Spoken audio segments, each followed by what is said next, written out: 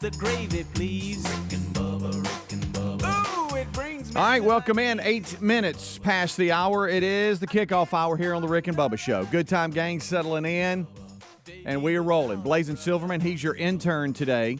Busy show today. We'll have a lot to recap from this past weekend, and we'll have a first here today, too. First time ever for Coach Skip Holtz to be on the show. He is with the USFL, of course, the Birmingham Stallions coach, Season 2 around the corner, and we'll have Coach Skip Holtz in studio with Bo Scarborough this last hour of today's show, if you're listening live. So looking forward to that. And I know we were hoping he could be on during the season last year, or earlier this year, but last season. But his practice schedule didn't work out when we were doing the live show. So it's working out today, though. And so, Lord willing, he is scheduled to be in studio with us. All right, well, let's bring everybody in. Over to my left is Mr. Greg Burgess, and to my right, it's Michael Helms. What's up, guys? How are y'all? Real good. Real good? Nope, good. Real good? Good. Where we live, here in Birmingham, Alabama, it's cold for us. And I can't stand cold weather. And this year's really messed because it was like 80 last I week. know. Yeah. I know. Which was too hot. I feel like I've We been need a cold happy all weekend. Happy medium's what we need. Yeah, I layered up. It was kind of funny because as I was getting dressed, I was laughing because I'm like, I'm so old right now. But then I learned at the football game, at the UAB football game, you know, it's not only old people that get cold. The youngsters are cold too, but I guess they just deal with it better. But as I started putting on, a couple pair of socks and, it's all about layering, guys. As I started putting like layers and layers of clothes on to go to the game and stand out there for which I thought would be, 5-6 hours, I laughed at myself because I'm like, buddy, when you were younger, you just throw on some pants and a jacket and go. And now it's like I've got to have layers on every bottom and top. You fell into what I did Saturday when I was at the Jack State game. When you first got there, it was cold, but as the day went on, it got worse. Yes, and that's kind of what was in the forecast, too. As the day went on, it was dropping. And they were right. Hey, when that sun went down. When I first got there, I was like, I'm okay. And then all of a sudden, I'm like, and I got there pretty early. Yeah. And as the day went on, a little more chilly-ish. Yeah. Even if the sun's not, like really shining and hot, it still warms things up, and you don't realize it until that sun goes down. Then it starts hurting your feelings. But, yeah, Saturday I was free. I got in the car, and I couldn't feel my feet. Oh, boy, that's when it's tough. And I felt kind of like a pudding. Well, what I was dealing with was inconsistency. Because Brady and Caroline were playing in a tennis tournament in Tuscaloosa, the University of Alabama, and Tuscaloosa Tennis Center. Well, they have 2 indoor facilities. So they were going – one of them would play indoors while the other one was playing out, and vice versa. So I would get comfortable in one, then have to go to the other and think, well, goodness gracious, it's no matter if I had dressed for the cold, and Speedy, you would be so proud of me. I layer up like no other. Layers. It's all about layers. But layering up doesn't work if you have to go back inside. Then you got to start pulling layers off. Exactly. Yeah. So it's just I don't like cold weather. Don't like it at all. And those of you in the northern states that listen to the show, y'all are giggling right now. They are. But And they really, chose to live there. Yeah, That's yeah. right. And in the Midwest too. In the Midwest, there's there was a lot of cold too. Did y'all see the was it the Arkansas LSU game? That they were trying to get the field ready for that game. Yeah, what was Arkansas. that? It showed them spraying it and scraping the ice off? What was that? I don't know. It was bizarre. LSU hung on and won that game, and we'll update you there. Close. So they win the West, everybody. Yes, it's Georgia, LSU. Yeah. In the title game. So there you go. And then there's there's Tennessee not out of it, especially after Oregon got beat by Washington. And so it's really opened the door for them. I think they're at 5. I think they keep hammering people. It's theirs. Yeah, if Georgia wins out, Tennessee. You like their chances. TCU beat Texas 17-10 to hang on to that 4th spot at the AP poll. And then there's Ohio State at 2, Michigan at 3. Their collision course for their rivalry game Saturday of Thanksgiving. You look at that, that's going to kind of take care of themselves. And then you got Georgia at 1. That's the AP poll. Now, it mirrored the college football poll rankings last week, so you would assume that's kind of how it's going to look when that comes out this week. And then LSU's at 6. USC's at 7, Alabama 8, Clemson 9, and Utah's at 10. That rounds out the top 10 of this week's Associated Press poll. Back to Tennessee, one of the things that they have going for them is when Georgia goes to play LSU, Tennessee can go, we spanked them. Yeah. It was like 40-13. Yeah. We hammered the West. Which will, depending on how if LSU either beats Georgia or plays them close. Right. As long as they don't do anything silly the next 2 weeks, I think they're in. I think they are. Yeah. It looks that way unless somebody like a TCU wins out and keeps doing what they're doing. And it depends on the margin between Michigan and Ohio State. If it's a close game or a blowout. Mm-hmm. Everybody, the talking heads that actually follow this and study it, Michigan's strength of schedule, especially out of conference, is pretty weak. But Ohio State is, of course, the darling. They always are. So if Michigan was to beat Ohio State in a last-second, field goal that they win by 1 point or something like that, then a one-loss Ohio State versus a one-loss Tennessee, what do they do there? Yeah. That's what it's going to come down to. If Michigan loses, they're out. So I think both of them. I think that game you're in, and if you lose, you're out. I would think so. I think a one-loss SEC team against a one-loss Big Ten. Sure. I especially definitely when think, your one loss is to the Georgia team and you beat the West team bad. I don't. And if you look at their schedule, played a lot of tough opponents. Yeah, I agree. Alabama. I agree. So we'll see how that plays out. But and look, the committee apparently thinks a lot of Tennessee. They put them at 1 before the Georgia Yeah. game. Yeah. We'll see how that plays out. They're sitting there at 5 looking. And I think from the fact that they put them at 5 says a lot too, because they're trying to set it up too for the best team. True. Yeah. I think they'll do the right thing. They've been doing. I don't really think they miss out on that I stuff. don't either. I mean, it's- there's always going to be somebody that's not happy. Sure. But get over it. It'll be fun. Yeah. It's really amazing what LSU looked like in the beginning of the season, and then the way they're better. playing now. I mean, I know Saturday was a scare. We kind of all predicted that a little bit going to Arkansas and winning that early game with 11 a.m. kickoff Central Time, but they did, and so there they are. They're going to be in Atlanta. How about that? Oh, boy. All right, so we'll come back. A lot to discuss and break down over this past weekend. We've also got some other things to discuss as we look ahead to this week. The number 866-WE-BE-BIG is where you can find us if you'd like to call. Intern Blazin Silverman is on the phones right now. We'll be right back. Rick and Bubba, Rick and Bubba. From cringing at the pump to getting an eye-popping check at your favorite restaurant, inflation is hitting us all where it hurts. That's why we use Upside to earn cash back on every purchase. Upside is an incredible app for anyone who buys gas, groceries, or dines out, which we all do. Download the free Upside app and use promo code BUBBA25 to get 25 cents or more back on every gallon of your first tank of gas. That's 25 cents per gallon cash back on your first tank of gas using the promo code BUBBA25. And find a link at rickandbubba.com under the sponsors. I'll second guest dinners with friends because they can be interrupted by diarrhea, gas, bloating, stomach pain, or oily stools. It turns out I have EPI, or exocrine pancreatic insufficiency, which means I'm missing the enzymes needed to digest food. My doctor prescribed Creon, pancrelipase, an oral prescription medication that replaces pancreatic digestive enzymes. Creon treats EPI due to cystic fibrosis, chronic pancreatitis, pancreatectomy, or other conditions. Creon may increase your chance of fibrosing colonopathy, a rare bowel disorder. Tell your doctor if you have a history of intestinal blockage or scarring or thickening of your bowel wall, if you're allergic to pork, or if you have gout, kidney problems, or worsening of painful swollen joints. Call your doctor if you have any unusual or severe gastrointestinal symptoms or allergic reactions. Take Creon as directed by your doctor and always with food. Do not chew capsules as this may cause mouth irritation. Other side effects may include blood sugar changes, gas, dizziness, sore throat, and cough. These are not all the side effects of Creon. Creon is the #1 prescribed EPI treatment. Ask your doctor about Creon for EPI and visit creoninfo.com or call 800-633-9110 to learn more. That's CREON info.com. Well, if we're being totally honest, maybe we don't always make the best food choices. The CDC says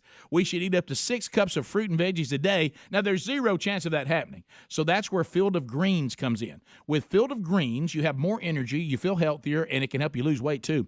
Join us and take Field of Greens too.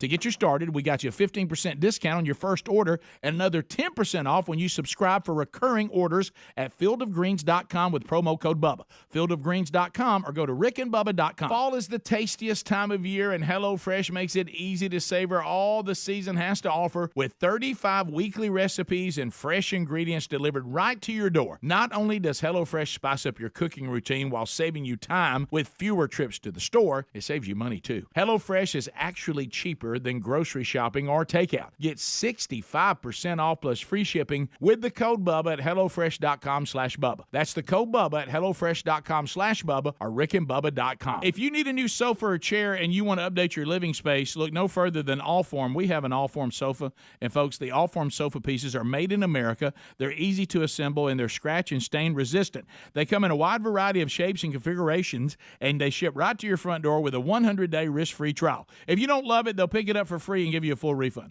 Allform is offering 20% off all orders if you go to allform.com/Bubba. That's allform.com/Bubba for 20% off, or rickandbubba.com for a link. All right, folks, you've heard us talking about what Relief Factor can do for your pain for several years now. If you struggle with occasional aches and pains due to aging, exercise, everyday living, consider this. Relief Factor is 100% drug-free.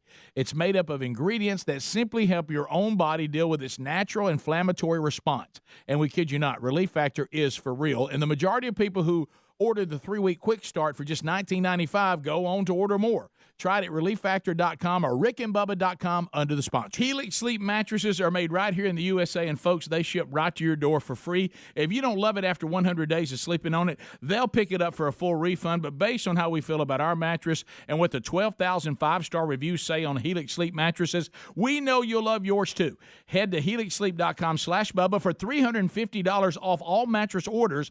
This is their best offer yet, and it won't last long. That's helixsleep.com/Bubba for $350 off, or visit rickandbubba.com under sponsors.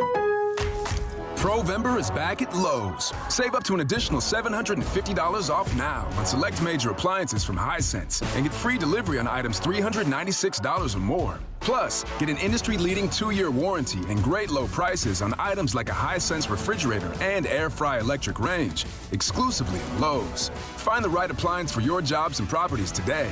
It always pays to be a pro at Lowe's. Exclusions apply. See Lowe's.com for details. Offer ends 11/30. Our friends at Lear Capital sent us one of those free Kennedy silver $50 that they're offering for free to our listeners. Now, with the price of silver going up, this free silver $50 has value. It's a smart time to invest in precious metals, and Lear Capital has 25 years experience, an exceptional Trustpilot rating, and a risk-free investor's pledge. There's no purchase necessary. Just chat with a Lear specialist about investing in precious metals and get your free Kennedy silver $50. Visit LearBubba.com. That's LearBubba.com.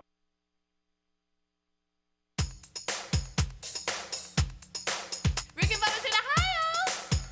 Rick and Bubba. Pass the gravy, please. Rick and Bubba. Ooh, it brings me to my knees. Rick and Bubba. 21 minutes past the hour. Welcome into the Rick and Bubba Show's kickoff hour. The number 866-WE-BE-BIG. We have lots to discuss. Pretty funny moment yesterday afternoon. We started getting texts from Bubba, who thought he could have something, and turns out he could with the Vikings-Bills game. We'll save most of that for when he joins us.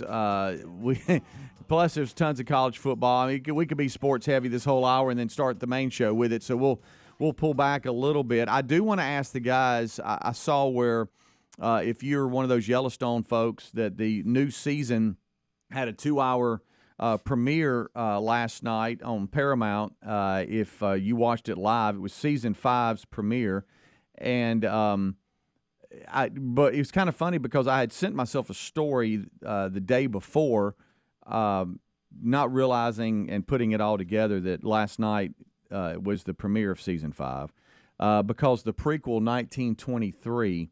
That's going to star Harrison Ford, and is it Helen? Is it Mirren? Yeah. They are going to, I think that's in December.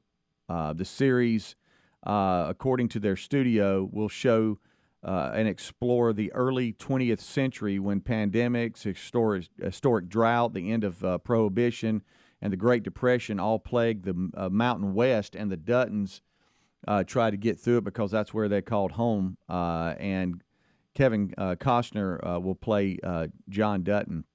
And so 1923, there was 1883, and that was big, and now there's 1923. Is Harrison Ford playing? Yeah. Okay, you said Kevin Costner. You threw us for a loop. I'm sorry. No, I'm so fine. sorry. It's fine. Yes, Harrison Ford. I'm sorry, not Kevin Costner.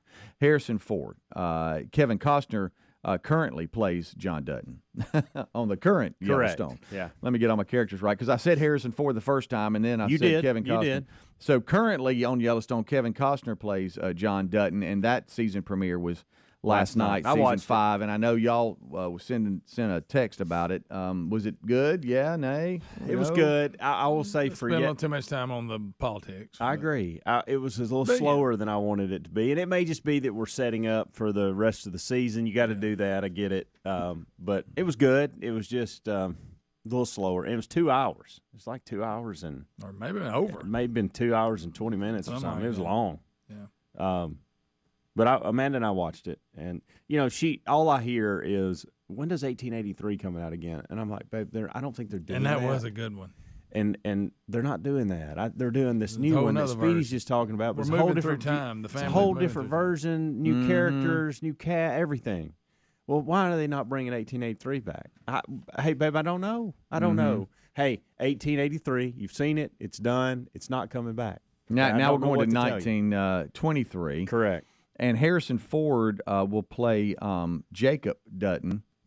And that's good, because Harrison Ford actually lived in 1923. Yeah. No, I'm just kidding. And then Helen will play Kara Dutton. And apparently, in this, they've been married a long time. They've had children, and so they go in the story to talk about how it was on set and kind of bring Harrison it all home. Ford is 80 years old. That's what I told you. Good night. I didn't realize he was 80. 80. What was he trying to be, Clint Eastwood? He kept doing them. Is Clint still hanging around? Was he bumping 90? Harrison Ford a long way since Star Wars. Yes. Yeah. First Harrison Ford movie I ever saw. You know which one? The first one, I didn't realize the time who he was because he wasn't famous. Have you ever seen American Graffiti? I've heard that movie, but I've never seen it. He had a small role in it. It wasn't even a big role, but I remember that. He was real young. And then of course, for me as a kid, Indiana Jones was. That's when it took off. Yeah. I liked the Indiana Jones stuff. It's pretty good. So Speedy hates it. So I'm just the 1883 was a big hit, and it was good. I really enjoyed 1883. Helen was sitting here talking about and you're avoiding that last name, and I would too, because it's hard to say. Mirren. What Mirren. is it? Mirren. Mirren. Do I go first and last name every time I have to say? No, her name? I was just I didn't know you knew her, but no, I was saying that I couldn't. Well, I would avoid it. Yeah. Well, I mean, in the story here it says Helen talks about how the immigration from Ireland and England, was a big part about it. And in 1883, they talked about that a lot. And so she says her role kind of fits a little bit because. When's that come on? December? Yeah, that's what they're saying. They're expecting it to be December. 20th century pandemic, historic drought.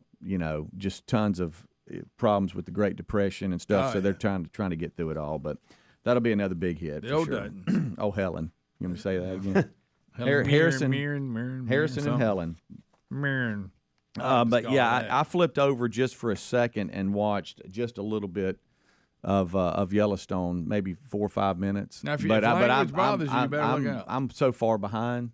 I turned the channel. I mean, last season I didn't slower, do well. I'm telling you, it was a little slower than I wanted it to be. Yeah, he's running for governor. But the scenery, golly, Speedy, it's right up your alley. I was reading up, and I know we probably already talked about this, and I can't remember it, but you can actually go stay there. It's a real place. And it's a real working cattle farm. But you can rent cabins and all this stuff. Because they say it's tough to get in, though. It's pretty popular. I bet. Yeah, that's I special. read an article on that last week. Or I may have made that up. I don't remember. Greg, I've got a story here, and it's going to be Bip City for you. But I mean, let's just go there. All right. So, do you remember the movie that Tom Hanks had, which was The Terminal, where he goes in and lives in the airport? I tried to watch it, and I lost it. And I can remember Rick saying that it was one of the worst movies he's ever seen. And Tom Hanks usually delivers. Well, rare for him not to deliver. Well, the movie was based on an Iranian man. I did not know that. Okay. Well, the Iranian man, airport? He inspired the events behind the 2004 film The Terminal, died Saturday in Paris of a heart attack. Was he? He was in the Paris airport, still living there, where he had lived for nearly 20 years. Time out. And he died in the terminal. See, I've never really, I never watched the movie. I remember one time it was starting and I was kind of bailed on it. But he actually really does live in the airport, and they let him? Yep. Well, he don't now, but. Yeah, I think Marin is his first name. I'm going to stay right there like a Helen. But anyway, he died at the airport, which was his home for 18 years, from a heart attack in the airport's Terminal 2F around midday. So they just let him live there all these years. Emergency services treated him at the scene but were unable to save him. Apparently, he was behind the movie, and he did start out. The real person behind the fictional story lived in the Paris Airport Terminal 1 from 98 to 2006, initially as a result of an unsuccessful deportation turned legal limbo type deal. But then, after all that was kind of figured out and worked out, then he just decided, I'm staying.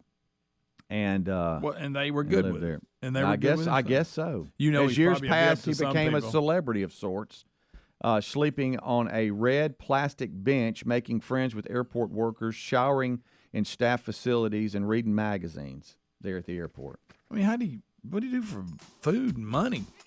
I don't know. You don't get paid to lay around the airport, do you? Well, how about that? But I knew that'd be Bip City for you. But I bet there's some employees. I mean, they're not glad the man died, but they're probably like, phew. Yeah. Ain't got to deal with him sleeping on that red bench anymore. But he passed away at the airport, had a heart attack at the airport. Well, I believe that was a good ending. That's what he probably would have wanted. A good ending? Well, I mean, if you got to go, okay. He did what he loved.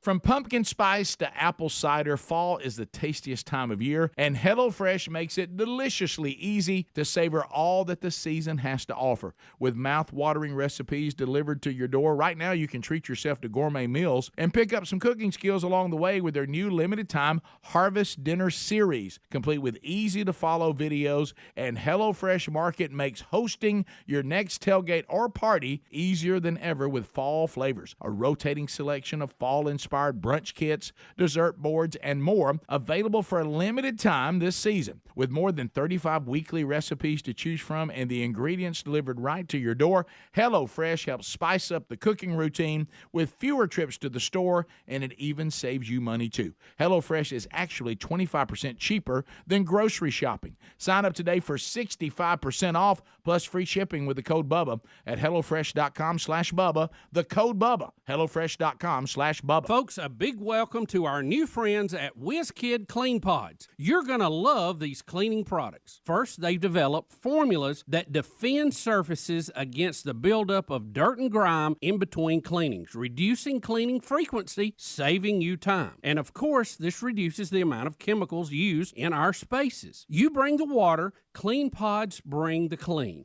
These are concentrated cleaning products in water-soluble pods. And you're getting your homes clean with a smarter, cleaner system, which means less plastics in our oceans, rivers, and landfills. These are high-quality spray bottles with high-quality cleaning pods that get the job done. So get yourself some WizKid Clean Pods and embrace the smarter, clean philosophy. Get 10% off any purchase plus free shipping with code BUBBA at cleanpods.com/Bubba. That's cleanpods.com/Bubba. Use the code BUBBA or find a link at rickandbubba.com. There's nothing worse than the mall in the months leading up to the holidays. You got children screaming and take forever to find parking. The list goes on and on. Now, right now, you can shop early, skip the stress, and snag some of the best deals of the season on something everyone will love. Premium audio products from Raycon. Raycon's wireless earbuds, headphones, and speakers offer premium sound, useful features, and almost custom, comfortable fit, and up to 54 hours of battery life. And they start at half the price of other premium audio brands. Plus, Raycon makes gifting easy with holiday gift guides for everyone in your life. or knock that list out all at once and get 30% off by shopping Raycon's holiday bundles. Just go to buyraycon.com/Bubba and use the code EARLYYBF to get 20% off site-wide. That's 20% off and save even bigger and get 30% off Raycon's exclusive holiday bundles. That's code EARLYYBF at buyraycon.com/Bubba. or rickandbubba.com. Our friends at TheraBreath have some good news if you have bad breath. Try TheraBreath Fresh Breath Oral Rinse. TheraBreath is dentist formulated by Dr. Katz himself. TheraBreath doesn't mask bad breath like those burning alcohol mouthwashes that can actually irritate sensitive mouths. It's alcohol-free and free of gluten with no added dyes or colors. Find TheraBreath in all your favorite retail and drug stores. Look for the bright orange cap or online at TheraBreath.com. You can find a direct link at rickandbubba.com under the sponsors. TheraBreath, confidence in every capful. Attention, all you coffee drinkers. There's a brand new brew that you definitely want to make part of your daily ritual. If you enjoy delicious, good coffee like us, My Coffee needs to be your new drink. It's organic, which is so important because if not, then it contains chemicals banned in this country decades ago. You've heard us talk about MyPillow for years on this show, and now they've got My Coffee direct from the MyStore.com website. Go to MyStore.com, enter the code Bubba to save 25% off your order of My Coffee, or find a link at rickandbubba.com. Prices on just about everything are still rising, but thanks to CarShield, you don't have to worry about how much it will cost to fix your car when it breaks down. Their price will never go up, and they help handle everything. Here's why we love them. CarShield offers protection plans for around $100 a month that cover more parts than ever before. When you need a repair, you don't have to deal with the paperwork or the headaches. You can also count on CarShield to help take care of you when your car breaks down and you're stuck on the side of the road. Every protection plan comes with coast-to-coast roadside assistance, courtesy towing, and rental car options at no extra cost. So as long as your car is covered, no matter how old it is, you're protected from the rising cost of parts and repairs. Get coverage today. Go to carshield.com/Bubba or call 1-800-391-8888 to save 10% on your plan. That's carshield.com/Bubba or call 800-391-8888.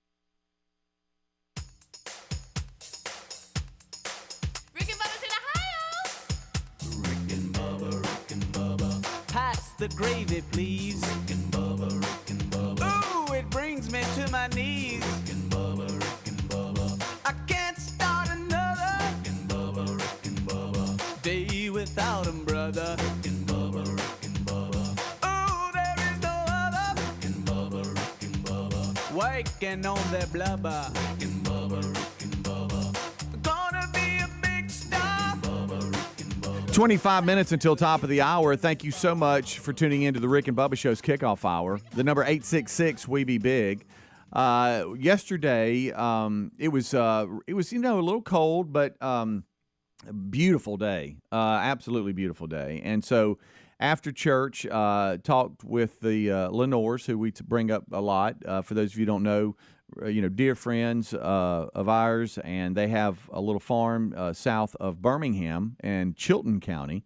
And I had talked to him about Saturday. They had what they call a sighting in rifle day, because whitetail deer season, it was youth weekend this past weekend, but for the state of Alabama, it opens up this coming weekend. And so they had sighted in rifles on Saturday, but because of the UAB football game and me working it, I was unable to attend. And so the plan was, hey, after church and have some lunch or whatever, y'all come on down and sight in, and the place is yours. So in the truck was Reese, was JC, and one of JC's roommates and teammate Tyson Kirkland. So we're headed down, and we're in my truck, and we're pulling the four-wheeler. And I'm going to tell you why, is because I've gotten so lazy that from where we're shooting to the target, you got your binoculars and you got your scope, but sometimes you want to walk down to the target and really take a good look at it.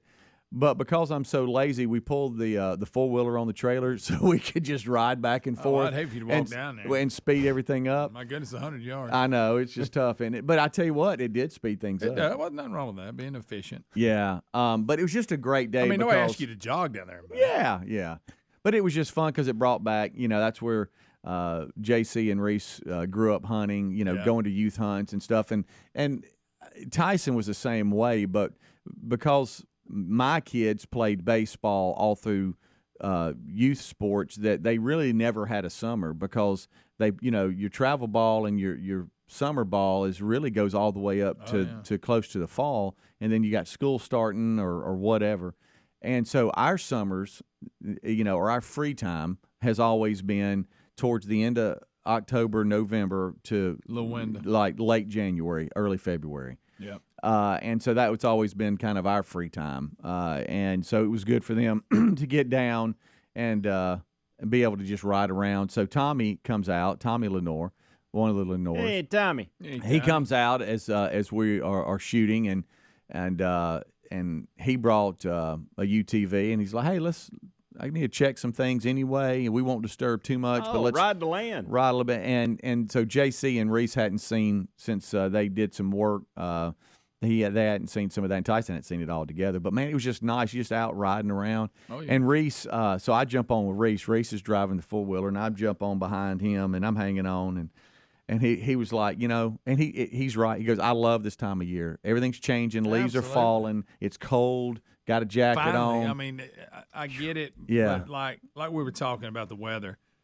Older I get, colder's tough. But if you're hunting, shooting, and all, you want it to be a nip. Yeah, you don't want it to be hot. And it's all about the layering. It's all about the clothes. If you have the right clothes, then the cold weather it's okay. I would like it to stay in the 40s and up. I'll Yeah. say that. Once you start getting out in the 30s, it's really bad. Yeah, this morning hurt my feelings a little bit. Now, here's the key, and we've talked about it 1,000 times. It's all about the wind. If the wind's not blowing, this fine. Hey, if Saturday, the wind's blowing, that's a whole nother game. Saturday, the wind. I can think warm up to that point. The wind Saturday. Oh, you don't want where I stand on the by the cheerleaders at the home games for the UAB Blazers. It's right in front of the tunnel, which just sucks that wind through. Oh, God. And it's like a breezeway is what it is, and so it's just howling right there. Do you still do the Russian toe touch as the team I comes on the do. field? A lot of folks don't know that. Yeah. I mean, the big air you get is incredible. But man, it was nice. So it you're was done. really Is that nice. your last home game this year? Yeah, that was it. That was it. And that they was have another road game. Yeah, they have two more games. They're at LSU, and then I think they're at La Tech. What if they go knock LSU off and ruin it for them? I'm sorry, that would be so good. I will be pulling for the Blazers, and there you go, Blazers. Well, I always pull. Well, they got the dudes to do it. Yeah, they're very talented. Yeah. But anyway, so we're out yesterday. We're riding around and just having a great time. I mean, a good old time. And it was the type of weather that if you're riding a four-wheeler, you go, I wish I had some thin gloves on. But other than that, it's good. Just something. Because you never think about that. Right. I don't. That's the one thing I always forget. Yeah, just a little something. So the rifles were on, which was great. So that didn't take long. So then we just rode around, had a great time together. But then I saw my dad. What if I did? Then I saw a missed call from my dad. And if you're out hopping around on a four-wheeler or something, you're not feeling a phone vibrate. It was in my jacket pocket. And then he calls right back. So I'm like, hey, Reese, hang on. Of course, you're trying to, hey, Reese, hang on just a second. Yeah. And so he slows down, and I'm like, hello, is everything okay, Dad? Hello? I mean, a quick call back, normally you think something's wrong. Oh, yeah. Hey, son. Oh, and I heard his voice, and I'm like, okay, there's nothing wrong. Yeah, you can tell by the tone. Yeah. He goes, are you watching this Vikings game? I said, no, sir, I'm actually on the back of a four-wheeler right now. And he goes, this is unbelievable. He goes, maybe Bubba can have something. And of course, the first person he thought about was Bubba and his love, but guarded love of the Vikings.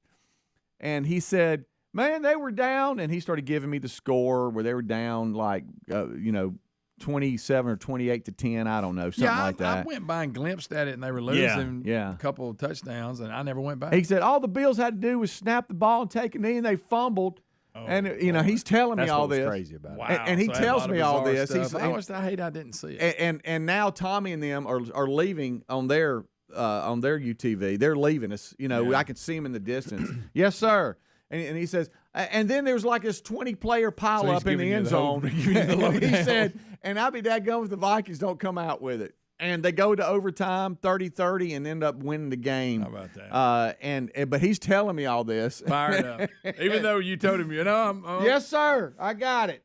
And he's like, well, I'll let you go. I'm like, okay. So then we go but it was just one of those things where I was like, you saw his call. That's the last thing you thought. Right. So now Reese is driving, and he's looking over the shoulder. Everything all right with Granddaddy? Good? Yeah, the Vikings. Do what? You're not going to believe what the Vikings did. The Vikings won, son. But man, and I was so for that moment, I was really happy for Bubba. That is funny. Well, it was. Look, we've all been Bubba on don't record. want you to make a big deal out of it. We've all been on record on for. Well, he was talking about it. He and I started texting about the same time to the group because it was a odd string of events. Yeah. That's so Minnesota goes down, and they're inside the 5, and they're inside the 1, and Buffalo makes this unbelievable stop. Oh. And so you think, well, golly, what in the world? And then all of a sudden, they fumble it. Oh, no. And they jump on it. It's touchdown. It's like, what in the world just happened? It was the craziest ending. But that wasn't even enough. The Bills go back down, tied up, and then you got overtime. The string of events that were taking place, I don't know that I have ever seen that in an NFL game. I don't know that I've ever seen it in a college game. So it goes down. It's worth going back and watching the last few minutes of the game because I thought, serious business, because you thought, well, dang, Bubba, I hate that, because they're down there, and Buffalo makes this unreal stop. Cousins is like this much from getting in. They have to replay it and look at it, and they're like, well, he clearly didn't get in, hate that, whatever. And then all of a sudden they fumble it. Everybody's jumping around. Can't believe the announcers can't believe it. So I was trying to Braden ran upstairs. He's like, what in the world's going on? Have you ever seen anything like this? I'm like, no. I started so Dad really explained it pretty good. So but I was still trying to figure it out. Well, you were trying to concentrate. Right. Well, he's like, so the Bills. You're like, hey. The Bills are on their own half-yard line. Yes. Yeah. And he said they went to snap and I guess go just forward just to take a nap. Yeah. A knee. What's a nap? A knee, and they fumbled it. And then that's what happened. And the Vikings dove on. Yeah. Wow. Yeah. After having look, if the Bills. If the exchange of the snap goes well, we're talking today about this awesome goal line stand. Yeah. How about this? Normally that happens against the Vikings. That would be them with a great stop, and then they're trying to run the clock out and they fumble the end zone. That would be in Bubba's world. Yeah. It made me feel real good that Bubba was watching because all this happened with him participating in the game. Okay, so he has to feel a little better point. about it. That's a great point. He may stay all 4 quarters. That's a great point. We're going to have to really watch him because I know he has guarded love, and we'll just have to watch how he responds to this. But he sent us a link of all the game highlights, so I would think he's all in now. Yeah. We'll take a break. We'll come right back. But, yeah, that was me trying to figure out what happened on the back of a four-wheeler. It's kind of tough to grasp. But, what a beautiful day, though. Yeah. Good day. We'll be right back. Rick and Bubba.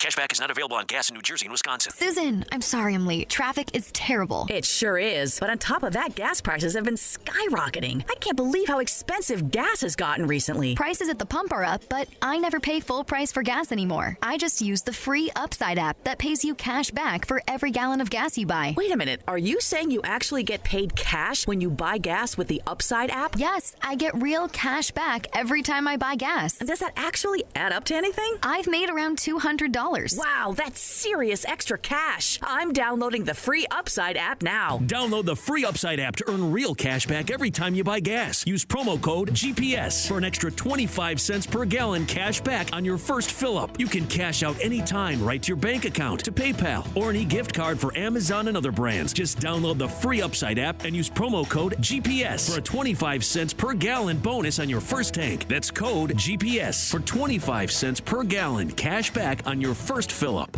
From the creators of Kentucky Fried Chicken comes the Taste Good holiday event of the year, KFC's $5 Famous Bowl, starring crispy chicken, creamy mashed potatoes, gravy, corn, and everyone's favorite, melty cheese. I'm in love with you, Famous Bowl. Treat yourself to the bowl critics are calling a whole lot of food that even a Scrooge couldn't resist. A humbug, that's tasty. Gift yourself a KFC Famous Bowl for just $5, now on the app and at a Kentucky Fried Chicken near you. For a limited time, prices and participation may vary. I'm getting vaccinated with Prevnar 20. So am I, because I'm at risk for pneumococcal pneumonia. I'm asking about Prevnar 20 because there's a chance pneumococcal pneumonia could put me in the hospital. Age 65 or older, you may be at increased risk for pneumococcal pneumonia. Ask your doctor or pharmacist about getting vaccinated with Prevnar 20, pneumococcal 20-valent conjugate vaccine, a Pfizer vaccine that can help protect against pneumococcal pneumonia in just one dose. Prevnar 20 is approved for adults to help prevent infections from 20 strains of the bacteria that cause pneumococcal pneumonia. Continued approval may depend on a supportive study. Don't get Prevnar 20 if you've had a severe allergic reaction to the vaccine or its ingredients. Adults with weakened immune systems may have a lower response to the vaccine. The most commonly reported side effect was pain at the injection site. For additional common side effects and full prescribing information, please call 1-855-213-2138 or visit Prevnar20.com. I want to be able to keep my plans. So I'm asking my doctor about getting vaccinated with Prevnar 20. Geico presents Daily Affirmations. Repeat after me. We are filled with an abundance of joy. We are filled with an abundance of joy. Also an abundance of questions. Good thing Geico has 24/7 claim service to help answer questions and resolve claims quickly. Good thing Geico has 24/7 claim service. We are also filled with an abundance of biscuits. We are also filled with, I don't think it works this way. Oh, and jam. Don't forget jam. To manifest more Geico in your life, go to geico.com. Well, if we're being totally honest, we don't always make the best food choices. The CDC says we should eat up to 6 cups of fruit and veggies a day, but if you're like us, we don't always have the time or energy to make that happen. So that's where Field of Greens comes in. With Field of Greens, you'll have more energy, you'll feel healthier, and it can help you lose weight. We all want a simple nutrition plan with results so powerful that when we take our next physical, the doctor compares our old lab work to the new lab work, and he says, hey, keep doing what you're doing. This wonderful product is powered with a full spectrum of essential vegetables and fruits, plus science-backed herbs and prebiotics. It can help you stay healthy, plus it's organic. So join us and take Field of Greens too. To get you started, we got you a 15% discount on your first order and another 10% off when you subscribe for recurring orders at fieldofgreens.com with the promo code Bubba. That's fieldofgreens.com. Use the promo code Bubba. Folks, a big welcome to our new friends at WizKid Clean Pods. You're going to love these cleaning products. First, they've developed formulas that defend surfaces against the buildup of dirt and grime in between cleanings, reducing cleaning frequency, saving you time. And of course, this reduces the amount of chemicals used in our spaces. You bring the water, Clean Pods bring the clean. These are concentrated cleaning products in water-soluble pods.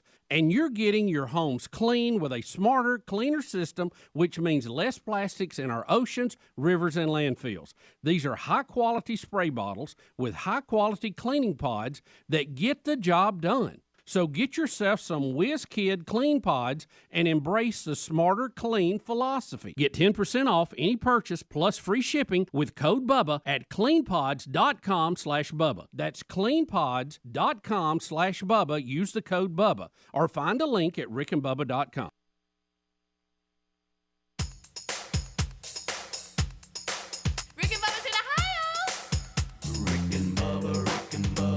Pass the gravy, please. Rick and Bubba, Rick and Bubba. Ooh, it brings me to my knees. Rick and Bubba, Rick and Bubba. I can't start another. Rick and Bubba, Rick and Bubba. Day without 'em, brother. Rick and Bubba, Rick and Bubba. Ooh, there is no other. Rick and Bubba, Rick and Bubba. Waking on their blubber. Rick and Bubba, Rick and Bubba. Gonna be a big star. All right, we are rolling back. It is 9 minutes now in front of top of the hour. Thank you so much for being with us. This portion of the Rick and Bubba Show is sponsored by MyPillow.com/Bubba. We always appreciate when we see a company do what they can do to help with us fight the Biden inflation. Boy, I tell you, Mike Lindell and the crew at MyPillow are doing some great deals right now, offering savings on so many of their outstanding products. For example, the MyPillow Giza Dream Sheets are just now $39.98. They're offering some cool deals on the men and women's sleepwear and loungewear. they're up to 80% off, folks. That's insane savings. The down comforters and throw blankets are 50% off. Bath towels are also 50% off, as their hotel quality 6-piece towel sets are also 50% off. My slippers are just $49.98. My sandals are just $19.98. Folks, the savings are real, and they're at mypillow.com/Bubba. Great products start with a great company, so check them out at mypillow.com/Bubba and place your order today. That's mypillow.com/Bubba for all of the special show savings, including big savings on, as I mentioned, the my slippers, my sandals, my pillows, my towels, bed sheets, and more. They also just extended their 60-day money-back guarantee through the end of March.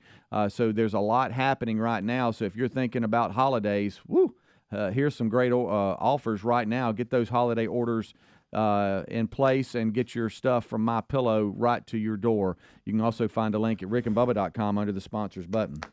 All right, so as we come back, there's a lot to hit. I mean, we got a ton of stuff. You know what I walked into last night? My what? Just guess. I walked in the house yesterday afternoon. You know what I walked into? Beehive. I know how y'all like to play guessing games. No, yeah, really, this is my favorite here. Away now? You walked into a box of MyPillow products, and Amanda was opening up the box. I walked into a Christmas tree already up. Oh yeah. Oh wow. Really? Yeah, we got them up at our house too. Yeah. So I tried to throw it out there. Maybe let's start dragging some stuff out. But my wife is adamant. She does not put nothing up till after Thanksgiving. Okay. She said that's the way they did it when she was growing up, and that's the way she does. I said, all right. Well, I'm going to hunt guilt-free because ours are up. Amanda claimed that it was Caroline that did it all. I wasn't at home. Braden and I were in Tuscaloosa, and we got back. It was around 2:30 or 3, and it was up. And I was like, wow, so the Christmas tree's up. She was like, well, Caroline wanted to do that. And I'm like, well, okay. Wow. But, of course, Thanks, now, Caroline. Look, it's Blue, our little new puppy's first Christmas, and, hey, he likes an ornament. Oh, he likes to eat ornaments. He likes to chew on the tree. Yeah. I said, so this is going to be a handle. We actually had to put something around our tree when they were tiny. To keep I got them a out. small dilemma. Where the big tree normally goes, and they all seen pictures of it. It's that tree I battle, but it is really once it's up, it really looks good. It's as big as a Times Square tree. It's a big one. This is your CD, Christmas Dilemma. Lisa has got now. She had got the piano where she grew up. Her dad's house and all, and we were we getting stuff out of it. But she got the piano. Okay. That they had in their family forever, and had it redone where it rekeyed and everything. Oh, that's nice. But the piano's where the tree goes. Uh-oh. So where do you? I got to put it, but it's not a small piano. I mean, it ain't a baby grand. It's upright, but still. So I got to figure out where it's going. Can you roll it? It will roll, but I don't know where to put it. All right, Greg, this might be your opportunity here. Make a change. I think now's the time where you go, that piano looks really good there. You just want to get a regular sized tree and put it over. See, I have 2 other regular sized trees, but that we always put up anyway. Well, actually, we got 3. We may have 4 now. Greg, She's got the kids all have a tree. The grandkids have trees. I got a lot of trees. Greg, this might be the time. Yeah. Boy, hey, look, that thing it's been there all these years, and that's horrible. It is because none of the lights work on it now. You ought to try to get lights on that. On that 12-footer. Now, I wish Speedy and I could sell this for you. I do too. You'll never sell it. No. We could make your life so much better. No, I'll be honest with you. You'll half-aid the sale. I could sell it, but I personally I'm like, well, it's going to be weird not having that one. But anyway, we could decorate the piano. I would say I wouldn't.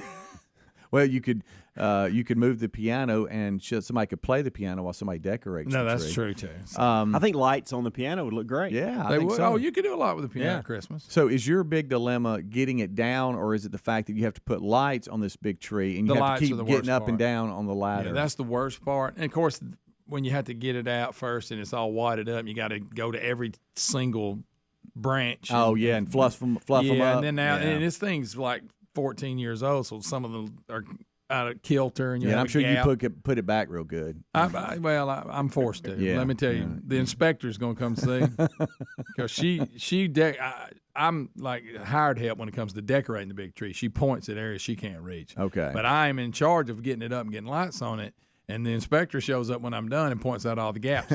Sure she does. So believe me. Well, this might be. I mean, I would just float up the idea of that piano looks really good there. Do you want to just maybe? What if I learn Christmas songs and play it on the piano? Yeah. I mean, but because like to your point, where would you move the piano? I know. I mean, it's not a little piano. So it's like we can't just pick the piano up and put it in the garage during Christmas. I mean, no, them uprights are heavy. So, honey, what are we doing here? Yeah. You just want to go with these other trees? Call it a day? Because there's really no other spot for that big tree. Would you get to running around the house if she said that? Oh, yeah. You screaming? Do you have another place you can add a third tree that's not as big? That's it. And if that's the case, because Speedy brought that up a minute ago, that's a good idea. That's what needs to happen is you need to find a really good place for a third tree and say, hey, babe, here's the deal. Let's decorate the piano. Let's put the other two trees up, and let's find another place to do a smaller tree, and we get the best of both worlds. That's it. And I don't go falling through ceilings again. Yeah, there's always that. Yeah. Could we talk for you? There's always that. But here's the thing, and y'all are going to be mad at me for this, except of all the hassle, when it's up and on, I really enjoy with my cup of coffee looking at it. The big tree. I may miss the big tree. Oh. I hate what it takes to get it there. I have noticed that but I do when it's up. He'll complain about something he actually likes. I know. Listen, when it is up, he's that guy. I always do this. I go, it's a pain in the butt, this thing, but boy, it looks good, don't it? That's normally what I go to. All right, now it is a hassle. All right, well then but it looks really good when it's up. Do you think in her mind she thinks y'all are just going to move the piano over a little bit and then put it up? I don't know. Has it even been? It's not even been discussed, has it? Not really. So when y'all put the piano there, listen, until after Thanksgiving, she will not discuss any of this. But so when y'all put the piano there, y'all didn't go, hey, this is where we put the tree. We did, and we were like, well, that's a long time ago. So, I mean, it wasn't even nowhere near Christmas. Okay, so we'll deal with that later kind of thing? Yeah. Ain't worried about that then. Right, yeah. Looks good where it's at. Well, then I got to tell you, she thinks you're going to push the piano off to the side, and then y'all going to put that tree up, I guess. I'm going to have to go play Home Sweet Home by Motley Crue on it. Dun, dun, dun. That's one of the few songs I know. So I could see him with some eggnog leaning up against the piano. Some sweater. I do like. I got you in a Christmas sweater. But I do like gazing at that big old tree when it's lit up. Okay, so he wants the tree. You do. Part of me. You know what? I wish I could just hire somebody to come put it up. Well, you can. That ain't a bad idea. I wonder if I can see somebody. We'll see if they can move the piano and do the tree. Yeah, now that's not a bad idea. A twofer. Well, anyway, so it's all coming up. It's going to be time to, Thanksgiving's next week. It's going to be time to make the call. Somebody just had a good one. Why don't you sell the big tree at y'all's number 49? Don't think many people would want the big tree. Yeah, you're like halfway put in the box. I can see it now. Oh, yeah. Rick and Bubba. Pull for a different team. You give me some classic. They may talk a little different. Hams, you didn't say New York and Boston people are the same. No, other than they pull for a different team and talk different. Y'all send your email directly to him. Send it right to Greg at rickandbubba.com. Can I tell you? Can I tell you what may help you a little bit on this? This may help you a little bit. I've added the Boston thing because I think it's funnier. Yeah. I never tied it to Boston. I just noticed that I hate the Red Sox, the Celtics, and the Patriots. And one day it dawned on me they're all from Boston. So I do not like the Jets. I do not like the Giants. Okay. I do not like the Mets. So there's not an I'm not even sure this is really an anti-Boston thing. I just don't like those three teams, and they happen to be in Boston. So I tied it all together. Right. I can't stand the Celtics. I can't stand the Red Sox, and I can't stand the Patriots. And I don't know why. And when it comes to and when it comes to professional sports, I'm pretty. You really are. I don't even care. No. So there's only a few teams I don't like. There's not many teams I even have a feeling about. You know what I mean? I know. One way or the other. But I do not like them. And for some reason, but the Yankees. Let me tell you where the Yankees thing came from. As a boy, I was always trying to find a way to make my homework easier to get done. And when they would assign me to do a report on somebody, I would always do biographies. Yeah. And I kept landing on Lou Gehrig and Babe Ruth. Yeah. And they were all Yankees, and that pulled me into the Yankee world because of all the incredible players and the fact that one of their players saved the sport completely. Yeah. So that's kind of where that all is. Okay. And I like that Yankee hat, even though it's clearly black to me, and they call it Yankee blue. All Red Sox fans call Rick right now. 866. Yeah, you can call me. I don't like you. I don't like your team. I don't like your Red Sox team. I'm sorry. I don't. Bill Buckner, I'm so glad that happened. Now we're getting personal. Even though it was the Mets, who I don't like either. Mm-hmm. You don't like the Mets? I do not like the Mets. I kind of liked them because you remember we used to have that on the cable. We had WOR or something. And they showed all the Mets games. Mm-hmm. Super Strawberry and Gooden and all them. I kind of liked them. I didn't like the Mets. You know what I think it was? And I know it's not the same anymore. I never liked the name Shea Stadium. What? I didn't like that name.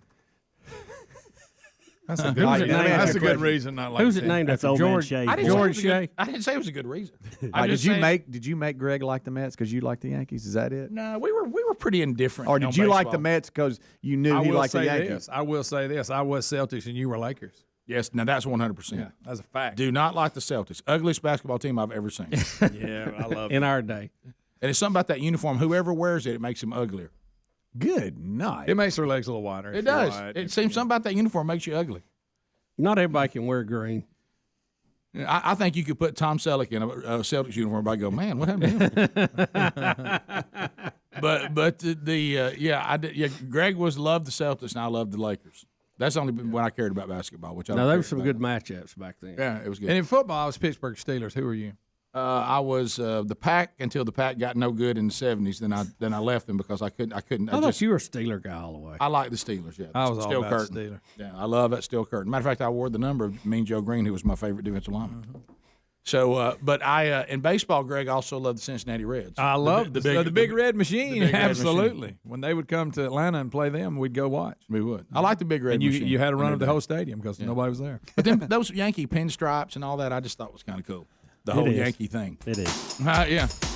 I thought that girl with Pete Rose was his daughter, but evidently it wasn't.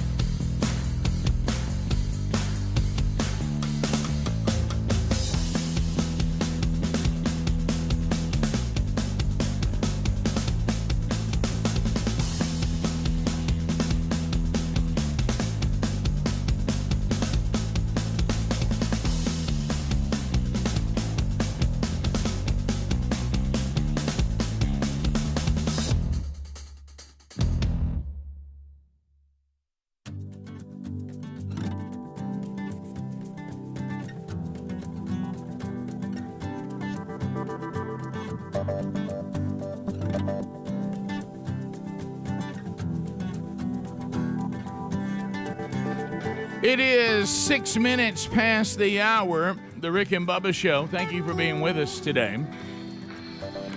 A brand new hour is beginning, and we thank you for taking time to be with us today. This hour starts with the national anthem.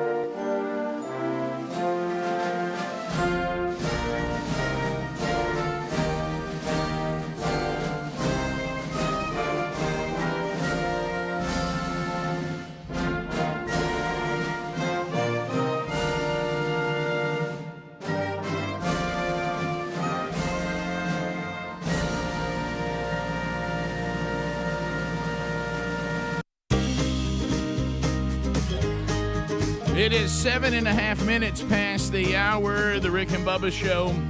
The No Name Studio on the bleeding edge of technology. From Sweet Home, Alabama to the world. We thank you for being with us. Speedy, the real Greg Burgess, and Helmsy have already given you a kickoff hour along all the Rick and Bubba platforms. Eddie Van Adler settles in to show you the show for the tubers out there, both live, and you can go back and catch the video archive if you like. He's settling in. Blazing Silverman, Rick and Bubba University student, earning his degree in common sense. That now a superpower. All we are missing, because I be Rick, and sitting over there be the silver tongue one, the man with the golden voice, professional lunch eaters, man of the year, the inventor of pizza and a cup, Shakespeare's worst nightmare, and the master of the King's English. Ladies and gentlemen, put your hands together for Bill Bubba Bussey!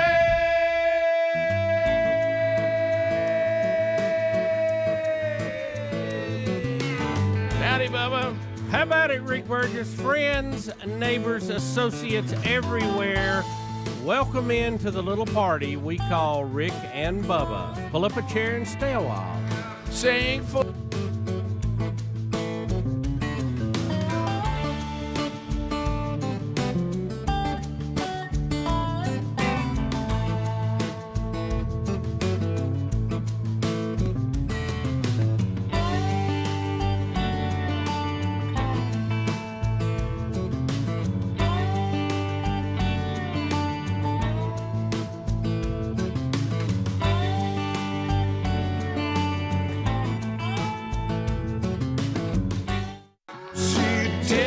herself to rise up, rise up.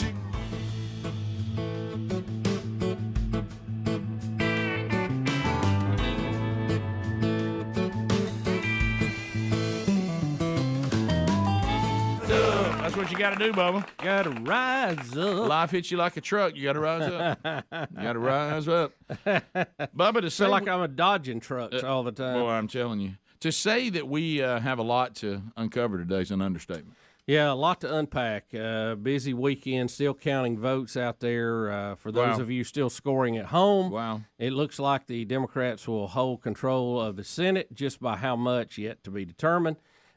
Still, it looks like the House is leaning to the Republicans, but there's still several races out west to be decided. So we don't have an exact count on that yet. Still amazed that it's taking this long to count votes. Unbelievable. American Idol can tabulate 4 million votes during a commercial break, and we can't do this any quicker.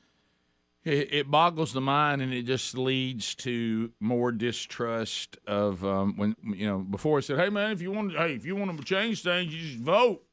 And then some people are going, "But what if I can't really trust how my vote's being counted?" I mean, it's you better be independently wealthy then. Yeah. So anyway, that we'll see how that goes, and that's not saying that there's anything going on that even alters the results. What I'm saying is, it's just the longer it goes on, Rick. That's it.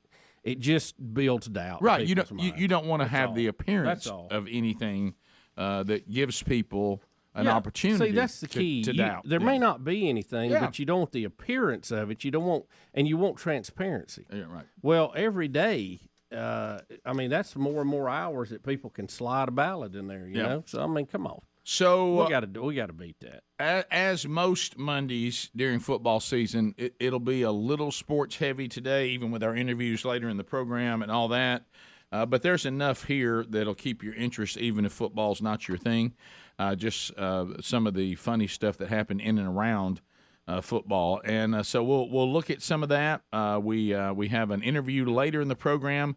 Believe it or not, the USFL is about to start their second season.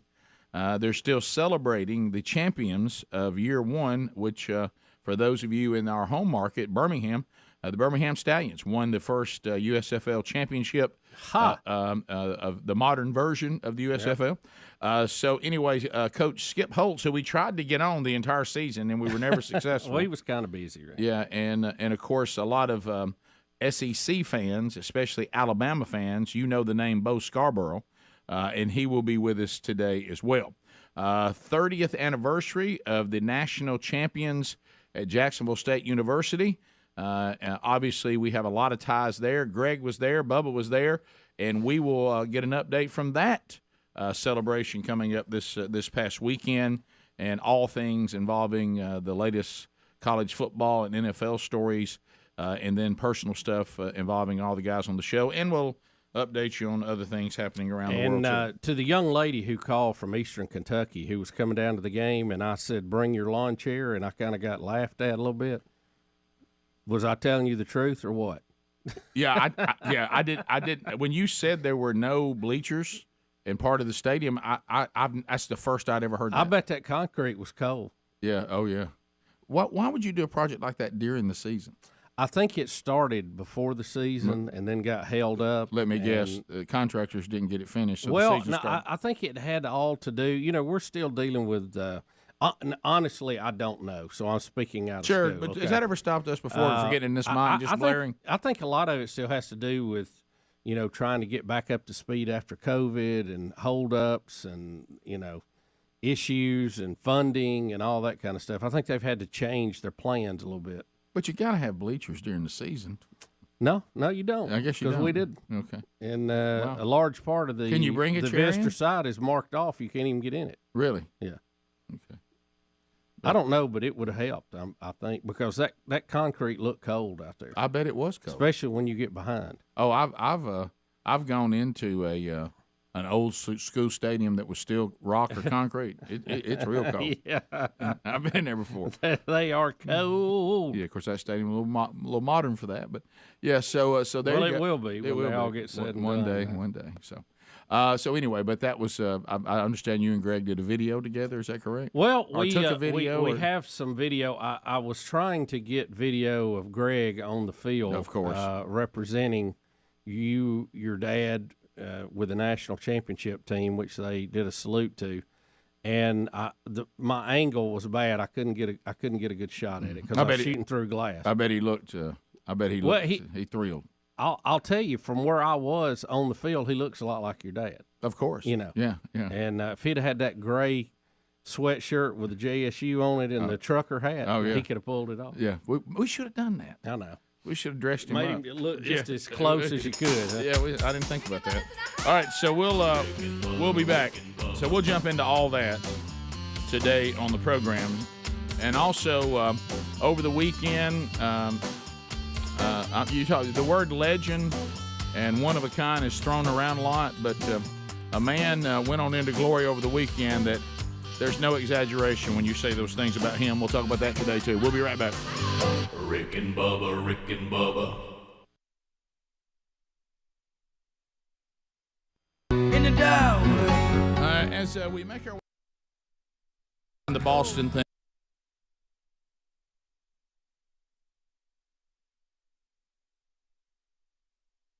And they're saying that one of his own teammates accidentally ran into him during practice, and it appears that he was a limited participant yesterday and that he has jammed a finger on the throwing hand. Well, that's not good. Although I don't really, the Patriots are they have another gear when it gets to the playoffs. Well, that ain't no biggie. They'll just deflate the ball a little bit. There are people everywhere saying they did not know that eating poisonous detergent pods were potentially toxic until Gronk told them. Thank you, Gronk. Yeah. How come I picture Gronk eating detergent pods? I did too. Yeah. He just seems that guy. I pull my shirt off, eat a pod, and scream. I so see that. You dare me? You dare me? You dare me? All right, so some other things that are out there today. Bubba, you have a list over there. The boat thing, have we talked about it? I know Trump finally has unveiled his fake news awards, and then we have this group of Democrats that crossed over and voted for Trump, and they went to interview them. I don't know what they were expecting, but what they got was that. Why don't we just look at that video because it's a quick clip. Which one? Let's look at the former Democrats who voted for Trump, who were scoring his first year in office. Now, I think CNN expected them to come in there and go. I don't know why they didn't ask them ahead of time and say, "Wow, this has been a disaster. This is just sad. It's not what we expected." They did not get that response, and I think it was shocking to the host, at least his expression. Tough day for the CNNs of the world. Tim Cook is admitting is admitting that they are bringing billions of dollars, Apple, back into the country, and is crediting the Trump administration's new tax plan for that. Was asked that directly by ABC News and had to say yes. And you also have these companies that are giving their employees, anywhere from $1,000 to $2,500 because of the new corporate tax reduction. You've got people that are investing, and so if you're a CNN, you want people to say things about Trump that you keep saying we should all care about, but nobody does. You think you're going to sit down with them and say, well, I didn't like what he said about the people of Haiti. Or they're going to sit down, I didn't like how mean he was and when he said this. And I didn't like – and they can't get anybody to bring those things up because everybody keeps talking about how good the economy's doing. Yeah, well, one, he didn't say that about the people of Haiti. I know, but I'm talking about if you're the way CNN, they phrase if it, you're yeah. CNN, he did. Yeah, right. The way they frame it, yeah. But what they're trying to find out, Bubba, did they sell you on the fact that he did that, and they can't get anybody to care about it? Yeah. Well, this is funny video. You got so you got a CNN reporter speechless as former Democrats are grading Trump's first year, and he just doesn't understand it. All right, so here it is, courtesy of CNN. Look at him. Something that he said that really sticks with me is that he wants to give the power back to the American people, and that's something that I can certainly get behind. I'm with a pastor, a stay-at-home mom, a student, a machine shop worker, and a union member. Democrats or raised in Democrat families who crossed over to vote Trump. We're 1 year in. How's he doing? Fantastic. Phenomenal. Better than I ever would have dreamt. I mean that sincerely. Really? Oh, yeah. Derek? Yes, I agree. Absolutely. Yes, he's doing wonderful. He's staying on task. Did you see him? He's just speechless. If you had a close-up, you could see his jaw on the table. Really? Really? And then to make it worse, an African-American man says, absolutely, he's staying on task. He's getting it done. But more than I could have ever hoped for. But it's just like, hey, Rick, really? Really, straight up. Really? We tried to tell y'all to hate him. Why is this not working? They really? They want to paint him as a racist, and you saw a big push of that come out here lately. And that's right on the heels of the latest survey showing that his approval rating with African Americans has doubled since he went in, doubled with other minority groups. And it's just the disconnect between the agenda they're pushing in the media and what's really happening out in the world is unbelievable. Yep. Speaking of Trump, I don't know, Speedy, if there's any video on this or not, because Bubba said the website struggled a little bit. That President Trump shut down. Well, they were making fun of Trump, like, well, yeah, he put out fake news and he can't even keep his website up. It's because everybody was going to look at it and laugh at it. Yeah. GOP.com crashed yesterday when he tweeted out a link of his fake news awards, and it's just a list of them as to who made the top. What is it here? I guess it's looks like 10. Greg, are you okay with that? He only went 10. Well, that keeps 21 minutes past the hour. The Rick and Bubba Show. Thanks for being with us. 866-WE-BE-BIG is our number as we make our way back. And thank you for being with us today. All right, so let's give by the way, a new edition of Rick and Bubba University. The podcast is out now. Jeff Pearlman, he wrote the book about Bo Jackson, the last folk hero, the legend, the life, the myth, Bo Jackson, and we interviewed him about that over the weekend. If you haven't caught that, look for that wherever you get podcasts today or on our YouTube channel. So, Bubba, much to unpack. Usually on Monday we take a scan. I didn't see. We'll talk a little bit. I didn't really have. I have no idea what's going on. I didn't see any games. I didn't hear any games. Anything I know about games, I heard from watching you and the guys text if there was any text. So, it looks like nothing much happened because I'm looking at the four that the AP put out, and it's the same four from last week. Right, Georgia, Ohio State, Michigan, TCU. So I guess they all won. Yeah, they did. Okay, so no real changes. Will there be any changes Tuesday? You think when the polls come out? Any adjustments there? Well, probably not in that top four, but Oregon got beat, and so that's going to be an impact move there. Yeah, and they were sitting right there. And Tennessee is. I'm telling you guys, they probably going to be in the playoff when all said and done. If Georgia can win out, but if The college football poll will reflect what the AP poll did last week. It was exactly the same. Yeah. This is probably what it's going to look like. Yeah. You know, Rick, and we love sports. We try to keep it in the proper perspective. Sure. And you know, it certainly is in a better place than it used to be. No But, doubt. you know, I like looking at the stories behind the scenes.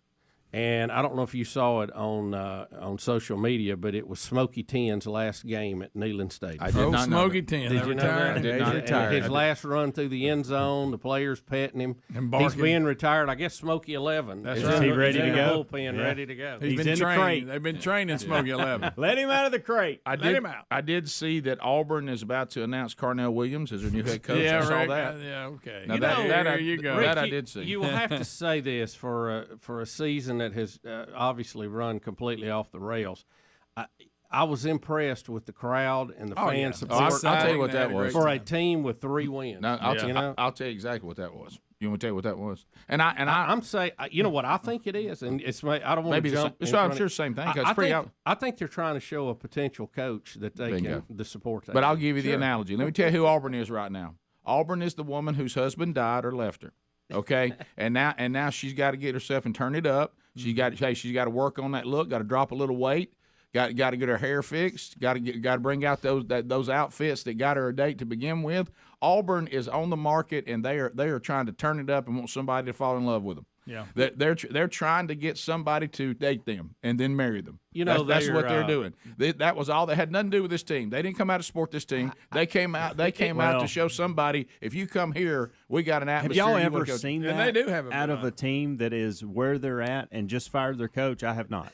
Well, it was an ugly game. It was pretty. I mean, I'm talking about the start. Against a terrible opponent. Mm-hmm. And which is a whole nother story. But I'm gonna tell you, the fans were in it. They were the 12th man, no pun intended. By the way, I saw this. I don't know if it's true or not, but Jimbo Fisher has now officially set a record. The first coach ever to have the top recruiting class in the country, and the next season not even have a winning record. Do you think that he? If you're Jimbo Fisher, and of course you've bought yourself. Where are all these freshmen they signed? I mean, why don't you just have? Well, they're playing a lot of. They're all playing. Yeah. Just inexperienced. That's what he keeps saying. Well, that's what I was just about to say. So 2 things. Auburn is turning it up to be pretty, so somebody will notice them. And they did a wonderful job with that. That's not a negative comment. Take the win away. It's not a negative. You were able to convince 4,000 people to come into that stadium after you fired your coach and had a horrible season. I thought they were playing for a West title. Yeah, well, I mean the presentation was beautiful. It really was. Do you think Jimbo Fisher, when he rolled in, he thought, you got to be kidding me? I know. They're playing like they're going to Atlanta against us, and we're helpless. That's them running on the field, guys, with 3 wins and fired their coach. No, again, I will say this. It's incredible. I will say Cadillac's got him cranked up, and that suit he had on during the Tiger Walk, I liked it. I kind of wanted one. I know it. I wanted one in our Rick and Bubba colors. Yeah. Being able to spend a lot of time. You see it, Rick? Yeah, I haven't very seen bright. it. I was able to spend 4 seasons there. It's like Dion has showed up there, and it's not Dion. Right. I was able to spend 4 seasons there, going to I bet I didn't miss hardly any games. I probably didn't miss any home games. So for 4 years, I was there a lot. And I will say this, no matter how you feel about Auburn, good, bad, ugly, and they can certainly do all 3 of those. But their atmosphere has always really been good. Yeah. And when it comes to a place where you can go and see a cool atmosphere, it has always been that way. And they're showing whoever is thinking about what do I want to come there or not. Yeah. They're trying to say, look, if you'll just give us a product of any kind, we can show enthusiasm even when we're no good. Yeah. So imagine what we can do. And you remember the year they were good. The year they were good, it was an electric atmosphere. Yeah. So when they have good teams, it only makes it more intense. And what they're trying to do now is we can't all leave right now or nobody's going to want to date us. So we better turn it up. We better get that dress. We got to get that dress that turn the heads. And we got to get out there and walk. We got to get our heels on, and we want to be noticed. And that's exactly what that was. And it also was a big recruit night. They had a lot of the top recruits in the country. That's another reason you got to turn it up. Yeah. So Cadillac Williams gets his first college coaching win, and he hasn't had a lot of experience. This is his first time he's been a head coach. And Jeff Saturday, who's never coached at all, got his first win in the NFL. Right, yeah.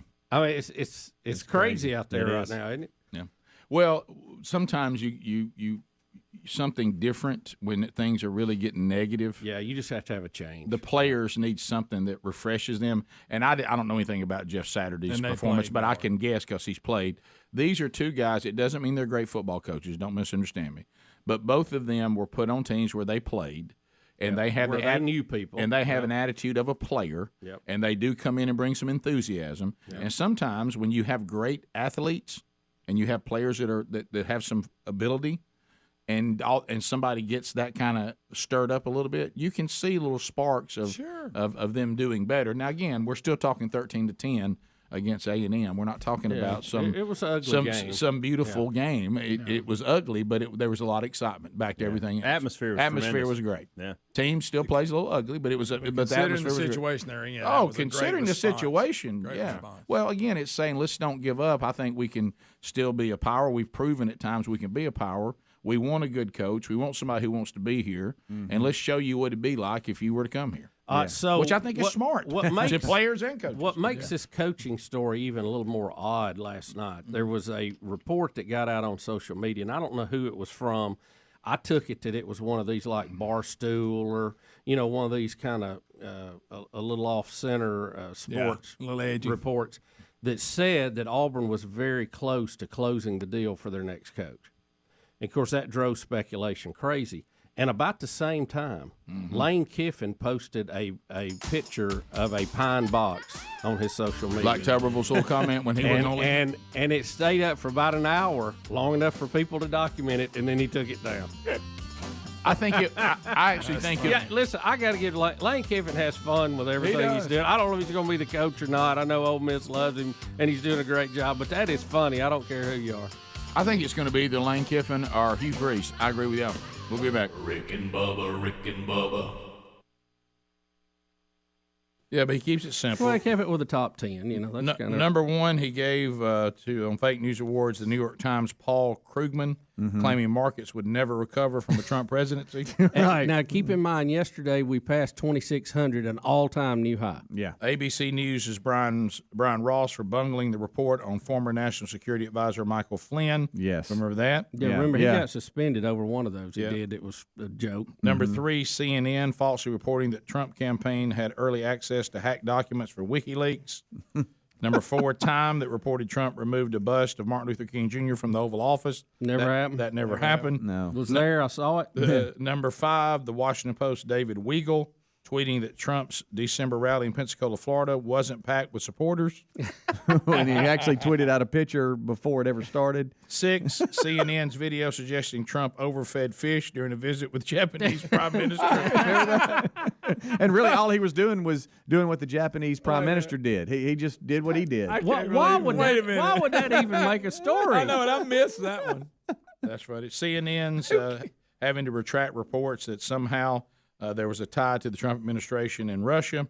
A lot of those. 8, Newsweek's report that Polish First Lady, I can't say her name, did not shake Trump's hand, which she did. Yep, there's a picture of it. And then 9, CNN report that former FBI Director James Comey would dispute President Trump's claim that he was told he was not under investigation. Comey did not do that. Number 10, the New York Times report that the Trump administration had hidden a climate change study. That's not true. And then he put an 11 in there. In Trump's words, Russian collusion. Russian collusion is perhaps the greatest hoax perpetrated on the American people. There was never any collusion. So he made that as like standalone. So he put out all the things that had been said about his administration and reported that turned out to be completely fake. The Fake News Awards finally unveiled by Donald Trump. All right, so I know people have been asking about an update.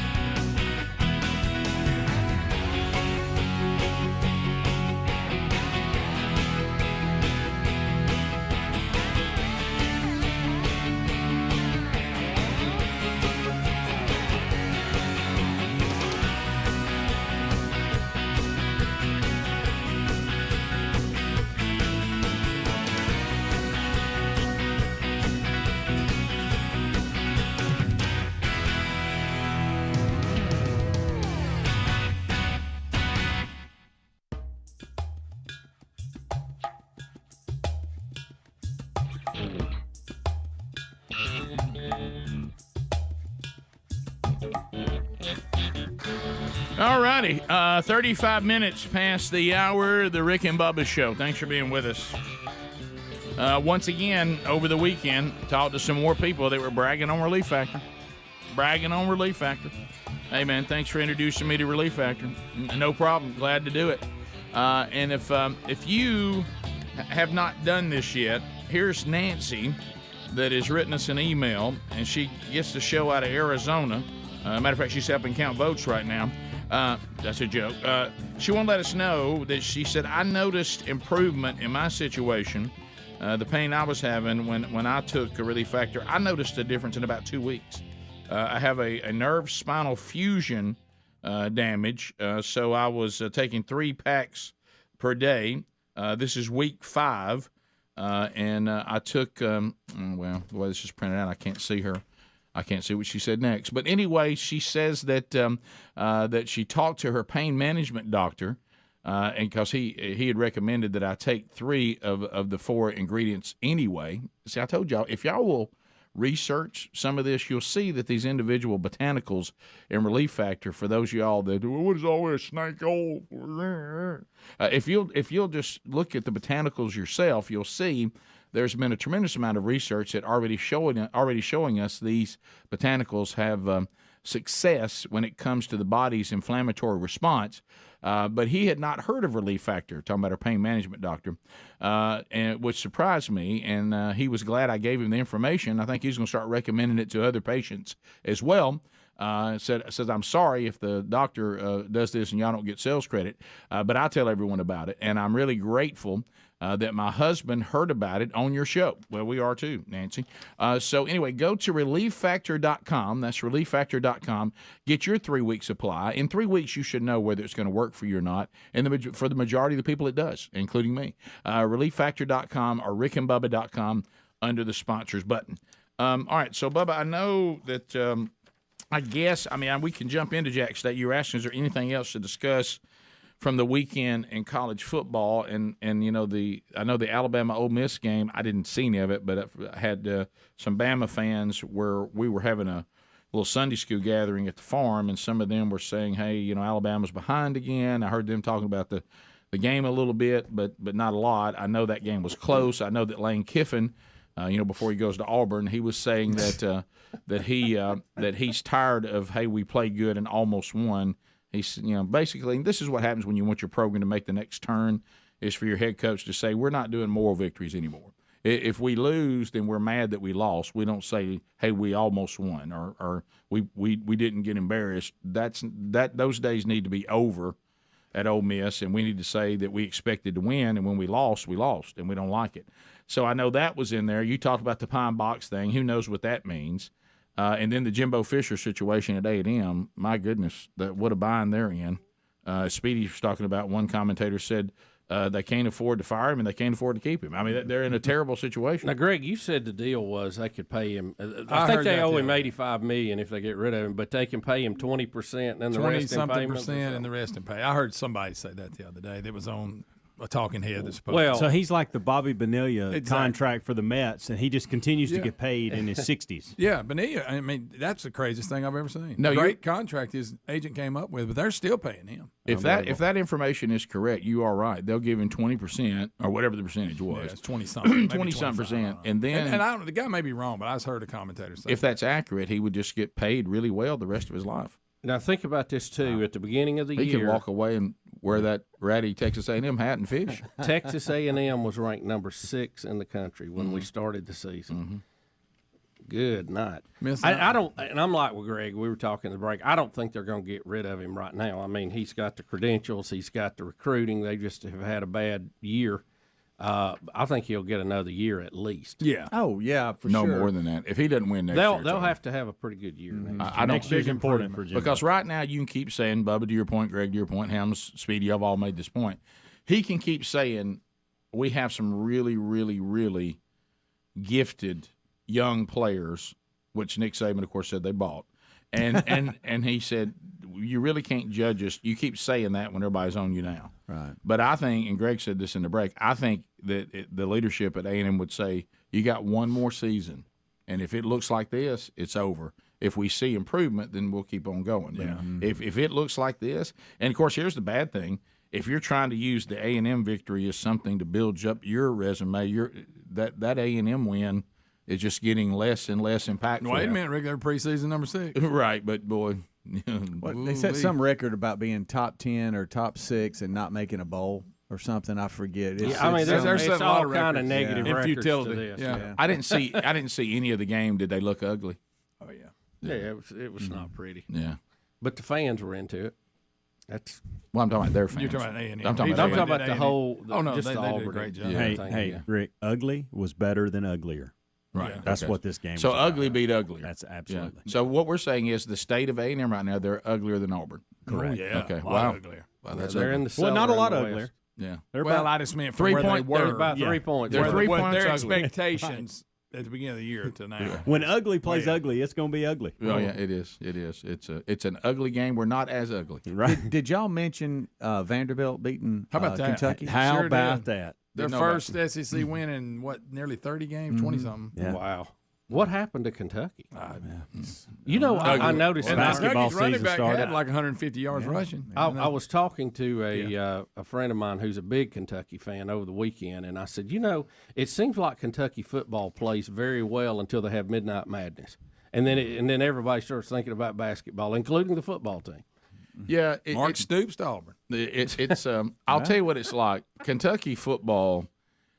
I was telling Bubba, we have this piece of equipment, that is diesel. That somebody means business. It's side by side. That's diesel, and it's got 2 seats, and we do a little work in it. But it's got a problem on the fan that's supposed to keep it from overheating. That it doesn't work. So you get in it, and you've only got a certain amount of time in it, and then of course once it's cinched, you can use it again. That's Kentucky football. You're riding pretty good, but you can tell that at any moment you're going to overheat.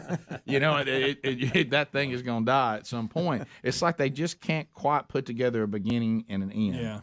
They have flashes Fade of a little. Yeah, they can't make the longness of the season and the toughness of the conference. It just finally wears them out. Tough. It's tough league. Yeah, especially now. It's back being tough again. That's Jimbo.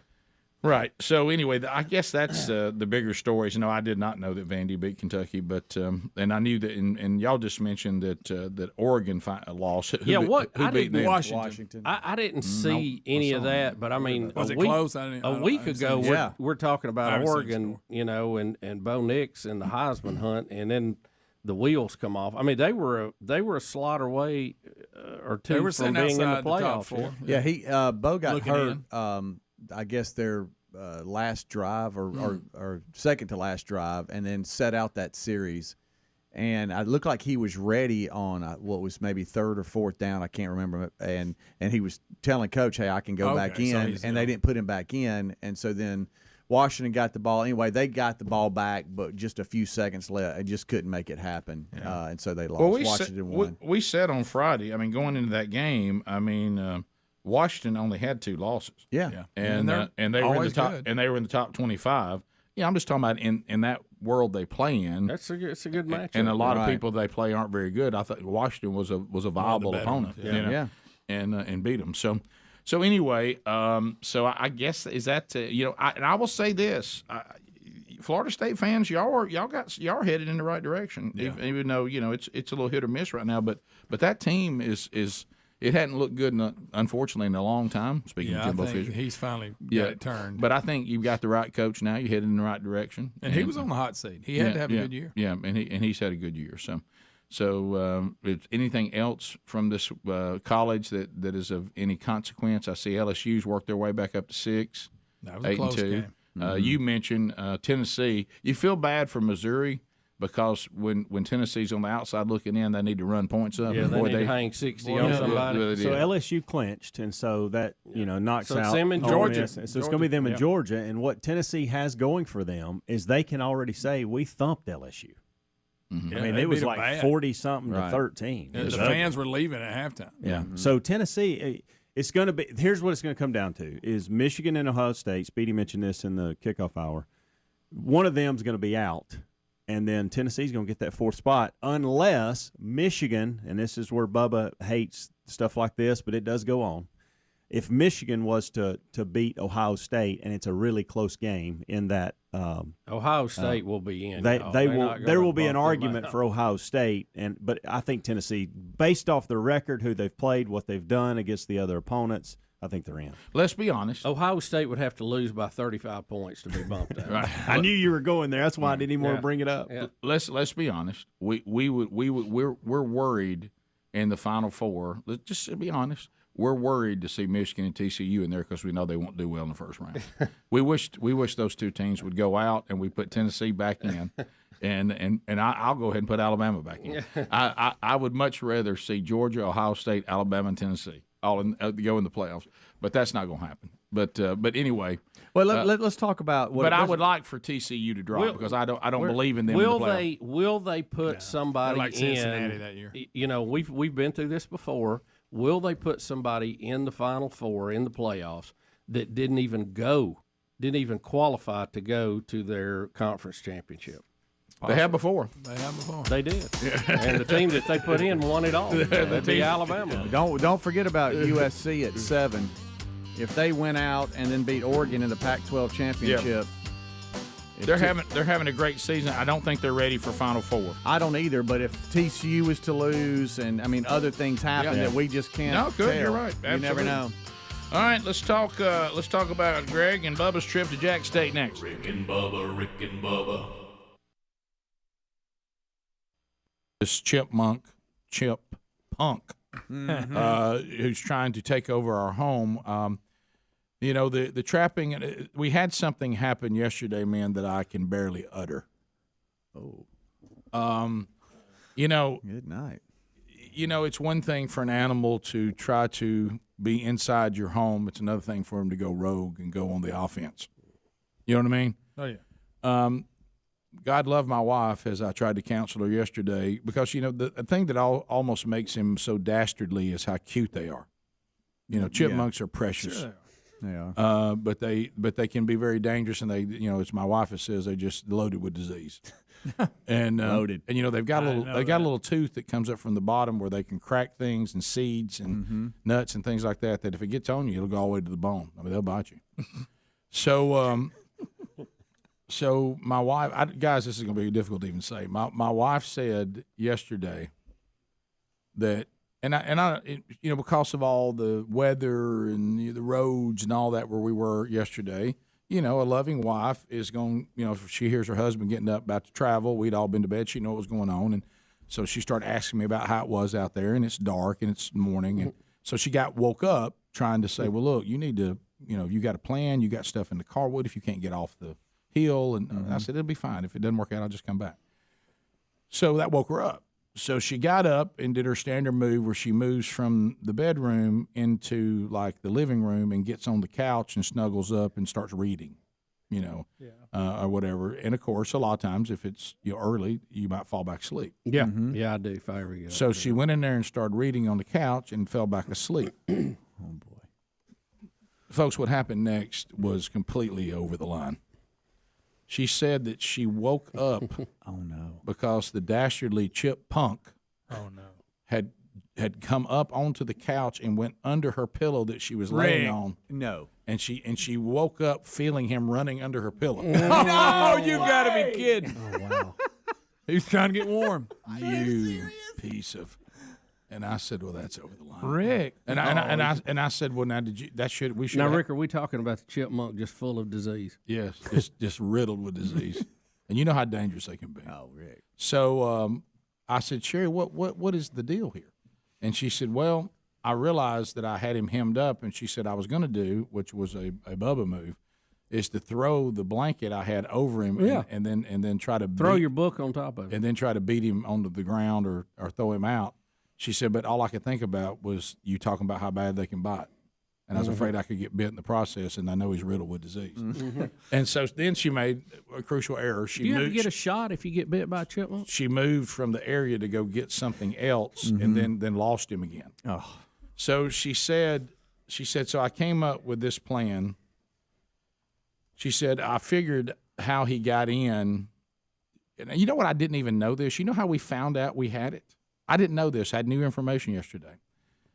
we have a bathroom that, of course, we all know had to be re-wallpapered because the wallpaper in there was just unacceptable. Right.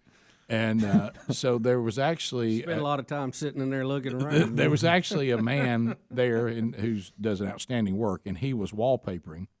And Sherry said she came home. Nobody told me this till yesterday. And he said to her, because he was there working in the house, and she was going, he said, "Hey, do y'all have a pet chipmunk by any chance?" Rick. And she's like, "What?" He goes, "There's a chipmunk running around in this house."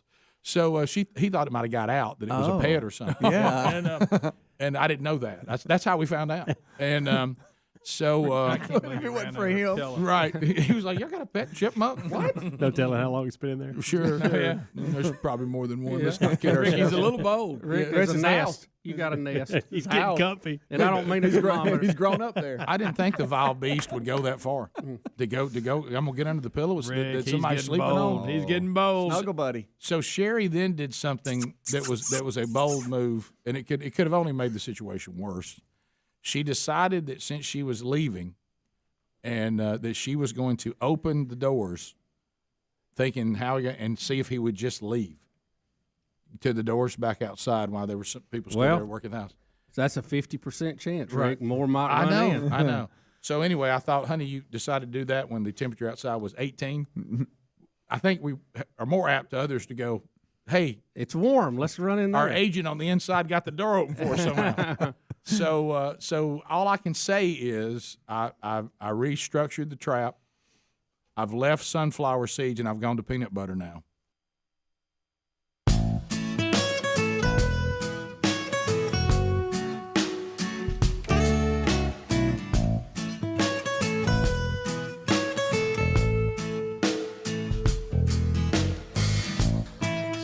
It is 9 minutes now to the top of the hour, breaking down the weekend. One of the things that was really, really cool this past weekend, some of you are new to the show. You don't know the history of this. But so here inside the show, we have 4 graduates from Jacksonville State University. Greg also was an outstanding student at Jack State. For 2 semesters. For 2 whole semesters. But they were something, weren't they? Yeah, people still talk about those 2 semesters. Bubba, they should. Bubba is from Jacksonville, Alabama, so this has been in his life for a long time. I'm a current resident of Jacksonville, Alabama, basically. A little outskirts of town. Yep, suburb. Been there for years. Love it there. And Greg and I were pulled into that world when Dad took the head coaching job there. He coached at Jacksonville State for 12 years, including a huge run where they won. This was when they only had 10 games in the regular season, 56 games in 5 years and 3 trips to the national championship, and winning it in 1992. And believe it or not, that was 30 years ago. Wow, Rick. I remember that day. I remember it was one of the most nail-biting games I think I'd ever been to. Play. Yeah. And, that week had a lot to do with us getting together because I thought you were coming up, and I was there with the radio network, and we got to go and see the teams practice and go to the Harlan Hill banquet where we saw Ronald Moore and saw his highlight reel, and I thought, oh, my gosh, what have we got ourselves into? For those of you that think we exaggerate this mojo thing that we think that we force on teams, I know there's nothing to it, but things have happened that are hard to explain. I went to the 2 national championship games that we lost. One of them, it snowed. Yeah, we were undefeated, and the team we were playing, we'd already beaten 22-0 in the regular season, 24-3 or something at their place. Yeah, at their place, and we wake up to snow in Alabama. Of course, we don't have any snow equipment or anything. Neither team could do anything in the mush, and we ended up missing a field goal. They made a field goal, and we lost 3-0.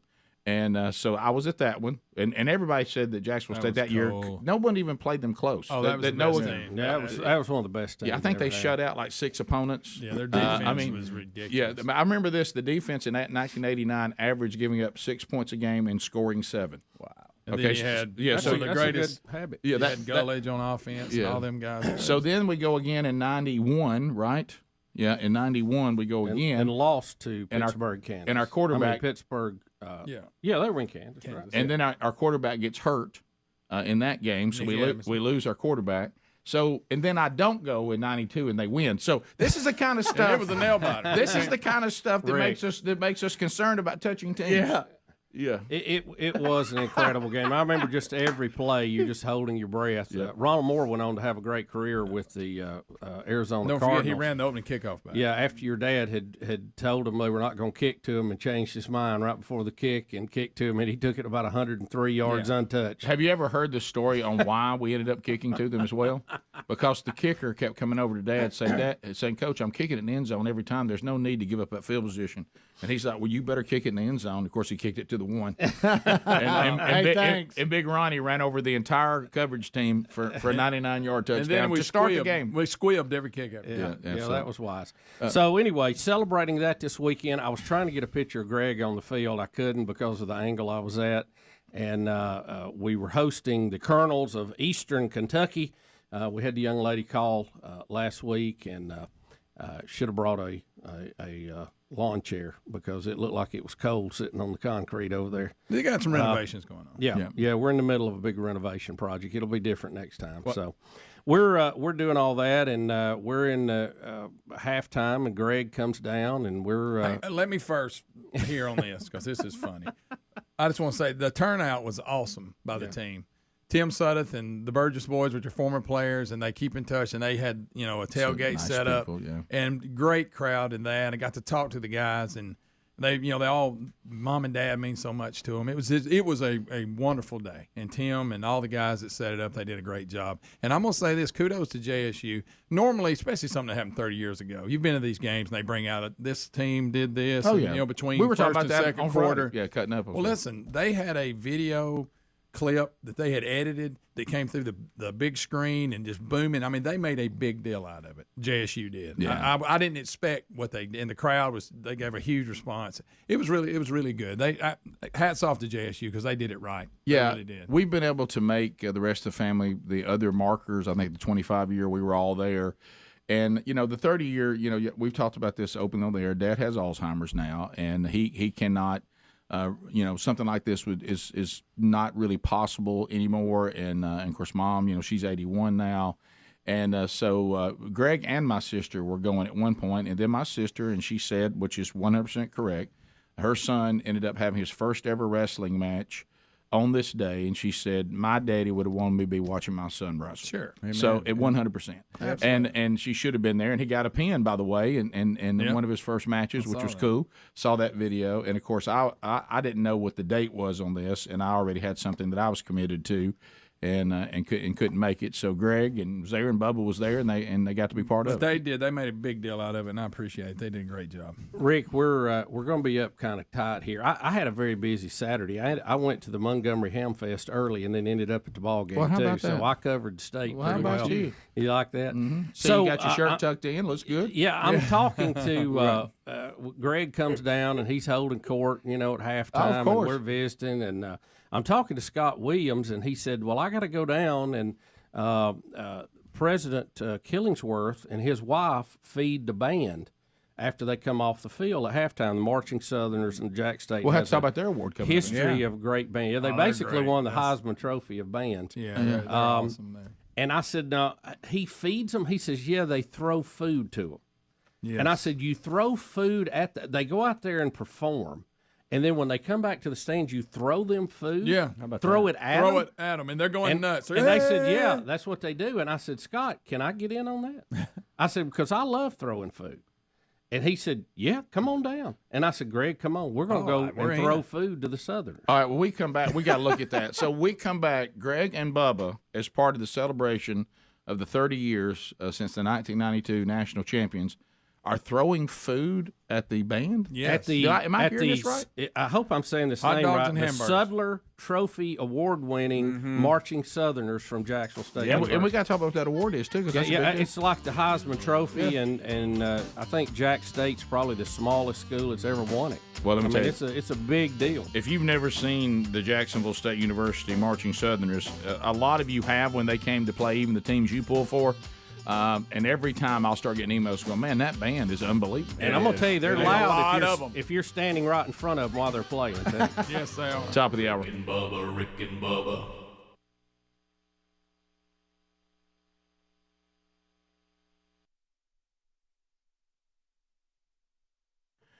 Not a fun topic, talking about life insurance. Not a fun topic, but it's something that we need to be prepared for because, let's face it, if you or me or us, if we die before our family, what's going to happen to them if we're the ones who provide the income, right? Or even if we don't provide all the income, if they don't have our income anymore, what are they going to do? So life insurance is needed. But it also can be quite complicated. And the folks at Ladder have taken life insurance and they've simplified it, and they've gotten down to the bottom line. And what is that? What's my family going to get? What's my spouse going to get if I die before them? And right now, Ladder reminds you that they are 100% digital. There's no doctors, there's no needles, there's no paperwork. If you apply, and this is a big number, if you apply for $3 million in coverage or less, no doctors, no needles, no paperwork. Just answer a few questions about your health in an application. This is why you see the 4.8 out of 5 stars on Trustpilot, and it's the reason why Forbes' best life insurance list put them at the top. So if you got a few minutes, all you need is a phone, you need a laptop. Apply Ladder's smart algorithms will work in real time, and they'll find out if you're instantly approved. No hidden fees. You can cancel anytime you want to, and you get a full refund if you change your mind in the first 30 days. Their policies are issued by insurers with long, proven histories of paying claims quickly. They're rated A and A+ by AM Best. And look, life insurance is going to cost more as you age. Rick and Bubba know this. So it's time for you to cross this off your list. Go to ladderlife.com/Bubba today and find out if you're instantly approved. That's LADDER, life.com/Bubba, ladderlife.com/Bubba.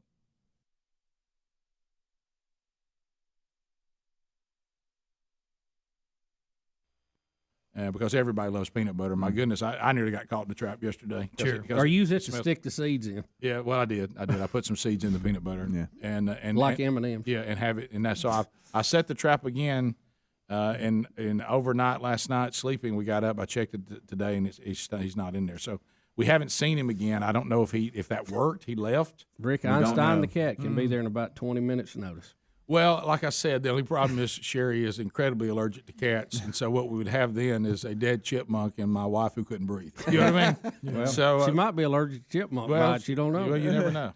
So at least the cat's not full of disease. Guys, can I tell you this? You can't get are all critter control people just got so much business that a lot of critters. You can't get them. Let me tell you, if you think they're hard, try getting hold of a plumber right now. Oh, I bet. Yeah, they're backed up to the spring thaw. No pun intended. Yes.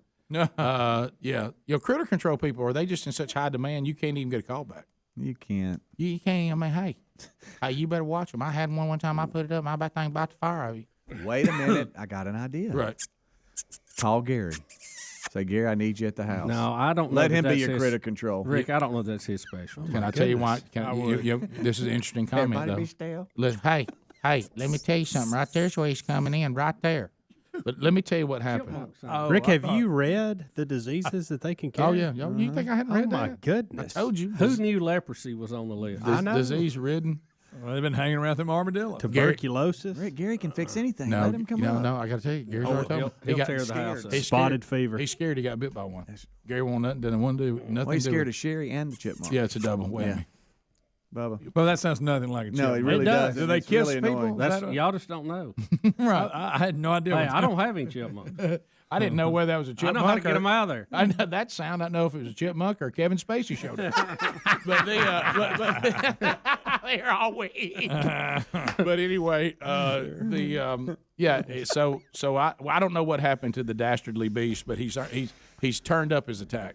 Well, don't worry about the fleas, mites, and ticks they bring in. Oh, boy. By the way, that was the other thing. Of course, it's cold this time of year, maybe not. But what I'm talking about is they said. Well, it depends on how long he's been in there. I know. Correct. Well, I may go home today and he'd be sitting there, and his kids and wife be sitting there, he's reading the paper. Right. You know what I mean? Have you inspected You've got your Alvin, attic? Theodore, and Simon. Have you inspected your attic to see if there's a spot they're getting in? A chipmunk, that's up awful high. Yeah, I don't think they do. They come in the attics? Oh, they can get it. They're From amazing. outside? They are amazing. Yeah. I know squirrels. Chipmunks don't seem to climb as much as squirrels. Yeah. Oh, they're good climbers. A lot of people don't know that. I figured the chipmunks, based on where I've seen their little burrows, they're so small you don't see them after they get off the ground. Because of the way they burrow, I think the chipmunks are coming in the bottom floor or the main floor. Well, you got a giant hole in there somewhere. Oh, you ever seen what they can get in? They get something as big. Yeah, well, you talked about the garage. The garage. That was the yesterday. Culprit. That was the culprit. Yeah, it being open. And I tell you one thing, he loves our house. He really does. Well, that's all he knows, probably, Rick. So warm in there. There's always somebody laying on the couch with amazing a how they can hide, too. Man, they can hide. And sit still, not move. Mm-hmm. So, anyway.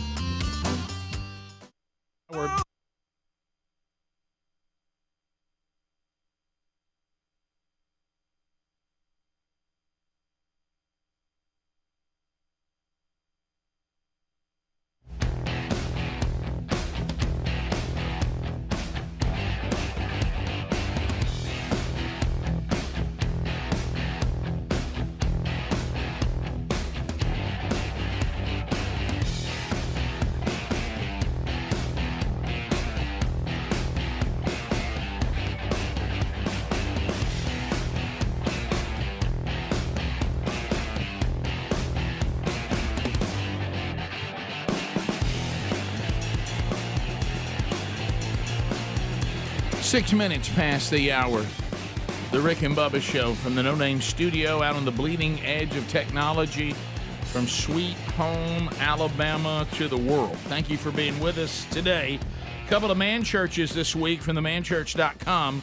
Andrew Varvutis. Bubba and I were just discussing Andrew in the break. Northside Baptist Church, Jasper, Alabama. So if you want to see Andrew, got a great message, and the folks at Northside are doing the strategy. You can plug into some of their small groups with one of our curriculum. If you would like to do that, that's Jasper, Alabama, Thursday night. Saturday night, Scott Dawson, Sand Spring Baptist Church, Lawrenceburg, Kentucky. He'll also be staying and preaching Sunday morning there, but they're kicking off the men's discipleship strategy there. All right, so Greg and Bubba were telling us this.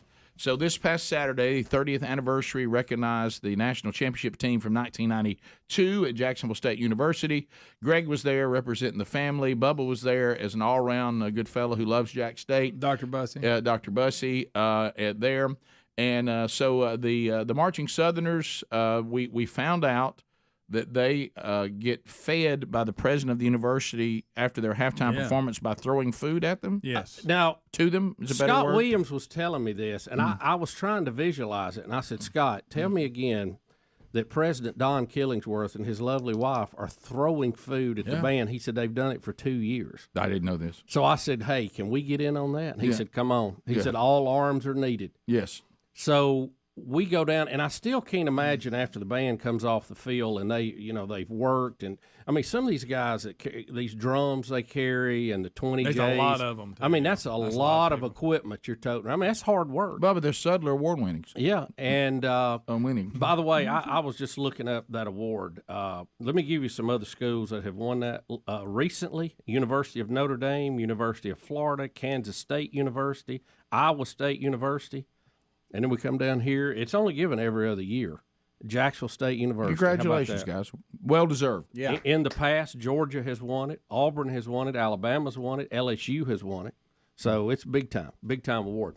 So we go over, and I'm still kind of in amazement. And I keep asking Scott, are you sure we're going to throw food? And he said, oh, yeah, this is going to happen. We're going to have a bunch of it. So this is Greg and I getting loose, Rick. You don't want to pull it. And we got audio on this, too. You need to hear the audio with this. All right. Boy, Greg, y'all are the band's playing. We're getting loose. They're back in the stands. Yeah. There y'all are. Yeah. And and Hunter's with us, and he's having fun throwing too. And I said, Hunter, we need to shoot a little video. He said, but I want to throw too. Mm-hmm. I said, well, we will. Was this as good as watching Artemis, which is where y'all were supposed to be? This was our fill-in for the Artemis trip. Yeah. Of course, this Falcon 9 lasted off Saturday morning fine, but sure. No problem there. Oh, he's turning on them too. No, I'm just saying it did. We were going to try to see both. We're going to try to see both launches at one time. It went from 2 launches to 0. Right. Yeah. So here we are, and we're actually going to get to throw food. We're loose. We're ready to go. And here's a little clip of us trying to feed the band. Now, Rick, we got to throwing before they quit playing. Maybe we should have waited till they were done with the big song there. Did they not say ready, go? Well, I got caught up. You're not supposed to throw they while they're started playing. waving. They wanted the hot dog. You don't throw while they're still playing. I said maybe we should wait till they quit playing. Yeah. Wow, Bubba, that's a little. Hot dogs don't fly like you want them. No, it's very steep there too. That's a lot of hot dogs. So we got hamburgers. We got hamburgers too. Hamburgers. They flew a little bit What are better. you throwing, Greg? Hot dogs and hamburgers. Okay. They say the Chick-fil-A ones are really good to throw. Yeah. I was talking to So it's President a variety of Killingsworth. food. It's a variety of food. President Killingsworth told me that, hey, he said, them Chick-fil-A's will go. Yeah. I'm laughing. I still can't believe we're throwing food Oh, yeah. at This the band. went on a long time. This is not feeding the band. This is throwing food at the And band. look, they'll be going, here. You know, then these guys will sneak up that are really hungry and go, can I have one of them? And I just hand them one. Yeah, that hot dog is kind of an end-over-end throw, isn't it? But they said they learned they have to tape them shut because before they did, the hot dog weenie would go one way and the bun would go one way. And they were hitting people with hot dogs, so now they tape it up. Right. Rick, Okay. we have a long history of throwing food here on the show, Oh, so yeah. I just couldn't pass this up. No, This they is brought too out, much fun. how many trays you reckon there was a bunch. It looked like somebody Rick, was playing a saxophone and you hit them in the face with Well, a hot dog. we thought, what if we ring instruments? Do you get extra for that? That's actually I good. thought I saw a saxophone up in the air there, and I went for it. But it was tough. So I had no idea that this was a new tradition that President Killingsworth had it's a great started. idea. Yeah, and, it's good. I told him, I said, look, I don't know how y'all want to do this in the future, but if I'm anywhere near here, I'm in. Yeah. It was fun. So thanks to everybody. I'm even a little sore today from throwing those. At Jacksonville State for again a great honor. So, when I rolled over Sunday morning, I thought, hey, what's wrong with that shoulder? Let me throw something light at her. But they did the university did a great job recognizing the team, and the team did a great job of the turnout that they had, and hearing them sit around and tell stories, and I had them come and telling me stories about Dad, which are never a dull moment. No, never. Boy, they got some good ones. Never a dull moment. Some good ones. Well, and I knew this would happen. I've now been texted. We were trying to review the 3 trips to the national championship. The snow game is one that. And how about this? Sherry Burgess was a marching ballerina on the snow game. Oh, boy, she they said, were cold. She said you ought to had your little marching ballerina suit on there in the snow. Ooh. And said us trying Not to a good day for high kicks. No, she said trying to go out there and perform in the snow. She said that was awesome. So, and also, I want to get all this factually correct because this was a new thing to me, this throwing of the food. Mm-hmm. But President Killingsworth said they throw food to students too in the end zone. So Greg and I had the Southerners. I didn't and know Hunter, this. but they were throwing food to everybody. I had in the no end idea. zone. Nice. Well, So, I mean, that's you know what I thought while I was throwing. Gosh, if we had the people's gun, the hot dog launcher. Good. Don't know. That's done enough damage. Now that thing would make hot dog salad unless you packed it just right. All we need is somebody on a 20J to be choking because of us. Or hit somebody with it. But anyway, so back to this on then we're celebrating the '92 championship. But of course, the kicker would text me and say we did not try a field goal in the ice bowl. Rick, I the would snow have bowl. swore I there thought was we a field did. If we'd have given Slade a shot, he'd have made it. Slade said we never got closer than he said we got the closest we got was the 35-yard line early. He said I only had one kick and that was the kickoff. I never got to kick again. And then he and I got talking. I said I think what I'm remembering is I told you that defense in '89 scored an average of 7 points a game and gave up 6, and they would. Any turnover for that defense was a potential touchdown. Oh, yeah. And they blocked they blocked many a field goal, and then they return them for touchdowns. So we blocked Mississippi College's first attempt at a field goal, and Eric Davis, who went on to have an illustrious NFL career. With the 49ers. Yeah, picked it up, and is normally would have just been gone, and then he got to trying to keep his feet and slipped in the snow and fell. So that I think that maybe I'm confusing that, but anyway, is it possible, Rick, that we lined up to kick a field goal, called a timeout, thought better of it, and went for it?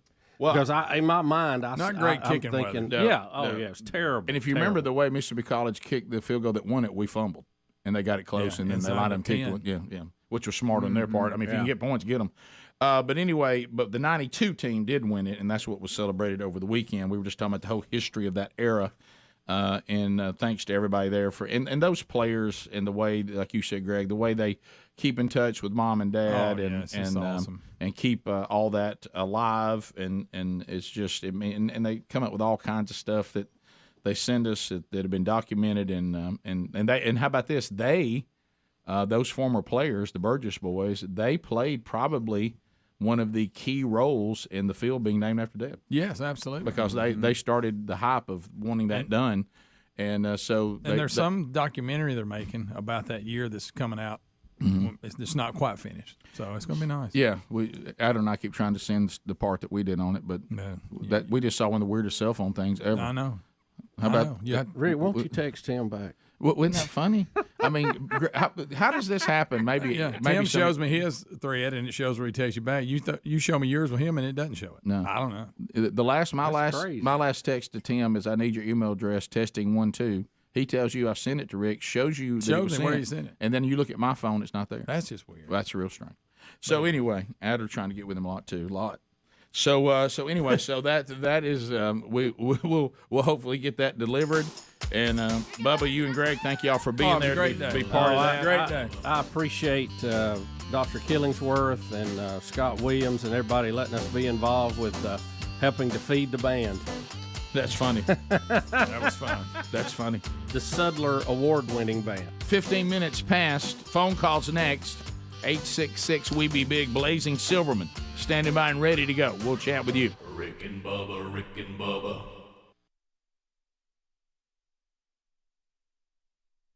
One of the things they were talking about with movie revenues at the theater being down, one of the things I kept hearing about, Michael is talking about out of Birmingham. I'm getting emails about it too. And I'm kind of like some of the emailers. I thought it was too good to be true. And, Bubba, I'm trying to think from a business standpoint, was this a good business move? And that is this unlimited movie tickets for one price a month. Michael, go ahead.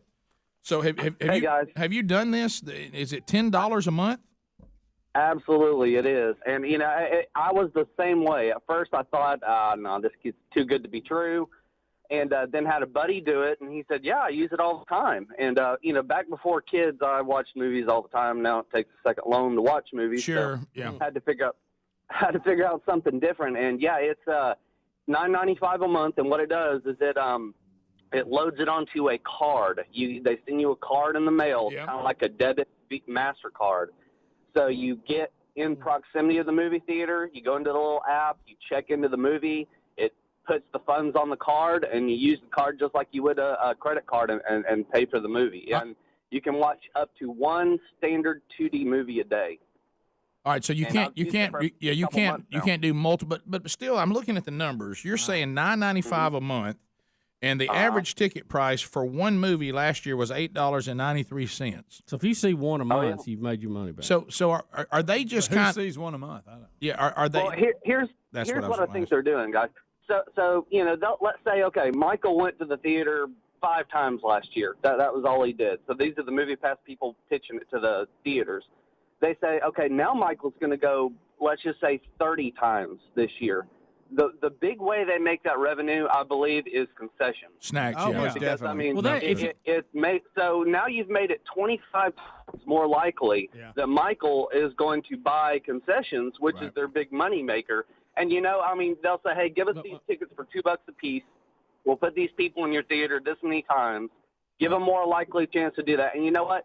If they're showing a movie, it doesn't matter if they're showing it for one person or 50 people. They still have to show it. I know, yeah. Michael, let me ask you this, because I know if you're a movie theater owner, you don't get that ticket price. The majority of that goes to the studio that made the movie. So, and these numbers may not be right percentage-wise, but let's just say for argument, it's a $10 ticket and $8 goes to the studio.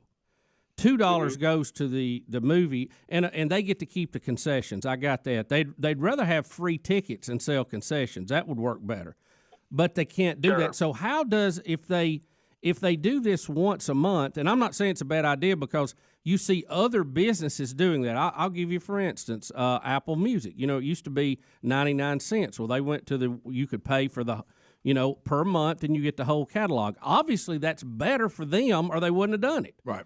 So I don't know how those numbers come out, but I don't know how that's working for them. I'm trying to. Yeah, and it may be one of those things where I just ride it out until it doesn't work anymore. But I mean, I don't know. Well, obviously, they didn't just randomly throw this plan out there. No, it has to make sense somehow, or they wouldn't do it. And here's what I'm thinking: maybe the mentality for the movie people, because Bubba is correct. The concessions, yes, it's a win for the theater, and you're right on that, Michael. That's easy to see. But then you go to how are the movie studios making this work? And here's my only theory, Bubba, and I call it the gym theory. There's gyms out there that have thousands and thousands and thousands of members, but they already have done the math on how many actually ever come. Right. Yeah. And so what they figured out is, but we get that membership fee from them every month because most of them never cancel it whether they use it or not. If all the members of a gym ever showed up at one time, the gym wouldn't have room for them. But they know that's not going. They know that's not going to happen because most people don't use their gym membership after they buy it. And they know what percentage. They'd rather have that guaranteed coming in than the. So they're saying to Michael, who said he may go to a movie 5 times a year, where they're going to get money like he went 12 times a year, minimum. Exactly. And so I was spending $60 before. Now I'm spending $120 a year. Right. So that doubled that. Are they really getting more money for Michael because he's going, man, I got to go to the movie this month, or this thing ain't worth it? Right. Yeah. Now, good for me. I looked ahead. There's at least one good movie playing a month. I went the other day to one in Trussville, and guys, it was $12 and some change for the ticket, and the movie pass took care of that. Oh, it's unbelievable. Yeah. So what you did is right. I mean, for any of the consumers, it seems simple, and we're just trying to figure out how the industry it has it better for them, and I think it is. I think they're saying, I'll take 12.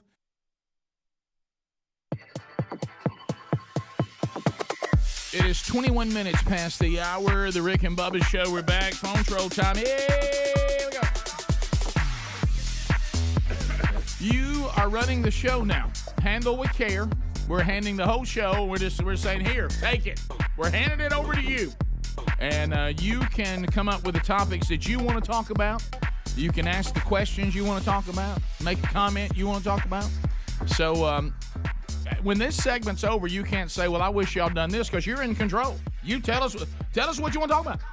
Bing, biddy, game. No meaningless shout-outs, no shameless plugs. We're content only. You are producing the Rick and Bubba Show. Let's start with Caleb out of the great state of Georgia. Trolling. Keep them phones a-trolling. Here we come, phone trolling, phone troll. Caleb, welcome to the Rick and Bubba Show. How are you? How we doing this morning, boys? Doing great. We're great.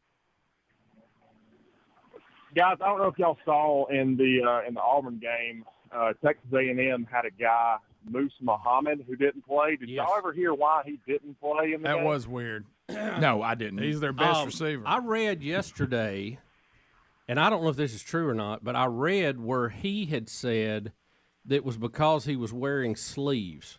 And the receiver coach didn't want the receivers wearing sleeves. That's it. I know how odd that sounds, but I'm telling you, I read that. They kept talking about it during the game, and he's like their leading receiver, and he never touched the field. He's over in his pads. So he did dress? Oh, yeah. He was kind of sitting on the bench, just like all of us, wondering why he wasn't out there. Okay. And he says because he wore sleeves? Well, that's Bubba's read yesterday. Yeah. I think there's more to it than that. Chris, South Carolina. That may be his version. I'm going to say there's more to it. Chris in South Carolina. Chris, go ahead. Yeah, there are 3 teams that are kind of puzzling me. Okay. In professional sports. Okay. You had the Giants and the Jets, and they say they're from New York.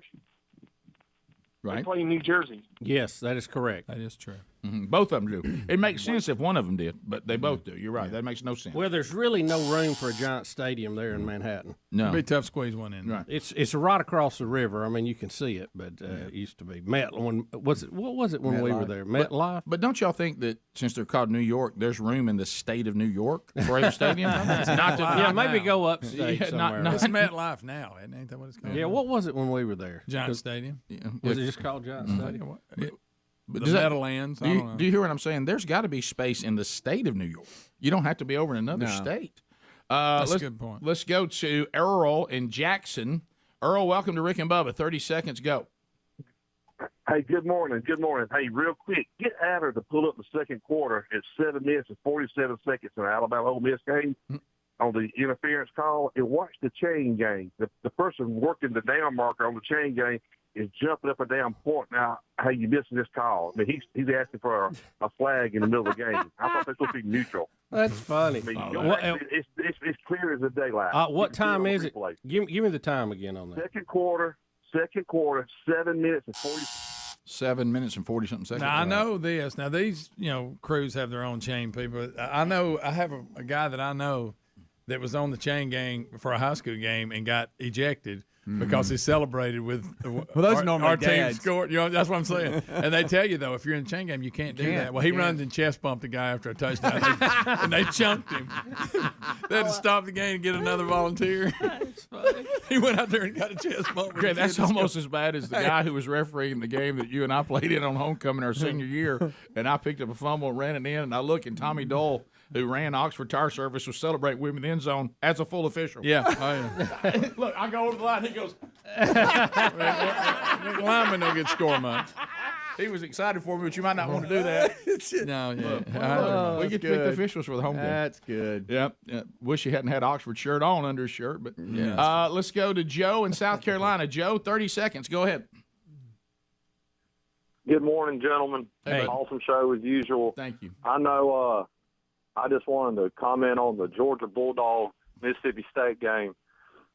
Did y'all notice, I guess, why Mississippi State didn't play so good this past weekend? I noticed a lot of lemonade drinking, fish sandwich eating, and sitting with the fatties under the face. I understand we got another Mike Leach quote. Oh, yeah. We got one up. We got one ready to go. Jeremy in Louisiana. Jeremy, go ahead. 30 seconds.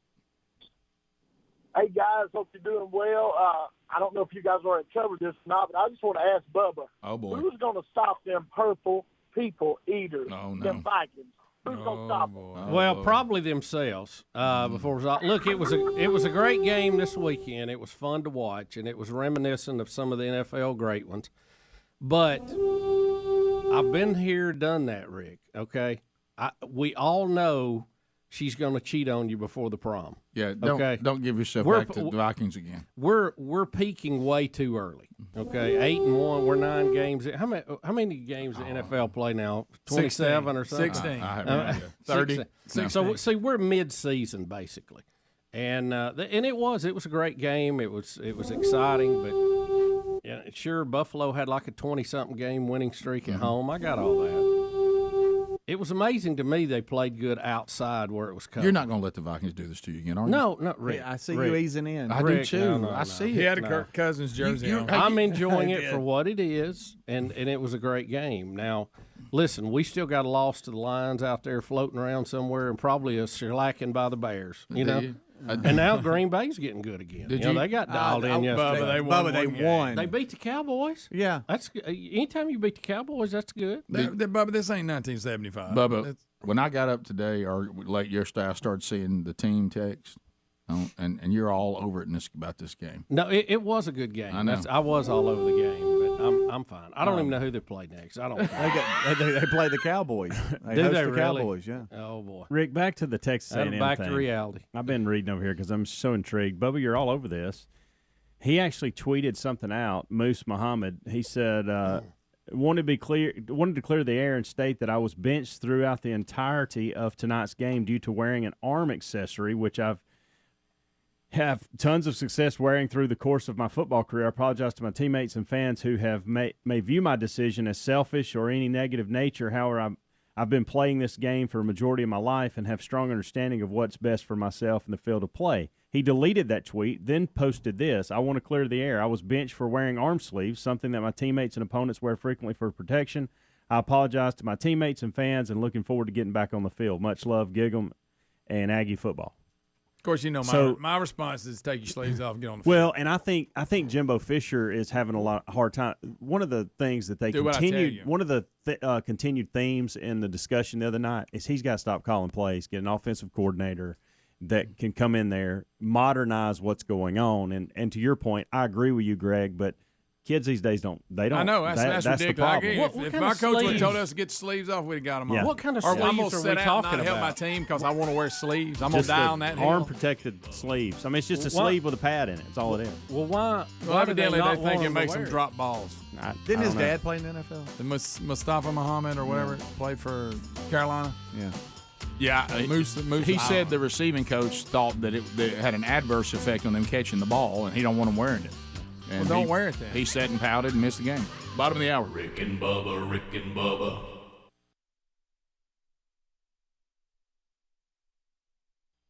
Guaranteed attendances to a movie over scattered coming in and paying the regular price. That I may come out better on that. Mm-hmm. You know, and I combo it also, guys. I don't know, Rick, I know how you feel about rewards cards, but, you know, I've got a card with I go to Regal Cinemas a lot, and you can kind of combo it because if you get enough points on your card, you get an additional free ticket.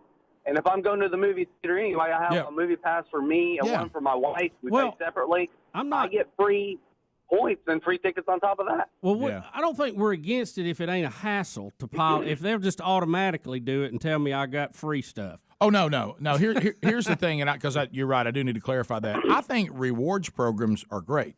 So I don't want to be misunderstood. Where I was having an issue is when they you got to join it. And once I say to the cashier, "Do you have one of our rewards cards?" and I say I do not, then that needs to be the end of it.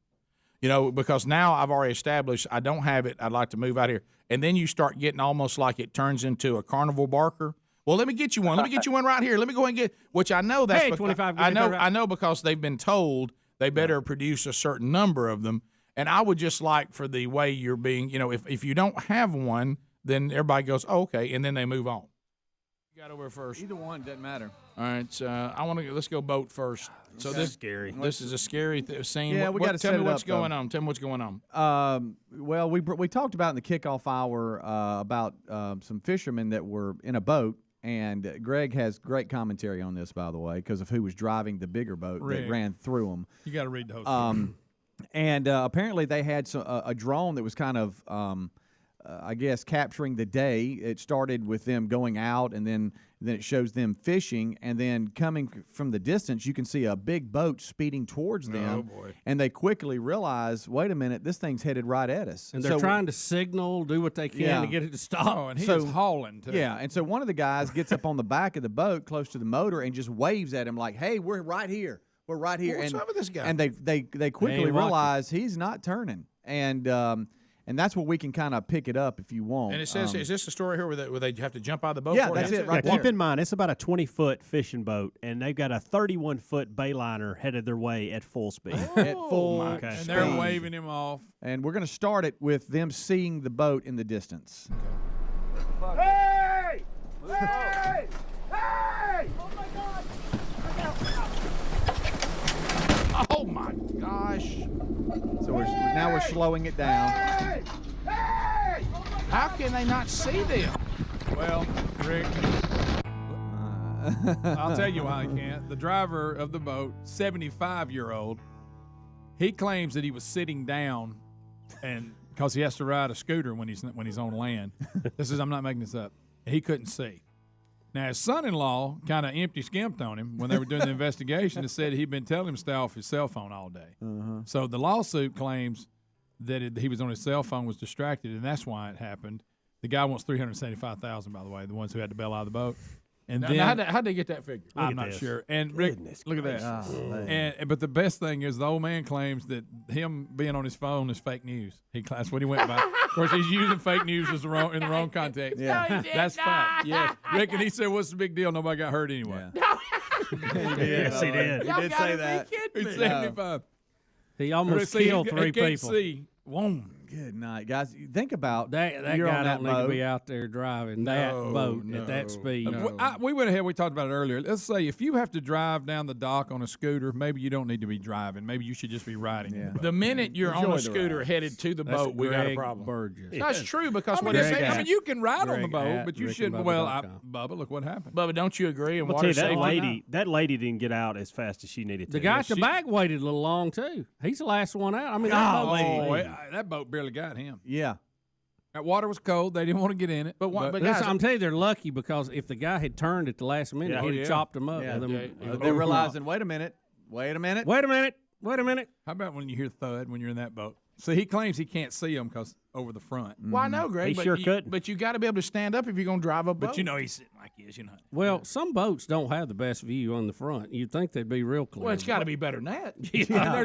When you're driving, Well, put him you a have to cushion account. under there. How fast do y'all think that boat was I don't know why his son-in-law pimped on him. 38, 40 at least. I tell you why his son-in-law's ready for him to get off the water before he kills somebody. He said he'd been I got to telling see him how to get close off this the guy front. gets to getting hit. By the way, it's the other view. By the way, the woman just basically flops out of it like a fish. She doesn't even jump all the way out. That guy's got 1 foot still on the boat when it hits it. Yeah. Right. Yeah, he does. Oh, my goodness. I mean,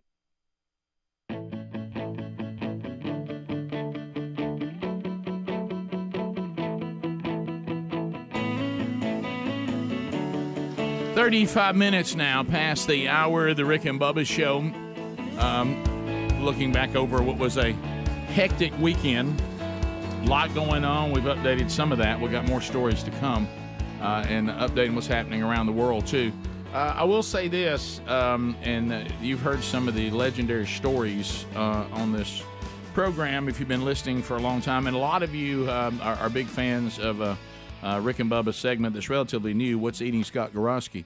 But Scott has been on the show many times, and, of course, now the star of What's Eating Scott Gorosky. A unique individual, but if you ever met Scott Gorosky's dad, Scott Gorosky would make more sense to you. And, of course, Mike Gorosky over the weekend stepped into eternity, passed from this earth.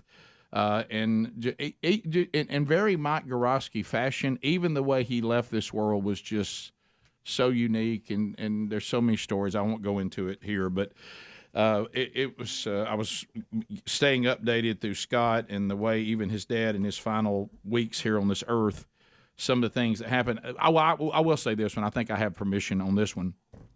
The Scott and his wife were like hurrying to get back, because they've been told basically by the medical team, your dad is going to be gone in hours, and what we need to do for that not to be the case, he won't do anymore. He's basically saying, I'm done, get this mask off of me, get all this off of me. Yeah. And they said, once we do this, this is it, okay? So they scurry, come into the room, and he's drinking a Diet Coke, complaining about the ball game. Wow. And Scott's like, I thought you were going to be, I didn't even think I'd get here before you died. And I'm here he's checking it out. Yeah, and so then he lived on a little longer, and right. Wow. And but did finally the story. Those of you that don't know, Scott, and his nickname was Iron Mike. Yeah. Oh yeah. His sons named him that, and his grandsons, who, of course, Scott and his sons, and the family. Just Scott's devotion to his dad. I don't want to get too mushy today because Scott wouldn't want that, but was something to watch. And the reason why, those of you who don't know this, Mike Gorosky had a car wreck when he was 33 years old that completely had a spine break at the T6 level. So he was paralyzed from the chest down for 43 years. Oh, wow. And you know, we told the story on there the time a guy tried to rob him. Yeah. And instead of just giving up his billfold when he reached for the glove compartment saying, let me get it for you, he pulled out a gun. Iron Mike did, and the guy shot him and skimmed the back of his head with a bullet, but he fought the guy trying to rob him. How about that? And basically was dogging the guy for trying to rob a man in a wheelchair. And telling him about it. He was telling about it. And my favorite line is the guy did get his billfold when he got to the hospital bleeding, and they asked him for his insurance card, to which he replied, well, I don't have that because the guy who stole my billfold and shot me has it. Yeah. So can we cut through all this? I wouldn't worry about this later. I've been shot, girl, I think was the comment. So I don't quite have my insurance card. The guy who shot me's got it. Yeah, you know what I mean? Took it from him. Yeah, and he got through that. Yeah, there it is. Vestavia Hills man who uses a wheelchair shot in Birmingham holdup. Wow. So anyway, toughest man. I can't think of anything that would compare to the toughness of Iron Mike Gorosky. But anyway, so maybe Scott. Scott, yes. Like I say, if you meet Iron Mike, Scott makes a lot more sense. Yeah. But anyway, so and of course we were texting the legendary story of Chris Adler's dad, Michael Adler. Yeah. Golly, y'all. When Michael Adler sent me that story, because Michael went up there to visit the family, and and those of you who don't know this, I think you would know this by now, but Michael Adler has been a worship leader for how long, Chris? Good night. He's been doing this for 40 years, I guess. Yeah, and I will say this. I'm not just saying this because he's our friend. Your dad is really the best at what he's done. There's very few. He doesn't really have any equal. The way he arranges and the way he does his job is just incredible. And anyway, so the famous worship leader stuff that you have to deal with. And so he went up to and Michael Adler's so good at he was he and Linda were with Sherry and I and our time and they're so good when it comes to this kind of stuff, being there for people. And so he goes up to thinking, you don't know how many times we thought Iron Mike was going, and then he just would refuse to go. And so when Michael Adler went up to see him, he was praying with Scott, and there's tears in the room, and everybody is just crying. And so Michael Adler says, I turned to leave, and as I reached for the handle of the door, Chris, what was the comment from Iron Mike to your dad? I believe it was, I'd love to hear a lot, or it wouldn't kill you to play more hymns. Is that what it was? Right. How about a few more hymns on Sunday morning? That was the final statement to Michael Adler. So good. So that's classic. And there's so many. The legend of Iron Mike Gorosky, there's no time for it. But the family did want me to get, because when you're in this and trying to get in touch with people or whatever, if you're connected to the family, and I'm certainly not going to miss it, and you want to be there for the memorial service for Iron Mike Gorosky, it'll be at Shades Mountain Baptist Church, where he was a member for as long as I knew. And Scott, of course, and his family have been there too, and are there now. They'll do the memorial service 2 p.m. local time at Shades Mountain Baptist Church this Wednesday. So 2 p.m. this Wednesday, memorial service for Iron Mike Gorosky, and I'll tell you what, it'll probably be one that you won't forget. I mean, because there's the stories of the legend of Iron Mike Gorosky. But anyway, and I never heard one that when you think, well, I've heard all I could possibly ever hear, then you hear another one. Yeah, and so I'm talking about just incredible. What a life, what an impact, and it will be quite the celebration of his life. And the thing when you think about something like this, the comfort that comes immediately about what we believe.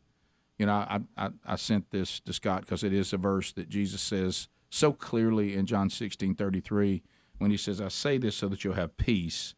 In this world you will face tribulation. And I think sometimes we miss that part of it. We're in a fallen creation. Doesn't mean it's okay. Doesn't mean it doesn't upset you. Doesn't mean that you go out and hope for it. You certainly don't.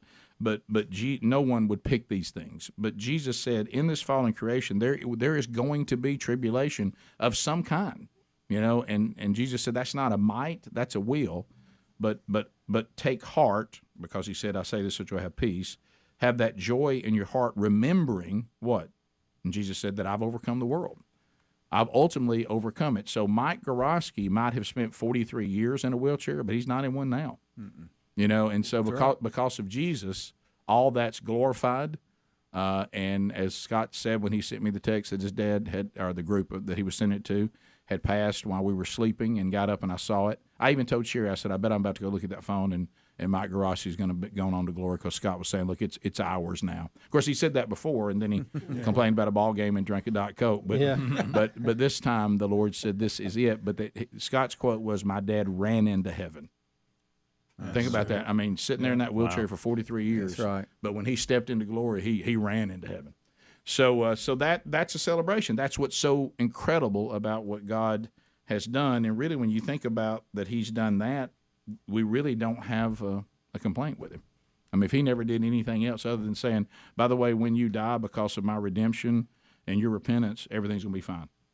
Now, you may struggle till then, but use that to point people to me and remember what I've done for you. But if I never did anything other than the cross, I've done enough.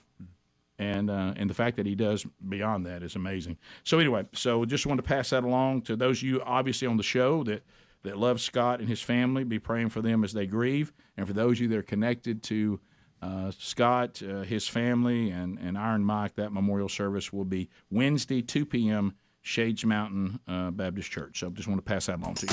All right, we'll come back. And then we'll have Scott.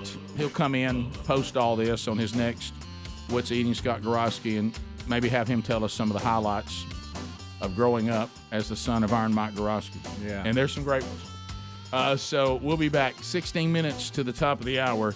866-WE-BE-BIG is our number. More Rick and Bubba coming up right after this. Rick and Bubba, Rick and Bubba.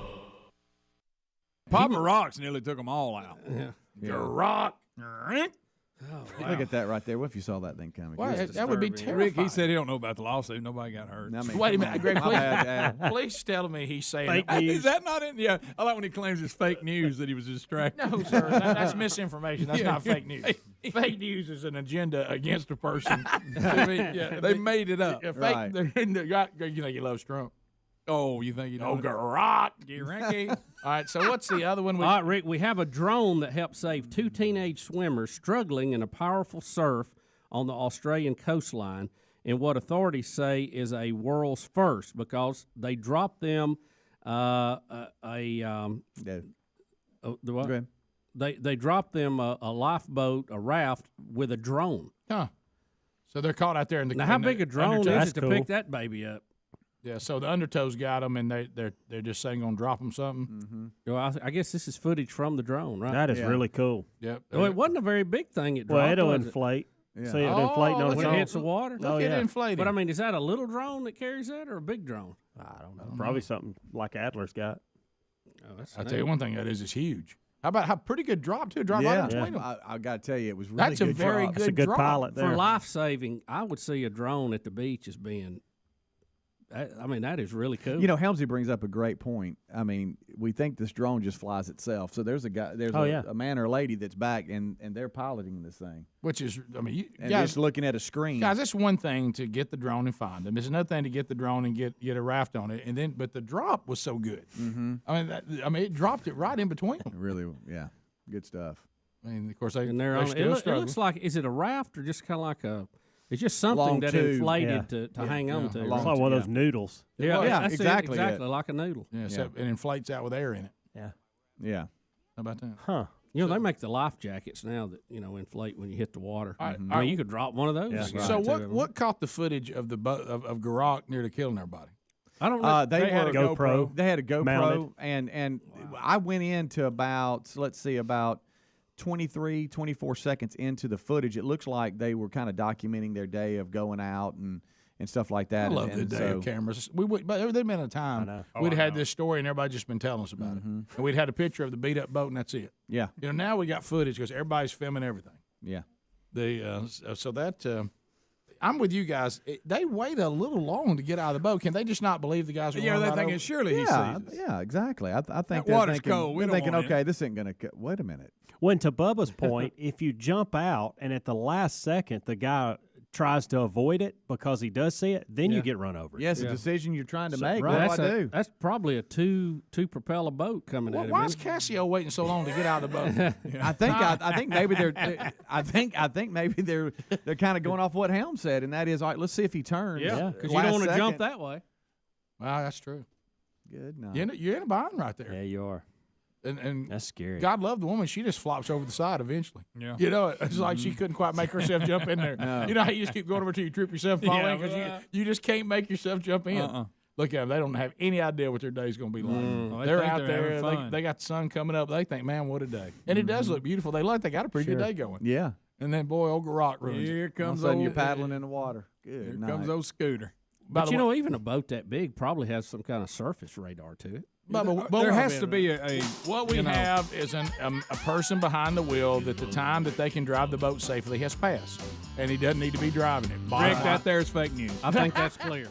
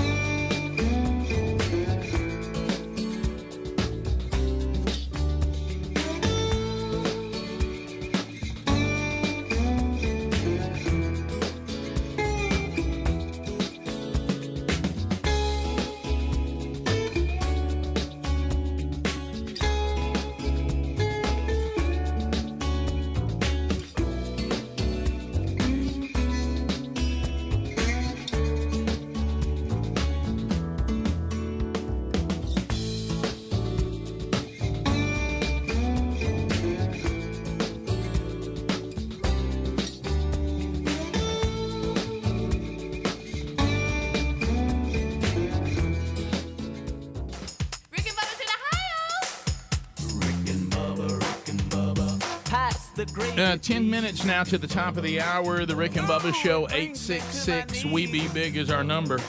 Excited to continue another Rick and Bubba Show today. Breaking down stuff from the weekend. We'll get to more of it. So video number 9, Mr. Adler, we have anytime Mike Leach is involved in something, it's always at least it piques our interest a little bit. Some of you refer to him as a national treasure. I agree. At times he can be. Before we get to that, though, I do want to point you to TheraBreath. I got a great email. I guess it was toward the end of last week involving TheraBreath, and I sent it on to them because anytime that you hear people, saying, hey, I use the product, I love the product, we try, if there's any way to do it, we like to pass that along to the actual client to let them know. So anyway, I did send this on. It's from Steven. He said, I don't do product reviews. That's just never been who I am. But the past 2 weeks, I've had the flu. And also, unfortunately, he had MRSA pneumonia. Yeah. That doesn't sound good.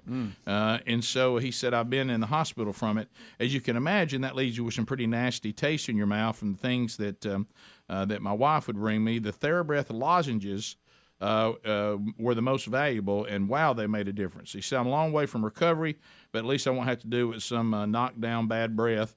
This is something I'll be using even after I'm well again. Stephen in Kentucky. So he's talking about these lozenges they have been life-changing for him in that tough situation. So TheraBreath it's great. I mean, you can get all their products by going to TheraBreath.com or rickandbubba.com under the sponsors button. They've got the mouthwash, which is incredible.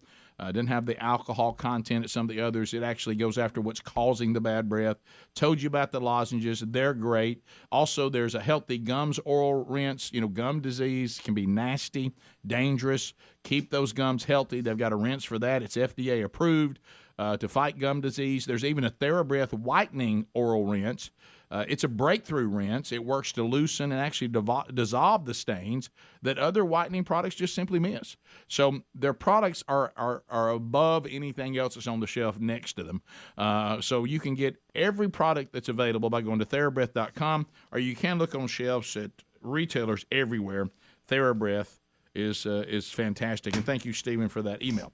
All right, here's Mike Leach. So this is we keep hearing over and over and over again from fans of college football that the officiating, especially in the SEC, is just horrible. and it's not that they're cheating; they're just not very good. And so Leach is asked about that at halftime, and I think maybe he takes the best approach, don't you think? so here he doesn't say it; he lets somebody else. Yeah, here we go. Coach, what a momentum shift! How huge was that Xavion Thomas touchdown heading into the locker room? That's big. I mean, every play's important in a game like this. So, yeah. You've been speaking to the officials all night. What's your reaction to some of those calls in the first half? What's your reaction? You're watching the same game I am. I think you ought to comment on it positive or negatively, whatever's running through your mind. Thank you, Coach. Sean, I'll let At the time, it was 17-12. Mississippi State had gone for 2 and didn't make it. But it was 17-12 at the time, and there was some calls, and I know fandom and everybody's, but even it was so obvious. There was a couple of calls that just did not go Mississippi State's way. See, him being the coach at State and Lane Kiffin at Ole Miss makes me want to watch the Egg Bowl. Absolutely, because you just don't know what you're going to see, what you're going to hear. I mean, it's just a totally different level with them as coaches. All right, so shifting gears a little bit. I know there was. I left you open for a great comment there, Rick. I thought you might chime in. No, thank you though. I appreciate that. Shifting gears a little bit. Is Dave Chappelle on Saturday Night Live. There was a lot of hype that he was going to host, and I was a little shocked they were letting him host. Babylon Bee had a lot of hilarious headlines. They said, breaking news, Saturday Night Live may be funny again this weekend. They have a real comedian. Didn't some of the writers boycott it? Did they? I didn't. They were saying they were. Yeah. Well, because he's made some anti-trans jokes. Yeah. Yeah, but he's—that's what they say. I've seen his stand-up. He's not being offensive at all. It's just they're being ridiculous. Can we pull this off, Adler, without his language in this one? Because I know did they beep him on Saturday Night Live, or did they let that go? So Speedy sent this to me, and I got into it where he tells this story. What is it, like a minute 40 in? Yeah, something I think like so. that? Yeah. But the setup is pretty obvious. I haven't had a chance to run it, like practice it very many times, muting it. But we'll see. We'll see how it goes. You might ought to let him practice it. He really brings it home. Yeah. You know what I mean? So I think it'd be pretty easy on Do you your remember end. where it is? Because there's a big I pause. remember. I don't have a button anymore, Rick. It's on you. It's on you. Yeah, it's right after Trump admits to doing something. He goes, Yes, that's right. Okay. That's right. All right. So anyway, We'll get it together, buddy. But he's explaining the rise of Donald Trump's popularity. Correct? Is that what he's explaining? Yeah, that's exactly what he's doing. All right, and if Adler misses it, I'll dump it. But YouTubers, you'll get it either way. And the funny part y'all about got to have Adler. The rest of you, I can play back up. Right, Rick. And the funny part is when he starts, the liberal audience doesn't know how to react. Oh, that happens to him all the time. Yeah, and he's like, no, y'all don't understand. This is why he's loved. Y'all don't get it, but here it is. All right, it's true, and we've pointed that out on the show many times. The all you have to do when people are using loopholes that are legal and that the government has allowed them, that's not evil. That's just smart. And if you didn't want them to do that, you would close those, but you won't close them because you benefit from them. And as Chappelle said, and the people who keep you in your position that have the kind of money to donate to your campaigns, they use them, and you would be in trouble with them if you shut them, so you pretend to hate them while you'll never get rid of them. Yeah, the Congress, all they have to do is take one vote, Rick, and do away with deductions, period. Close every one of them. If you went flat tax with no deductions, there would never be another wealthy person that got around it. But they won't do it. And the reason why they won't do it, if it was that simplified, we'd have more money, by the way, than we've ever had. Yeah, sure. Because they can't play games with that. Then everybody would, people who make more money, they would send more money because the percentage of their money would be a bigger number. Yeah. If it was 15% flat tax, if you made $1 million, you would send more than somebody that made $20,000 a year, but you pay the same rate. Right. And there's no deduction, so there's no loopholes for you to get away with paying none.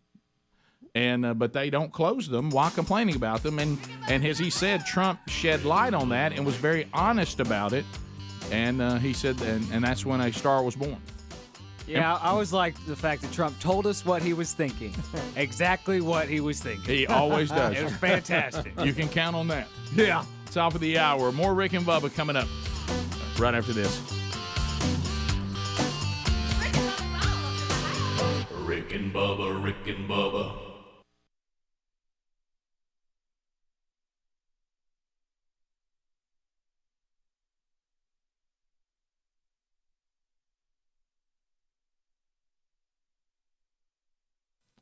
Well, this ties in nicely. If you just heard the last segment on the program, when we're talking about the government and your retirement, you need to really think about this. So if you have a 401k or an IRA or some kind of similar retirement plan, the government actually controls it.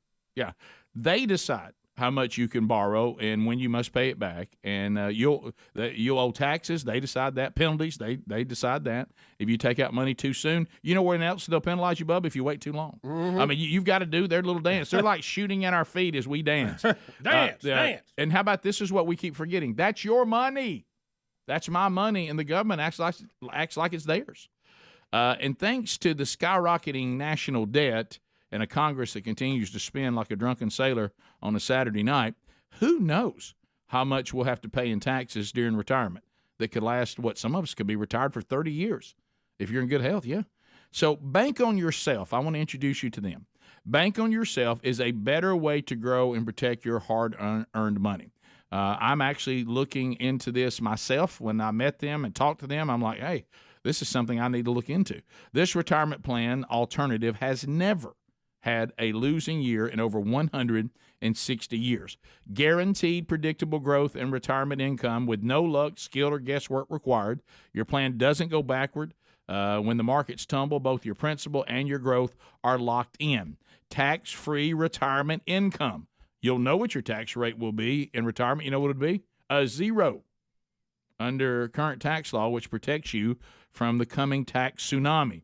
You're in control. You get access to your money for any purpose with no questions asked, without any government penalties or restrictions. Built-in inflation protection. Your money is guaranteed to grow by a larger dollar amount every single year in both the good times and the bad. Peace of mind, perhaps maybe the best reason of all. You'll know the minimum guaranteed value of your retirement savings on the day you plan to tap into them and at every point along the way. So you can get a free report with all the details on how to bank on yourself and the strategy adds guarantee, predictability, and control to your financial plan. Here's all you got to do. Just go to bankonyourself.com/RBS. That stands for Rick and Bubba Show.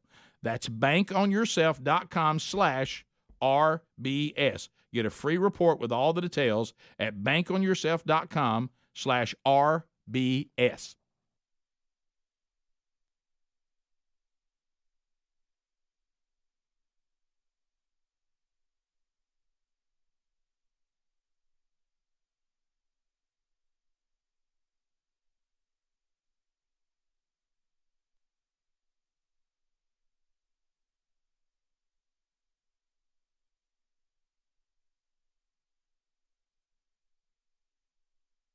Any better than that one. Bubba, how are you today? Good to see you. I'm good. Man. How are you, sir? I'm good, man. We will talk a little bit about that on the program today. Spend some time on it. Won't spend the whole show on it, but you know, there's every year is a little different when you get to this marker on January the 19th. They all are very unique. When you get to a decade, which is shocking, we were all talking about that 10 years ago. My family and this show and all of us that are friends and have been together were rocked by. It's not the only trial or tribulation we've ever been through, but it was a very significant one and a very difficult one. And every year this comes around. Sometimes it happens over the weekend. There's not very much mention of it at all. Some days we spent a lot of time on it. Some days we've said some things in passing. I sense from the audience there's always a desire for some sort of update or how everybody's doing. And with it being 10 years, and as Sherry and I were talking about it last night, we were talking about a decade of refinement for our family. When 10 years ago today, our youngest son, William Bronner Burgess, actually went into heaven. He died his earthly death, and everything associated with our family in this show was rocked to the core. And it led us on a very difficult but a very powerful journey. And I hope that none of us are the same.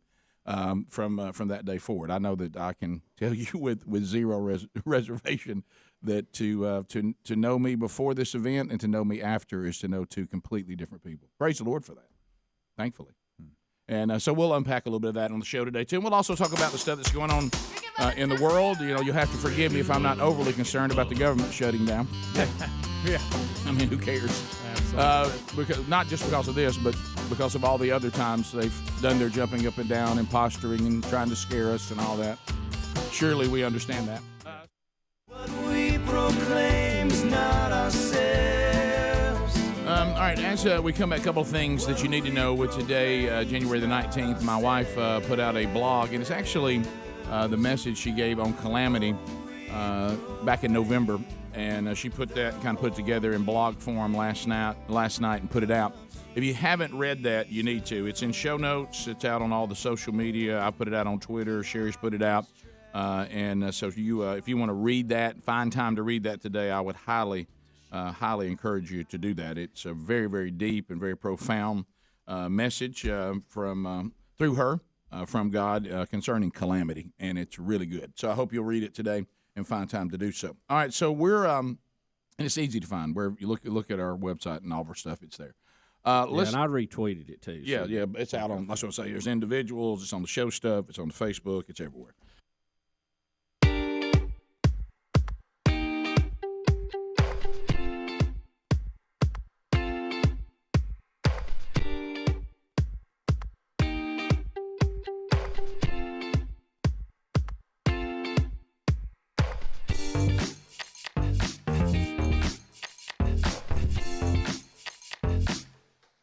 Six minutes now past the hour. Rick and Bubba Show. Let's go. Later in the program, anybody ready for USFL to start again this coming April? Season 2. The first champions are the Birmingham Stallions. They won last season. Coach Skip Holtz and running back Bo Scarborough will be with us coming up a little later on in the program. So I look forward to that. Speedy, the real Greg Burgess, Helmsy, Eddie Van Adler, all here. Somebody say. Blazing Silverman in the mix. He's taking your phone calls, earning his degree in common sense from Rick and Bubba University. That's now a superpower. Jeff Pearlman is our guest on Rick and Bubba University this last weekend. It dropped. Catch that. The Last Folk Hero, the legend and the myth that is Bo Jackson. If you haven't caught that one, fun interview with Jeff Pearlman. Welcome back. There's Bill Bubba Bussey. Rick, glad to be here, and thank all of you for joining us at the little party we call Rick and Bubba. Mama, Bubba, we all had weekends. We had this on the calendar for a while. Sherry and I have a great time teaching a Sunday school class together with we've got, matter of fact, Scott and Tara Dawson taught it this past Sunday. They're in our class, and they taught, did a great job Sunday. Got another couple, Blake and Whitney Prime, that teach with us, Barry and Courtney Chesney. So we rotate around, but anyway, it's a big class, and then inside the class you have a little smaller group, and so Sherry and I had been planning the next big gathering, a little fellowship time, and we invited everybody to come to the farm. Sherry and I, this is the time of year that I'd rather be at the farm. I don't really enjoy that much being down there when it's like 1,000 degrees during that time of the year. But it's now getting my favorite time of the year, where it's cold and cool, and the fall colors are everywhere, and the underbrush is starting to go away, and you can see through the woods. And hunting season, for us, gun season starts this coming weekend, so getting ready for all that. But and as you know, that's kind of been the that's the delicate balance, and there's something to be said for, I have some hunting land, and that's all we do here is we hunt, and that's it. And that's so much easier and cleaner than what I have. I have kind of a place that Sherry, likes to beautify, and it's wonderful, and I like to hunt, and our worlds, sometimes they collide. And a lot of it is, and, we've all been there. Picture this, though, knowing that she could show up in a minute. So you don't have to worry about Betty showing up really at the hunting land. The odds of that happening are almost zero, according to the conversations we've had. Yeah, well, she doesn't know where it is. Right, yeah. But Sherry, Sherry has a little she shack and a little world down there that's hers. And then we have Camp House. Y'all have heard the legend of Camp House, which is, and then where we have the hunting stuff. So you have this area of the property that's probably, I would say, almost 80 acres that Sherry declares her own, and I get to be there, and that's where all the stuff's pretty, and that's where flowers are, and everything's manicured, and, the rolling green hills, and a lot of pasture, and all that. And then there's about, there's the rest of it is kind of the hunting area, and we'll cross over a little bit. Like, I want y'all to know, I don't know how this keeps happening. There's one area on what we kind of call Sherry's side that she says, I don't want y'all planting over here anymore for deer. And somehow, I don't know how it happens. I just keep looking, and I guess it just keeps growing over there every year. Perennial. Probably some kind of perennial. I don't know what happened. She told me it looked like it had been plowed to her. I said, well, there's all kinds of, you never know about ground. A lot of times when the deer walk in there, you don't know about ground. Right. So, so when she comes down for something like this is like, she's going to deep clean, the little house. And, it's tiny. Honestly, Sherry and I talk about the little house we stay in down there. It's about as big as as where we live full time. This is no exaggeration. We were talking about it. It's about the same size of the kitchen and the sitting room in the house. The whole house down there is about that size. It's tiny. And so, but she's got it, set up real nice, and it's real cozy and all that. So, but when we go there, we kind of leave the rest of the world. That's why I didn't know what really had happened and anything else when I was there. So, and cell service is pretty good there. It's not great, but it's pretty good. But anyway, so we're getting ready for the people to come down. So I knew that we were going to go down there Friday, and we're going to get everything ready. And then Saturday we would get up, and then about 2:00 in the afternoon, the Sunday school class.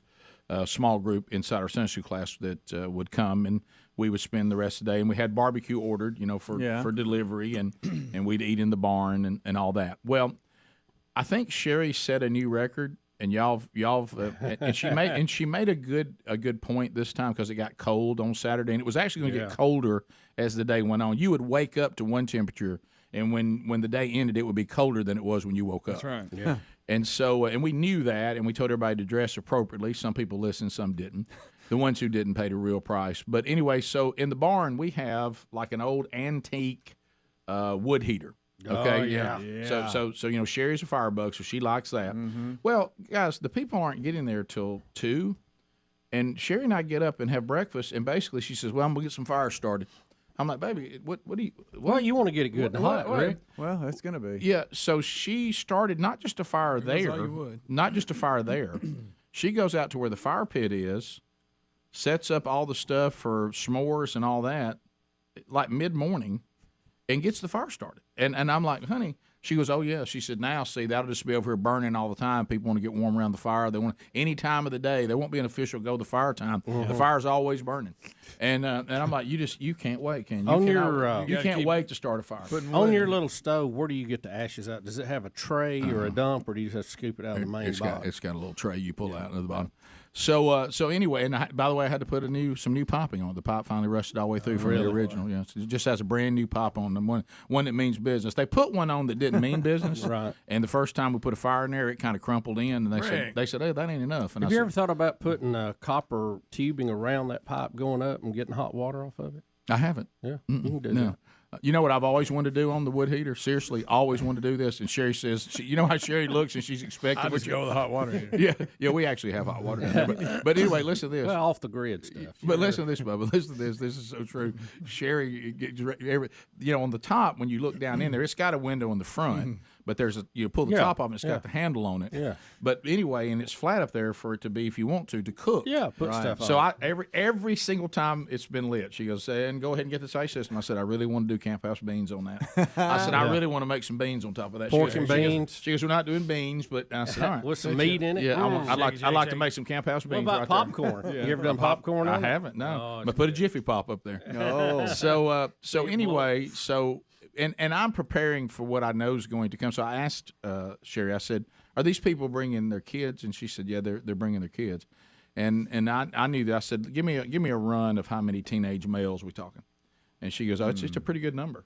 And I said, because I have prepared, and we'll come back, I'll tell you, throughout my life, you deal with children, and the little girls and all their little stuff. They're perfectly fine with, daddy riding them on a four-wheeler, or them riding around in the little, side-by-sides and all that. And all the women have to get in the one with 2 seats that, overheats all the time now, and take off on it, because they have to ride around and look at everything. But then there's the teenage males. And I've been dealing with them now for a long time. I had some, and I know that when teenage males show up, it doesn't matter. It doesn't matter if a teenage male has come from a land somewhere where four-wheelers don't even exist. Right. Okay? Like, I don't know where this land would be. Let's say that they've never been in a culture other than a place where four-wheelers were banned. Right. They've never seen one. They've never seen a picture of one. They've never been near one, but they will not tell you that. They're always going to say, I said, now, have you ever ridden one of these? Yes, sir, I'm good. I mean, they're never going to tell you. They're never going to tell you that they've never ridden one before. And so I know that. I mean, you can't fool me on that anymore. So I'll tell you what happened. It was kind of a big deal for the old men. Oh, really? Yeah. Old men, we got a little win. We had to teach some youngsters some things. So we'll come back, and I'll give you an update on how that took place. This year, though, we didn't have to go rescue. Well, we actually did. That's what I'm going to tell you when we come back. But not like last time. Rick and Bubba. Attention, all you coffee drinkers. So take time to consume that today. You'll be thankful you did. So let's talk about this. It's almost like it's just tired. I don't know what it is. I think all of us, as we get older, we get a little more jaded, like say, on certain things and all that. I mean, the thing that gets me about the government and these things going on, like the government shutdown, is we've said it on the show before, is I think the thing that bothers me the most is that they think I'm such a chump. Yeah. I mean, they think that scare tactic. Well, they think that I just don't remember them saying all this stuff before. It's like that I don't remember them doing this and this thing they do, or they jump up and down. I like when they'll go as far, and it happened yesterday, to say people are going to die. Yeah. You know, they love to go get that one. Well, this is probably going to, this will kill people. Yeah. Well, look, if that's the case, it's the demo's fault. But Bubba, it never does. Okay, none of these things ever happen. This is once again the government where they always really, to me, make a mistake, because what we usually find out is that we don't need them the way they want us to think we do. You know, I mean, it's silly. It's just silly. And then they point and blame each other. I mean, the Democrats will say, well, it really wasn't us who did it, if anything does even happen. It's the Republicans, because they're actually standing on principle on something, and we don't want to do it, so we're just not going to let them do it. So they really did it by actually taking this stand. And then the Republicans will say, well, no, y'all did it because we made this stand, and y'all won't let us go through with it. So the fact that you're going to draw a line on this thing, it's really your fault. Well, no, it's your fault because you made us draw a line on it. You see where this is going to go. And all they've done is swap sides. They go back to 2013 when Nancy Pelosi made the statement that they're legislative arsonists. Oh, yeah, and exactly. They're destroying the government. And they're turning around by holding up. Remember, they were holding up some of the Obama policies. They've just switched roles. Yeah, that's it. And they've just switched dialogue. What was that name again? Legislative arsonist? Arsonist. Okay, Yeah. so guys, just so to Greg's point, she called them that because they were doing exactly what the Democrats are doing now. Oh, I know. They just take their hats and just switch them. Said they had a bomb strapped to their chest. You remember? Yeah. The last government shutdown was over budget issues, and the Republicans were largely blamed for that. And this time it's going to be the Democrats over the DACA or the Dreamers, which that's what we're hanging us up over. I find it somewhat strange that the Democrats will absolutely crash the government, military, everybody, life for everybody here over people who came here illegally. I just find that strange, that the illegals are more important than the people who are legal people living here. And we're talking about a very small number versus 300 million. And to your point, Rick, look, shut her down. I think it's great. I think it is great when they shut down. Let it shut down and stay shut down. Look, today the question is, do they still get paid in Congress when it's shut down? If they do, it can stay shut down a long time. If they don't, you'll see a resolution to it fairly quickly. You're talking about like every other time this has happened? Yes. So what I'm going to say on this too, and I say this again because I've learned over time, if you really, and we say this a lot, but it's important because I think it'll help all of you. If you're looking for a tool to try to figure out what is legitimate and what isn't, is action. Action always tells you. Yeah. So the reason why I've come to the conclusion that even the Democrats claiming they care about all the DACA people, the reason why I know that's not true is the way they behave. They simply see them as a voting bloc. There really is nothing sincere about their concern for these individual lives and these people and what's going to happen to them. The Democrats hang on to all this because they think it is beneficial to their pursuit of political power. That's really the truth. And that is. Now, I know people, Rick, how can you? I say that because of what I observe. And to them, Rick, this is the ultimate cause. I mean, there is not a higher calling because you need me to save you from all them evil other people, conservative, Bible thumping, Republicans and stuff. That's right. I mean, where would we be without the Democrats? I mean, how would we ever survive? Which, by the way, did they ever realize what an arrogant position that is? Oh, Rick. Well, I'm going to tell you, I would ask you this. Everyone who has voted against the economic changes that the current administration has tried to implement since they went in, that they finally got, and the numbers, guys, are off the chart good for the country right now. And while we're Rick and Bubba's in Ohio. Rick and Bubba. Pass the gravy, please. Rick and Bubba, Rick and Bubba. 21 minutes past the hour, the Rick and Bubba Show, 866 We Be Big is the number as we make our way back.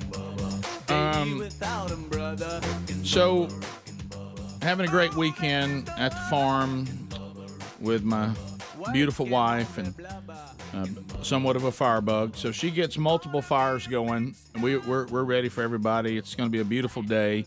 She is noticing when she arrives, because she had not been there. She's now seeing the things that Gary and I have been doing, getting ready for hunting season. She's like, good Lord, what? She had no idea y'all were going to do. She looks in the little garage where the vehicles are, and she goes, "Have you got enough deer feed?" I said, "Boy, we hope so." And she goes, "No, I meant that in a way like that's a lot." I got serious. I said, "Boy, I hope that'll make it." And I said, "Baby, you got to be ready to fill them feeders up when they don't. We got our bait license, and we got to keep that thing. We got to keep that going. That's right. You don't want them to run over where everybody's feeding them at the place next to us. Can't have that, Rick. But I think she was shocked at the number of bags that are stacked in there ready to go and supplement if somebody runs out. So, but Bubba, you got to be ready. You should be proud I'm ready. You know what I mean? And I am. I'm very proud of you, Rick, right. being prepared. Yeah. I mean, that's awesome. So anyway, and then she noticed my phone kept making noise. She goes, "I'm noticing over here. See, we haven't been in a small area together like this in a while." She's like, "Because usually my phone's somewhere else or I got it in my pocket." Right. She goes, "So you get a email every single time there's a picture of a deer?" I said, "Well, it's not an email. It's just a picture that comes in." She goes, "There's like 38 of them over here." I was like, "Would you hand me my phone?" I need to check that. Yeah, I get an email saying they're ready to look at. I got to have a look at that now. I don't get a text. I get an email. And I said, I'm just trying to get an Is idea that of what's going on. Mobile, or is it just email only? Can I tell you why? There's so many reasons why I love Sherry Burgess. There's just so many. But she took another step. I said, I just didn't think I could love you anymore, but I guess I was wrong. You know what she said? "I hope you and Brody will go out and get me multiple does on opening day because we need some meat." Well, she goes, "Go bring me a few of them." And I was like, "Gosh, I didn't think I could love you anymore. I just fell in love with you all over again on something new." So anyway, of course, before long, and and I've got my parking down. You know how men are. Everything has to be parked a certain. Moments ago, I love this. No, I'll tell you nothing better than that. I love being able to see it just instant. So go ahead, little doe, get you some food. Because I've got also tell. Okay. Yeah, I've got to tell. I'll see you Saturday. I've got it when you won't be anywhere around. I had to tell everybody, if you come up on a place, if you see a food plot, do not ride through it. Right. Okay, so I'm trying to get all these rules out there. Don't mess up. You can go down the side of it, but don't ride through it. And you should be able to avoid them. Yeah. So here come the testosterone-filled teenage boys. How many you got? Oh gosh, we probably got 12, maybe. Really? Yeah, it looks like. And this is from multiple families. All in your Sunday And here school they come. And, they're just as cool as they can possibly be. You got one with shorts on. Yeah, you're going to have that. Oh, yeah. Yeah, and I said, you're going to be committed to those shorts all day? You realize by the time you leave here today, it's going to be 50 degrees, 49. Yeah, in the 40s probably. Yeah. And he's like, oh, yeah, I wear shorts all the time. I said, well, you know what? I bet you do. Yeah, I do too most of the time. So anyway. Used to. I'm going to say this to Honda, wherever y'all are. I hope I'm not colliding with any sponsorship exclusivities. Honda, if you need me to do a commercial for your four-wheelers, because I can attest that your four-wheelers borderline on indestructible by how they've been abused over the last 14 years. The engines are incredible, Rick. I've seen people do things to your four-wheelers that it should have been the end of your four-wheelers. I've never heard some of the most god-awful sounds of people attempting to change the gears that, of course, have ridden a four-wheeler before. Right. And this is the one I love. So, it's manual, huh? Yeah, so it's boy. First guy gets on, okay? First guy on. You ever ridden one of these before? And I know the answer. I mean, I'm just wasting my time. Yes, sir. I said, have you ridden one that's got, you have to do the gears? Now, it doesn't have a clutch. It's not that far back. But, all of them are up. You know what I mean by that? Yes, sir. So you know what I mean by that. I said, you can't crank this unless it's in neutral. So if it goes dead, you're going to have to take it down to neutral, then crank it again. It should be fine. How many gears is it? One's got 5, one's got 4. Oh, boy. Okay? So he gets on the one with 5, of course, because 5's more than 4. Right. And of course, bigger, stronger, faster. Now, he's told me he's ridden one of these before. Right. Okay. So as soon as he takes off, I just hear the god awful sound. And I'm like, well, maybe come off the gas when you right. Yeah. And it's just and here it goes. So then in a minute, I see the dad over there, and I knew this was coming because I've done this so many times. I don't even get right. It doesn't even bother me anymore. Here's the dad. Huh? Where are y'all? So what's happened? So it's gone dead. Where are you? Where are you? Can you describe where you are? I like, hey, just let me talk to him. So he FaceTime, and I said, show me what's going on around you. So he showed me what's around. I said, I know where he is. I said, I'll go get him. So I said, before I come to get you, What's going on? Put it in neutral. I can't get it in neutral. I said, are you gearing down? Silence. Are you gearing down? Are you pushing it down till it can't be pushed down anymore and the little green light comes on? And on yours, there's an N that will be on the screen. Say neutral. I can't get it to something's wrong. It just won't do that. Then I say, but we all know this in four-wheeler world. Are you rocking it? Rock it one time back and forth, and it should go on down if it won't go to the gear. I'm rocking it. It's not doing anything. So you're rocking it. I'm rocking it. All right, I'm on my way. So I have to commandeer something. There's the first. Can we just drive any car back there? No. I need to commandeer one of these ATV that's now full of little girls and women riding everywhere. Hey, can I have one? I'm sorry. Can I have one? So we head out there, and there he is. Well, I came over his hump right here, and it went dead. Okay. Well, you can't get it in neutral? No, sir. And I throw my leg over the side of it, and I want every man in here that's my age or somewhere close to it to be ready for a great moment for us. I rock it one time, goes right in neutral. I crank it. I said, how long did that take me? Did you give me some time? How'd you give him that? He said, 30 seconds. Hey, Mr. Burgess, it was probably 30 seconds at the most, right? So why do you think it worked for me? And then it happened. I guess I just wasn't strong enough. And you know what I said? You're darn right. You're darn right. I said, you'll get that way playing video games. Right, yeah. So you think that all of us are a bunch of old men, and I see y'all the way y'all look at us. I said, but who got it cranked and who couldn't get it cranked? Who was able to rock it one time and it go in gear, and who tried to rock it and couldn't get it in gear? Did I get it in gear? Yes, sir. How long? 30 seconds. I said, okay. And what did you say? I guess I just wasn't strong enough. I said, you remember that. And I said, now, if you think you can handle it from here, and he got back on it, and I just rode back. How do you think I rode back? How do you think I felt? Just all with your chest out? Yeah. I got out, and I screamed to every young male out there, y'all are not strong enough to handle us. If y'all need help with strength, the older men are here. We got an old man strength that they don't have weight rooms for. We got an old man strength that they don't have little games for. We got an old man strength that just is out here as part of this land that y'all are not part of. Well, we used to see it when we called. Some people had Beach Boy muscles, and some people they were country strong. Yeah. Now that you couldn't find a cut on them anywhere, but they'd throw around them Beach Boys like nobody's business. Oh yeah, and they got them little bitty waists. You can move them real easy. Kind of sort of skinny legs. Yeah.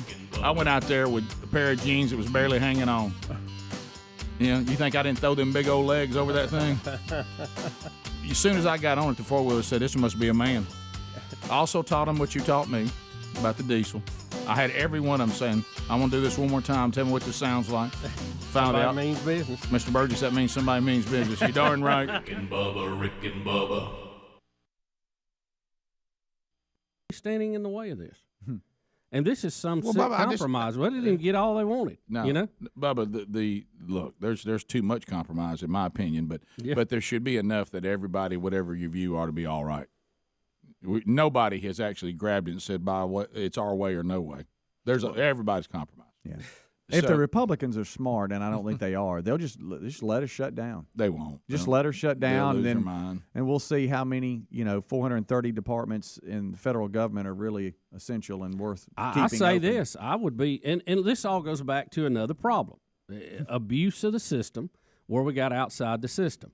The DACA, the Dreamers thing, whether you like it or not, was done by executive order. It was not done through the legislative process. That's why Trump could undo it so easy. And now you're fighting over it. So if Obama had gone through the process to get it done, you know why he didn't? Because he couldn't have got it done. It wouldn't even ever been here. So we got abuse of the system, and this is where it gets you. The further you get off the tracks, the rougher the road gets. We'll be back. Bottom of the hour. 866 We Be Big. More Rick and Bubba coming up right after this. Rick and Bubba, Rick and Bubba.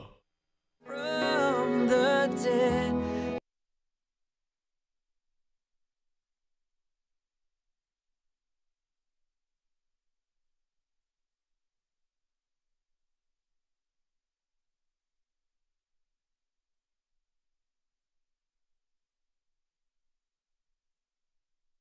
Eddie Van Adler, Helmsy, all here this hour.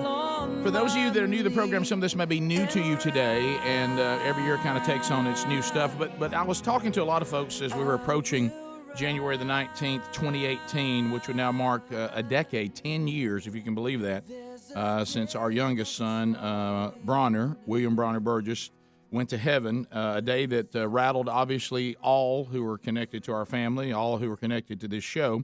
And what I've kind of did with the decade is to kind of look back over the decade. Sherry and I were talking yesterday, my wife, and I kind of came up with the phrase, a decade of refinement, because the Bible talks about that. But I was thinking about all the things that happened. Like some of you know, because you've been around a while, some of you may not, that song was written because of that event. Chris Tomlin wrote that song after watching the memorial service. And, then we did the first Stadium Fest, and he came out and he did it for the first time there. And so you think about every time that song's out there playing, I'm thinking, all right, that's one of those things that came out of that 10 years. And when this happened, obviously, I was in Pigeon Forge. And so this is the actual date. But last weekend was kind of the weekend because it was Martin Luther King Jr. weekend. I was actually speaking with Scott Dawson. Here we are 10 years later. Now he's running for governor. Was there. And, of course, a process began. And you start thinking about all the different things over the last 10 years. And I really appreciate a lot of you who are emailing today saying, let me tell you what the decade happened, what happened in our life, how that affected us. And the thousands of people live. And I even thought about that today as I was preparing and I was getting ready today. I said, I don't want to do anything that is beyond what's really happening, because when you talk about what's really happened in the last 10 years, there's no need to exaggerate it. And the number thousands is not an exaggeration. We're talking right at a little over 300 people that made decisions for Christ just at the memorial service in the room. I look back on all those things that you think about when this happened, is all in God's timing and all completely under His authority. And I know some of you struggle with that theology, but this is not my theology. It's what the Bible says about God. As Sherry wrote the book, and of course that came out it was a couple of years ago. It wasn't this past 2 years ago. This January, right? Was that right? And because I know she came and interviewed, that wasn't last January. It was one before. No, right. Yeah, so the book is out there. And, if you want to get that book, Sherry, 5 years writing that book of the 10, it is nothing but a book that it was funny because Sherry's gotten to the point now where, she doesn't go out and read the reviews on it or anything like that. And I just was scanning on Amazon some of the things that have been said about it. And she even said to me, she said, don't read those to me. I'm good. And I said, I want to read you one.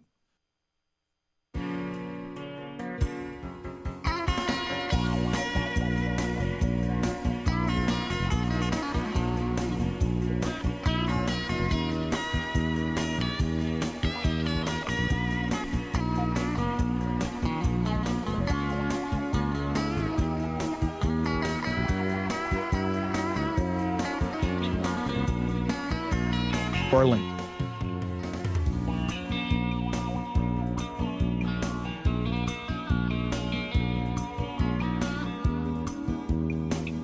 We're back. 35 minutes now past the hour. Let's go.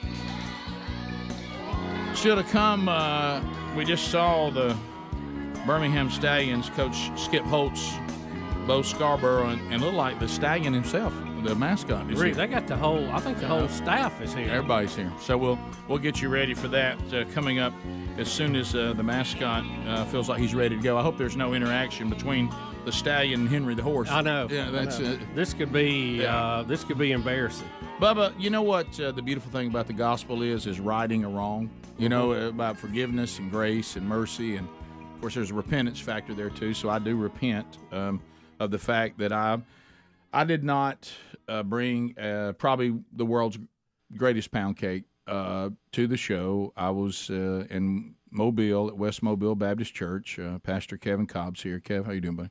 Good to see you, Rick. Good to see you too. And you've brought your wife with you. I have. Yeah. It was an incident. We talked about it on the air. I was honored to come down and to speak at your church. And you guys are doing the man church stuff. And then you have me come in and do a Sunday morning, which, most people won't do.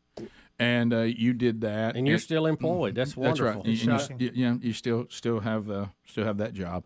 You're up this way because I noticed this is happening all over the country because I know North Carolina just had their state convention.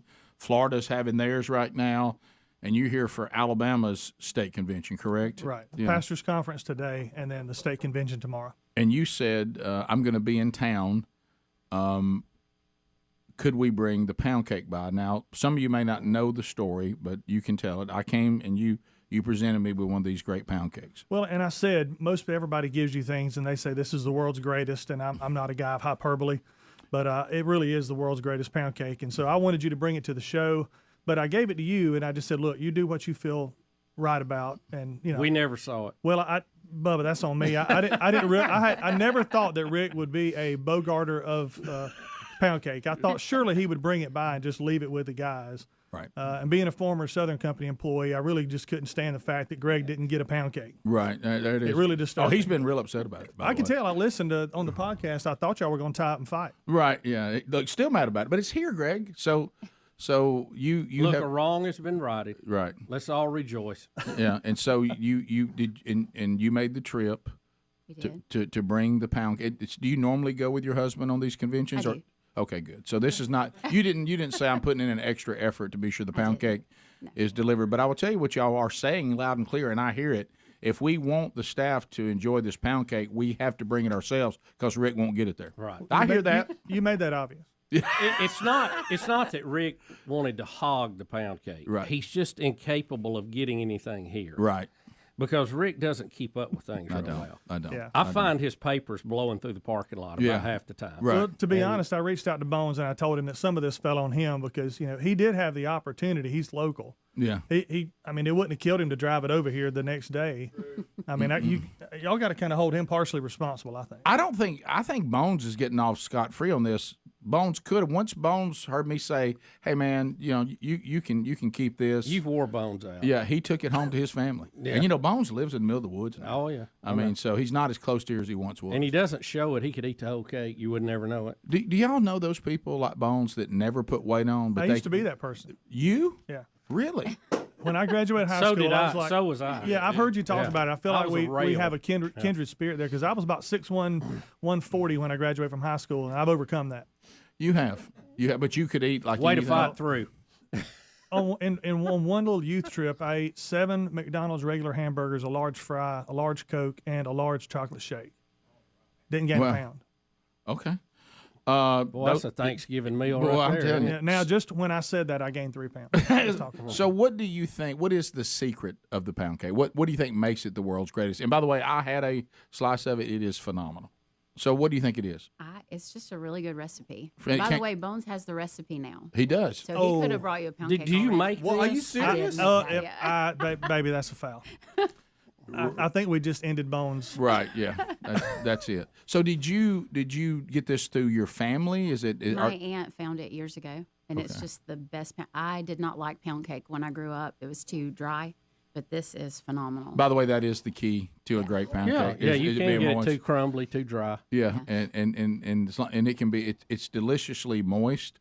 Now I know today that Dirt Road Gourmet has dropped off some of their casseroles. Rick, this is what we call an award-winning day. It is, and we thank them for that. And we will not need lunch or dinner today. Right, and we're going to be shooting. Put the turkey up, honey. Yeah, and we're good. And we're doing a promotion with them today after the show, so we'll even get more from them. And so Dirt Road Gourmet, they're here. We already have our normal breakfast delivery that we get every day from Edgar's. Thank you, Edgar. And now here is the Cobbs bringing us pound cake. What a day. Boy, Rick, this is truly, Monday. Yeah, Rick, this is truly an example of our cup runneth over. It really is. And I thank you for, taking the time to do that. I really do. All week long, 8 seconds in the microwave, and it's like it just came out of the oven. Yeah, and don't be afraid to do that, Greg. Yeah, look at you. Have you ever seen it? Because we have Speedy, who's one of the great cake cutters of all time, on standby here to get this done. I'm ready. What we've heard is Speedy has actually cut Bubba some big old birthday cakes, and Bubba act like that's too. I don't want that much. I mean, this time I heard him say to Speedy, "You can cut me a piece of that cake."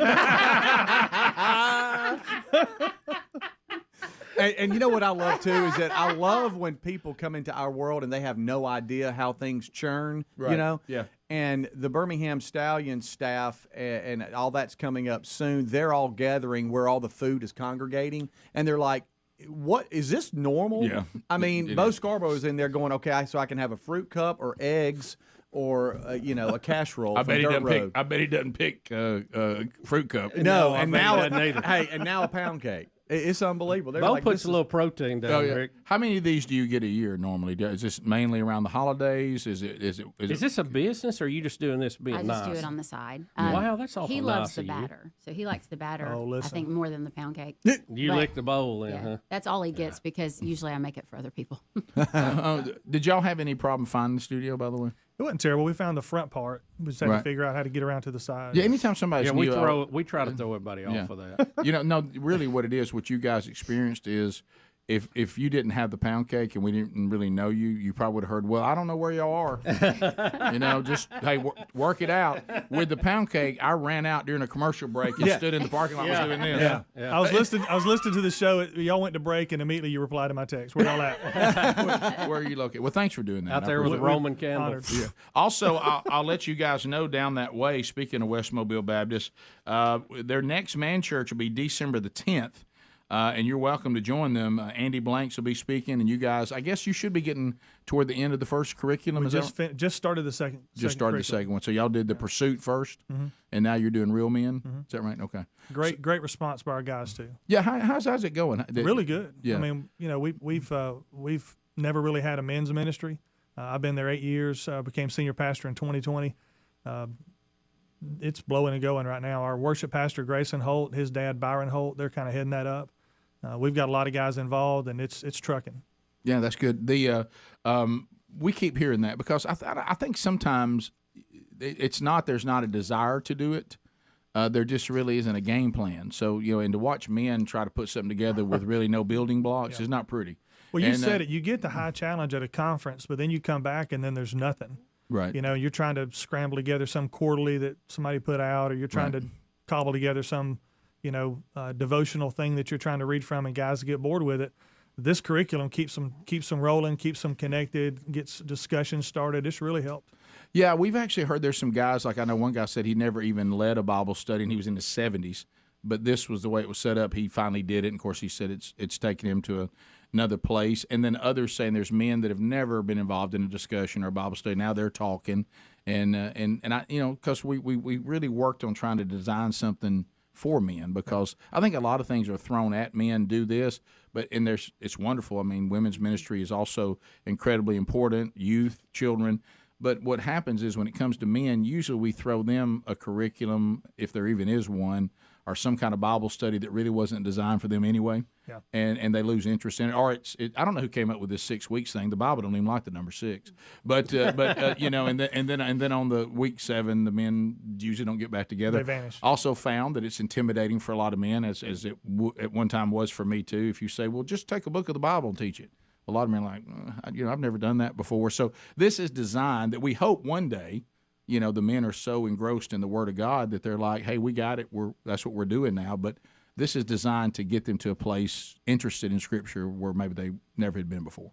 I think the key is that intimidation factor. When you take that away and you give guys a resource that is pretty much, it kind of teaches itself. You just sort of, facilitate discussion and kind of, what do you guys think about that? And remember when Rick said this, and it just really helps kind of study keep guides the ball are moving. great Yeah. that Andy and all his team puts together. Those and it's skills are not like some of the women's stuff is very homework heavy. Yeah, we don't do that. And we don't like well, homework. no, but they thrive in that. Yeah. But if you do that for guys, you just got to build it for the guys. Yeah, and I that's had what you've done. in the beginning, somebody suggested, well, we're going to do a workbook with this. I said, you're talking about a workbook that men will lose, or the night before the next Bible study, they'll be in here trying to fill out blanks. Yeah, that's a code name for homework. We think the study guide and the starter videos is plenty, and men are more involved than they've ever been for that. We try to make men do things they're not really designed to do. And this isn't designed that way. I told Rick if you throw in a little woodworking, he'd have it. I'm telling you. You know what I mean? Yeah, if you DeWalt saws, some 2x4s, man, this thing will blow off. I mean, take off like all get out. Coming in 2024. So hey, thank y'all so much for bringing that up. Appreciate it. We really thank you. We're about to start cutting into that baby. Speedy. We feel special. But has it? I know he brought it up, but has it really hit you what they've had to do to make sure we have this? It has. Speedy, when you cut it, you get to get the crumbles. Oh, well, that's the best part. Cutter gets the crumbles. That's the rule. I love cleaning up the scraps on those. Yeah. Well, then you got to cut it to get that. Speedy. Okay, got it. Thank you, guys. Thank you. We'll be right back. Rick and Bubba, Rick and Bubba. And so I read her one, and it was one, I don't know, it came out sometime last year, right, over the summer. And what it was that the person was saying, this introduced me to God. I know God better from reading the book. And Sherry said, "Now I'll listen to that one. I don't want to hear, it's not about me. It's not even about Bronner. That book is supposed to glorify God. It's God telling in his own word, his own revelation about himself. I forget how much scripture is in that book. It's like, there's over hundreds and hundreds of scripture. And she said, if the book shows you God as he has said he is, then thank you. That's what it was intended for. It's him saying, I want you to tell the people this, what I've said about myself, and point them to it. That's it. And I have your attention now because I've allowed you to suffer. And so so that the book's out there. And look, for those of you that want to get it from us, thank you. That goes to the Bronner Burgess Memorial Fund. But because of Sherry's contract, we can't come off the price because it doesn't allow author copies to be sold lower than what's out there. But you can go to Amazon now, and they've reduced the price now. It's been out 2 years now. They dropped the price, and it's everywhere. You can get it everywhere. From the family aspect, the day I remember it started there at the hospital, with the events and all, and talking about the book, the timing was so perfect. Not that you ever, time, it doesn't make anything go away, but as time moves on, you tend, you get back in your busy life, getting all this. Well, all of a sudden, then the book comes out. And I think the timing that it happened, if it had came out any sooner or any later, I'm talking about for family members, it wouldn't have the same effect. It came out at the perfect time. And then we have it right there at the house, and you can always refer back to it, pick it up and read a chapter. I just think that book, again, started with, the night it happened and the example you set. And then as time moved on, everybody, you never get over it and that, but, we get busy. But then the book hit. Yeah, yeah. And that, I personally, as a family member, that just brings it all back. Here we go. Here's the things that happened. This is why. Yeah. Here's the blessings. And now you have it to refer back to if you ever get in that moment where you think, I need a little refresher on that. It's there. Yeah. So all these things that fell into place to me, obviously it wasn't by accident. Timing-wise. No. That's the thing. I think a lot of people, if you believe that God is completely in control, which we do, then some people will try to somehow take moments like this and remove God from them, but you can't, because if you believe that He did not design this, just as Greg said, as it's going, then you have to believe He couldn't stop it. I mean, so you believe that God's like, man, y'all have done something today. I don't know what I'm gonna do about this. I mean, there's nothing. And then you watch, as we said, the adversary think, well, this is what we're going to do with it because we were allowed to come in and do this. And then they just keep getting played over and over again as God says, no, I've been glorified. There are people, I remember my pastor telling me, he said, there are going to be people in your family. There's going to be things in your own life. There's going to be things that are going to happen with total strangers that were not going to happen any other way. That's why God said this is the plan. And I talked about this even in Wednesday's Bible study, and you can go back and catch that, is, if you look, when Jesus was going through his ministry and he was getting those that were he was picking out the ones that were and asking them to follow him. And then when you got beyond the 12, just to the early church, he never told them where they were going. He didn't say, hey, Peter, look, I want you to follow me. Look, I got to tell you now, this is what's going to happen, and at some point you're going to be crucified upside down. That's right. You know what I mean? I mean, he didn't say he didn't even say where they were going next. Yeah. So God didn't come to me and say, hey, Rick, I want you to follow me. Now, look, I'm gonna take you through some stuff, and at one point you're going to have a little boy, and then I'm going to allow him to die at 2.5, and then here's what we're going to do this. He didn't tell you any of that. He just says, follow me and trust that wherever I take you, it's right. Yeah. And the notes I have is that you mentioned you have to have faith that where God is taking you is the right thing to do. Yeah. I mean, that's wow. Yeah, what God did 10 years ago was right. And I find myself even to the point being thankful for being, because I don't know, I wouldn't be where I am. We talked about it even in the kitchen. When Job, we find Job, which was far beyond anything I was even close to being 10 years ago. Far beyond, because they called him blameless and upright. I certainly wasn't blameless and upright. So this tells you how powerful suffering is. So here's Job, who's blameless and upright at the beginning of the account of Job's life. Blameless and upright compared to everybody else. It's important. Don't miss that compared to everybody else. Sometimes some of us look good only because who we're compared to, but compared to God, we don't look very good at all.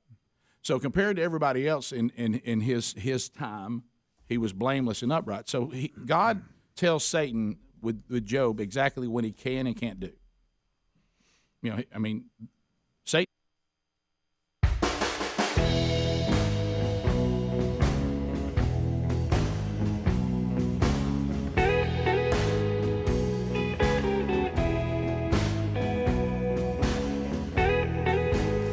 Nine minutes to the top of the hour, the Rick and Bubba Show.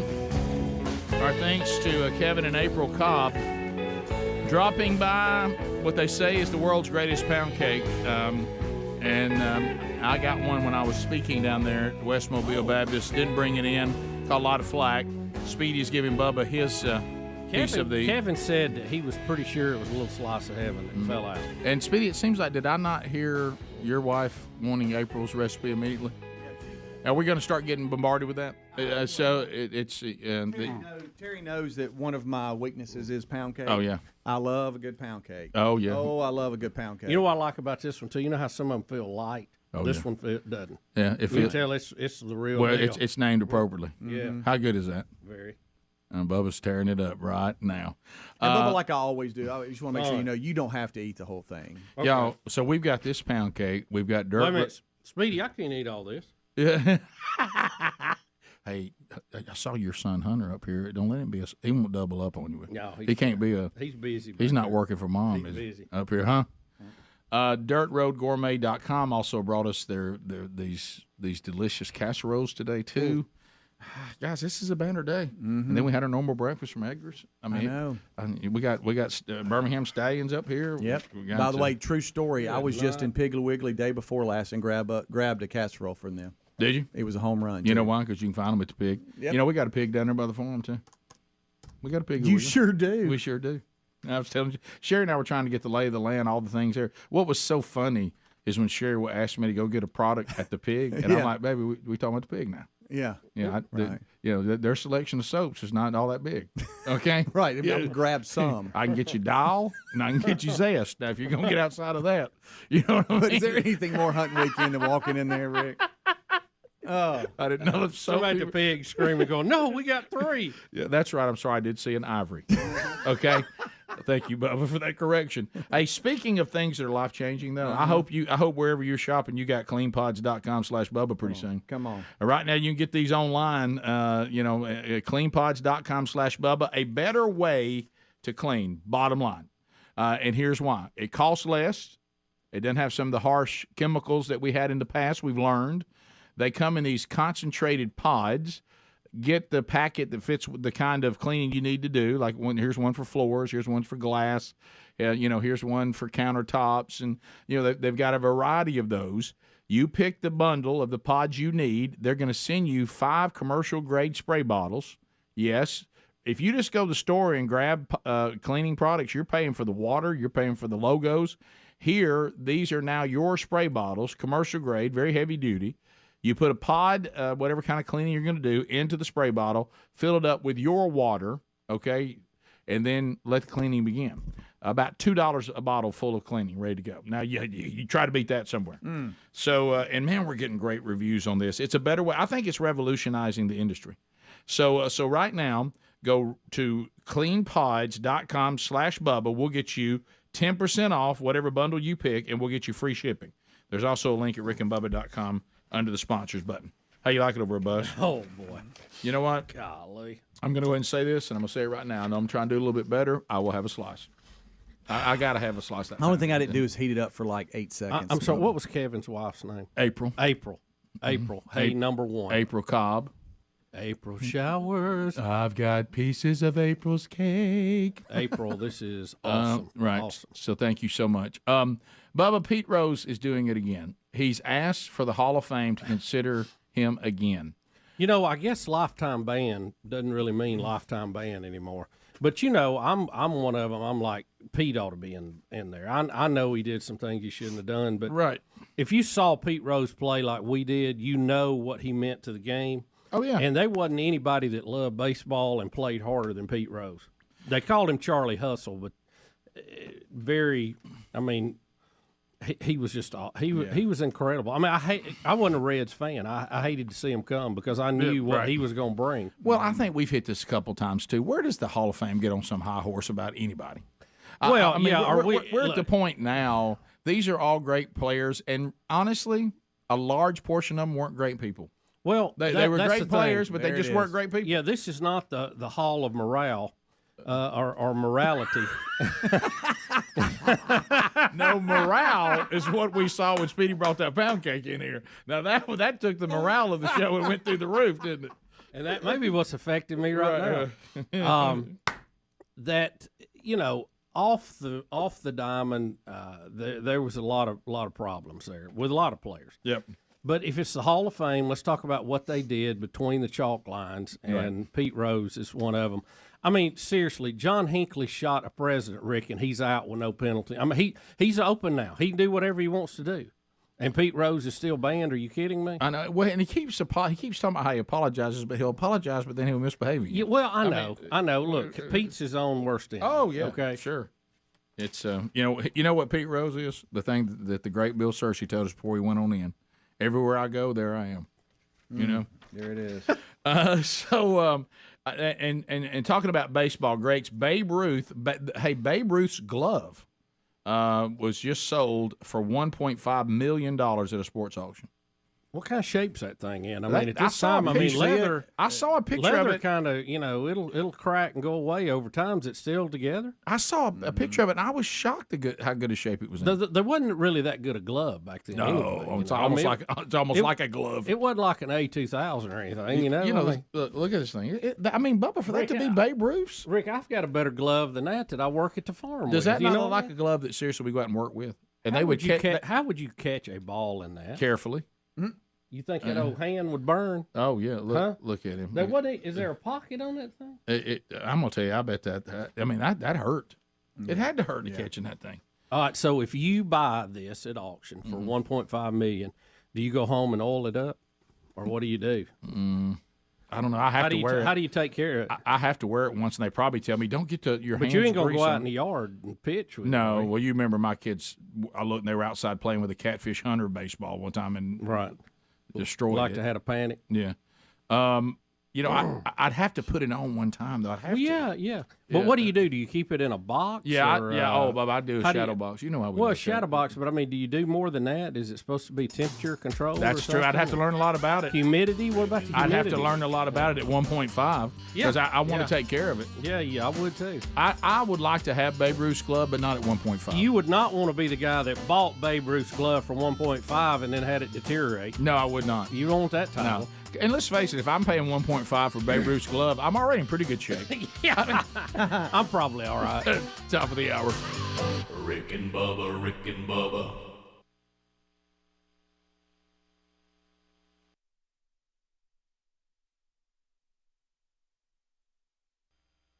He comes back after the first round and says, well, he didn't turn on you, but if you let me go after him, he will. You didn't let me touch him. All right, we'll touch him. You can't kill him, but now you can touch him. God's in charge of every single bit of this. It's like the leash, like you were talking about. We're talking about. I mean, if you want to take, like a wild animal, somebody comes in with it on the leash and he's in total control of it, and it wants to attack you. Well, the person in control of that animal can only let out the chain enough where it can get to you. He's letting the animal get as close to you as he desires. The animal may be wanting to devour you, but he can't devour you until the person handling the animal lets him. So, at the end of his life. In the suffering, you see Job come back, now blameless, upright, and he was blameless and upright.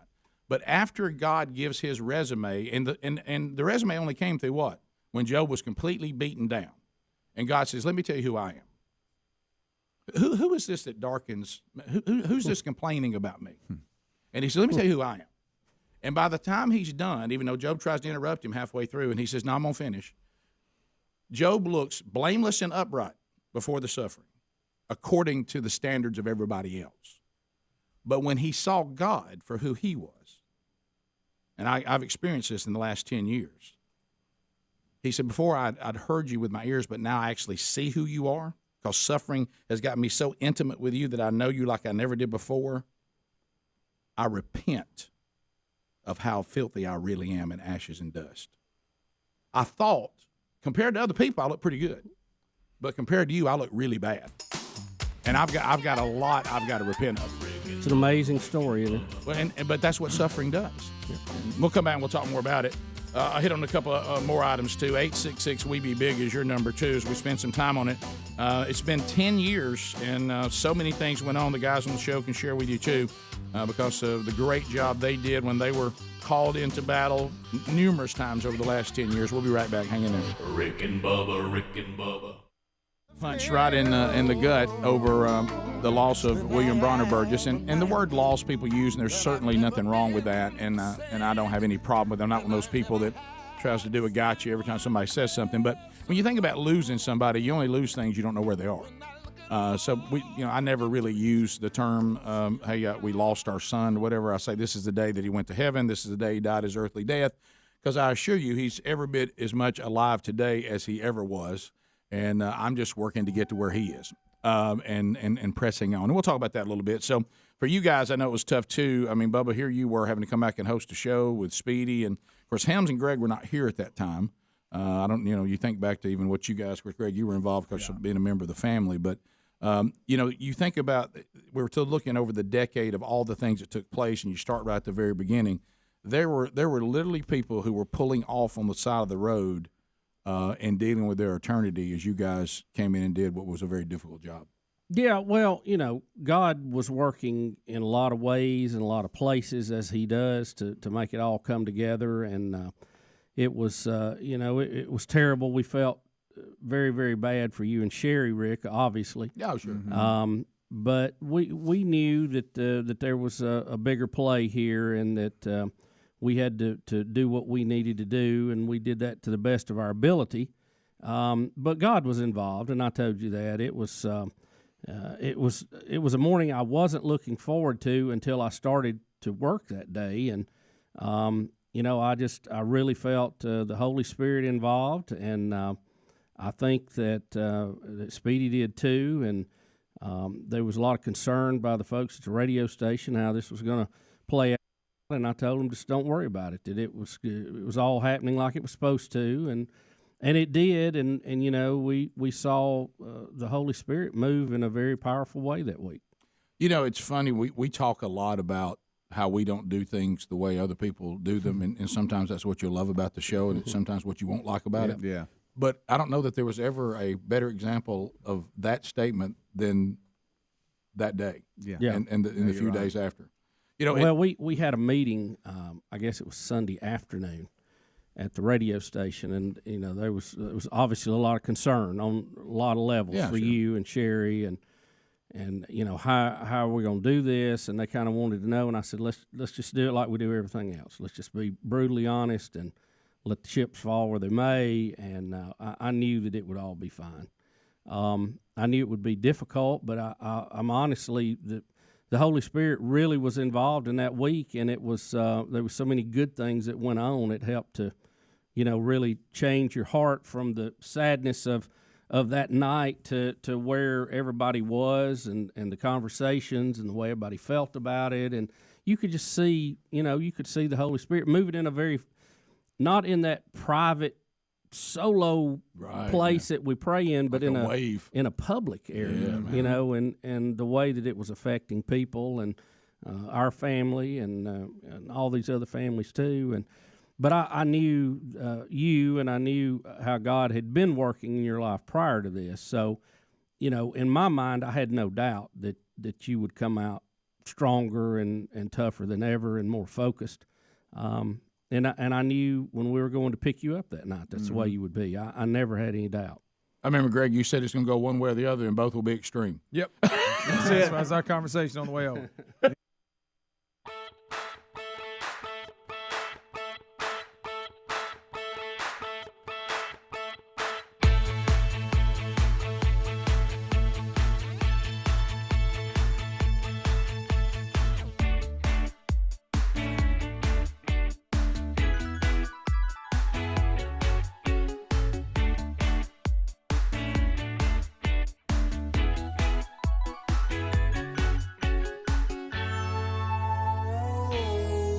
It is 6 minutes past the hour. 866-WE-BE-BIG is our number. From the No Name Studio on the bleeding edge of technology from Sweet Home, Alabama to the world.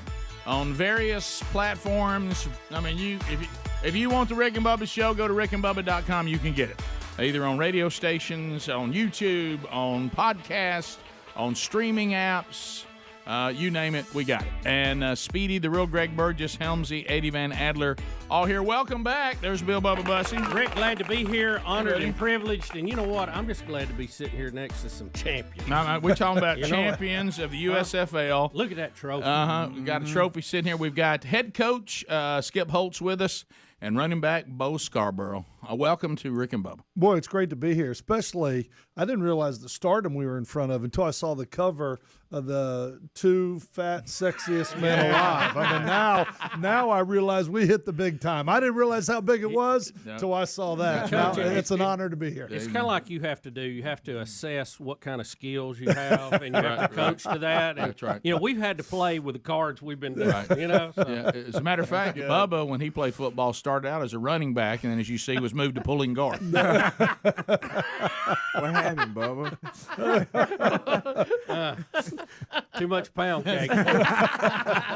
Bo, welcome to Rick and Bubba. How are you? I'm doing good, man. It's a blessing to be here. Congratulations. Yeah, thank you. You know, first ever championship for the USFL. You know, it's a blessing in disguise, and you know, to be coached by one of the best, you know, to ever do it, and you know, to be around such a good group of guys and good coaches, and you know, the atmosphere, it was, you know, fantastic, and the fans was unbelievable. It was just a all-around good thing, and it's another opportunity for a lot of these guys, and you know, me as well. Yeah. Well, you had a great college career, a great NFL career, and then, of course, you know, when you're looking for, hey, man, I just want a second chance, boy, this league has really offered some great opportunities. Coach, of all the things that, you know, your very famous dad and your coaching career, of all the situations you've ever been put in, what about we're going to start a league, and, oh, by the way, you're going to be giving players – what was this like? Of all the things you've done in coaching, this had to be one of the most difficult. I was hired about mid-January. Right. Is when I had the opportunity to sit down, and this whole thing was presented. And I said, all I want to do is find something that's going to excite me. And they said, all right, well, we're going to hire you mid-January. I said, all right, tell me, how's this going to work? And they said, we're going to do the draft in February. We're going to practice in March and play in April. I said, okay, here we go. Let's strap it on, boys. Let's strap it on. Let's go. But it was awesome. You know what? The young men that we had the opportunity to deal with, and you talk about a guy like Bo Scarborough who played 4 or 5 years in the NFL.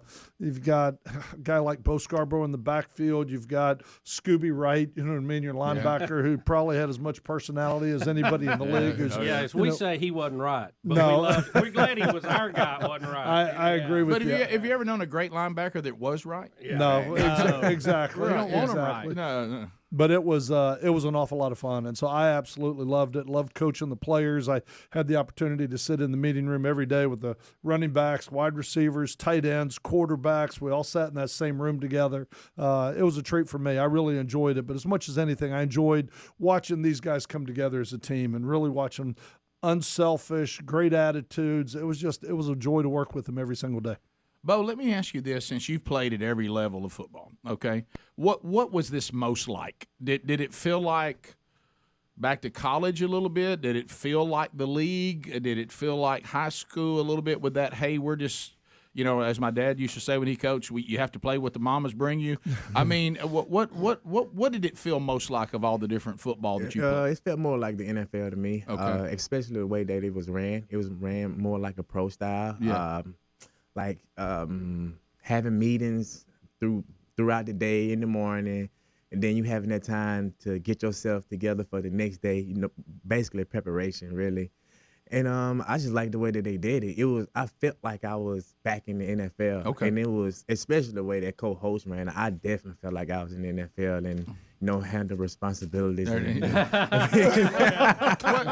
was just thinking, because this is a unique situation, as you just described.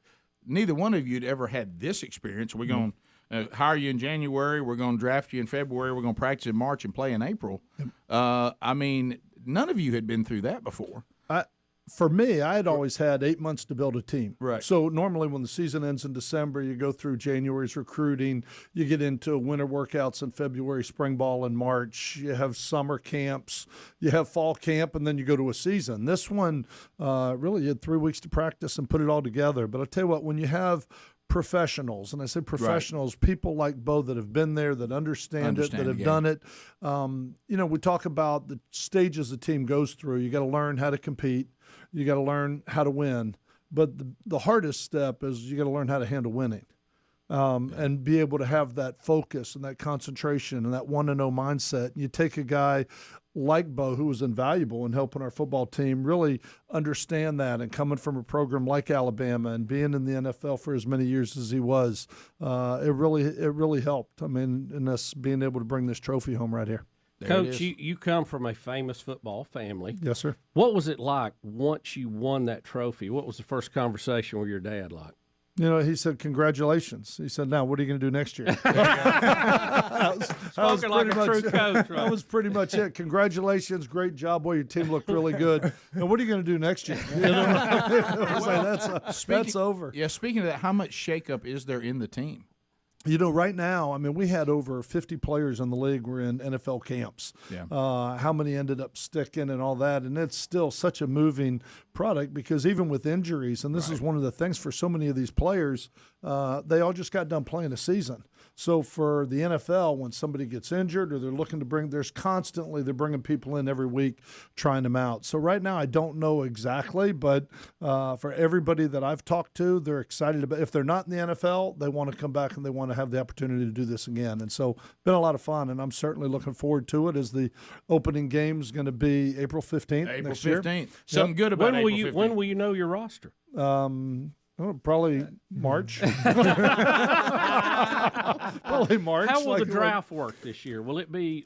It was unique, I thought, last time how everybody drafted quarterbacks and running backs and is that a format you think they'll do again? It's going to be probably really we have to look at what the attrition is going to look like, and then I think it'll probably be a whole lot more free agent than it will be a big draft process. And especially you have, with us going into April 15th, I think you're going to return good nucleus. So there's been a lot of talk about how much are the rosters going to expand? We're going to bring more to camp? I mean, a lot of those decisions are still being made by the powers to be. But I'm just excited about having the opportunity to get these guys back together and do it again. So April 15th will be the first game of the season. And Ticketmaster, we got a link in show notes right now. You can go to theusfl.com, make a ticket deposit of $25 to lock in priority access if you want to do that. And then that deposit will be used for 2023 season tickets only. And then you'll get contacted by a representative on exactly how to do that. Now, today, you can actually meet Coach Holtz and Bo Scarborough if you're in the Birmingham area or you're getting here. 4 to 7 today at Avondale Brewing Company. The trophy will be there, and you guys will be gripping and grinning and taking pictures with fans, and the Birmingham people can come see the trophy. Looking forward to it. I mean, playing in Birmingham was such a home field advantage for us. I mean, there's a lot of teams that had to play in front of an empty stadium. We didn't experience that. Even when we went to the number of people that traveled up to Canton, Ohio, when we were playing in the semis and the final game, was awesome. But the crowd was great, and we'd love to have the opportunity to say thank you to so many people that had such a huge role in us being able to have success on the field. Were you concerned because you did have all of your games in Birmingham when you had to go on the road for the playoffs? Did you think we haven't experienced this? How will it affect us? Yeah, no, it wasn't exactly like playing in the SEC on the road. I mean, I wasn't worried about, okay, we got to go to a silent snap count. We've got to, we got to practice crowd noise, and I didn't feel like we were in that boat. But it was nice. We found out how we were going to play without it. But I thought they did a great job of really focusing on what was going on between the lines. You always hear the adage, I don't understand why playing on the road so hard. The field's the same distance. It's the same length. But it's different. It's not like you're uphill or downhill, but it's the crowd that makes it different. And I thought, we had great support all year from people in Birmingham. Really enjoyed our stay here, and it was just for us. It was one of the rewarding things to have the opportunity to bring this trophy back to Birmingham. All right, let's come back. We'll talk more with Coach Skip Holtz and Bo Scarborough of the Birmingham Stallions. We've got the Stallions mascot sitting in the golden ticket seats. He's got it just like he likes it. Got some of the cheerleaders here getting ready for the season. So tickets at Ticketmaster. That link is available. First game will be April the 15th. We'll be back. More Rick and Bubba coming up right after this. Rick and Bubba, Rick and Bubba. These days. I said it's got one or two ways. Right. It can be something good come out or something really bad. Yeah. Yeah. Well, and you guys hit on there's always preparation. But Lord, I knew what was happening. The Lord never takes you anywhere that He didn't prepare you to go. Now you better pay attention to instruction. And I'm not saying that that I was anywhere near with Christ then as I am now. I really look back at my life, even my faith life, which was it was relatively new. I'd been following Christ for about 9 years when this took place. But I look at my faith then and my relationship with God, and it looks silly compared to now. It's almost embarrassing. And I really thought I was really, going on. Yeah. And so, But Rick, I think you were stronger than you give yourself credit for, and I mean, you were out of town at a speaking event. Yeah. And of course, I can't speak for you personally, Right, but just what I knew you, and I know they were, like I said, they were people. I said, look, Rick is going to be fine. I've seen him. I've seen the changes. Speedy has seen the changes from day one to where we were then. Yeah, and I knew it was a work in process, but it was a going process. on. But it was progressive. Yeah, and you have to move forward, and then then there's that time where it's kind of like learning to drive. You practice in the parking lots, and then you get a chance to drive on the highway. Well, and we'll come back, and I'll hit a few other items because I was trying to think. I just need to hit the highlights because you can't hit the whole 10 years because the show's not long enough. Yeah. Thankfully, but I remember a lot of people, and I've said this before, but today's one of those days you say for those that never heard it. A lot of you may or may not know this, but that Brooks, Big Love, nearly died at birth. At birth. Yeah. And Sherry and I were alone at the hospital then because we didn't think there were any issues. She'd had no issues in her pregnancy whatsoever. And so I was praying for her only 3 years into following Jesus at that time. And I was praying for her and for Brooks, Lord, please don't let them die. And she'd had an abruption and they had to do an emergency C-section. And the doctor was saying, this is grave, and he even told me, you need to pray. And I was praying. And I remember when I walked out after they were both okay, and I was praising God, and I said, thank you so much, because I knew, to Bubba's point, I did know that He was the giver and taker of life. I knew that. And I said, I thank you for this. And the thing that I heard in my spirit was preparation for what was going to happen 9 years later. And I remember God just in the spirit just whispering, well, what if they had died? Would I be any less great? What if they died? Do you still praise me or do you believe that I truly do everything correct? Would you still be praising me if they had died? So see, preparation started right then. We'll be back. Rick and Bubba, Rick and Bubba. The last thing I need.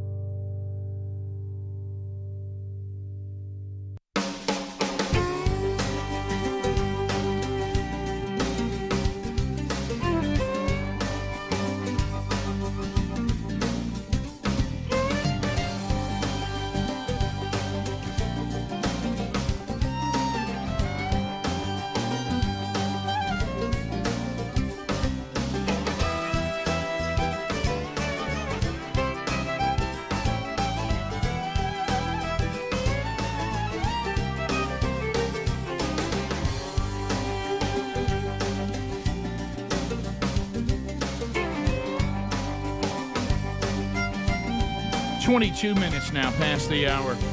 Celebrating the Birmingham Stallions, champions of the USFL, now ready to defend that championship. And Season 2, the first game, April 15th.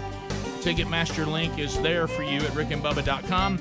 Birmingham, go out and meet Coach Scarborough today. Coach Holtz and Bo Scarborough today at Avondale Brewing Company from 4 to 7. They've got the championship trophy. We're looking at it right now.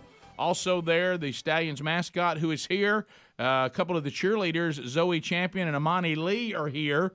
And I just want to say this to you guys. I know the championship's a big deal, and we're celebrating. I know you, Bo. You've played, for the University of Alabama. You've played in the NFL. You played in the USFL.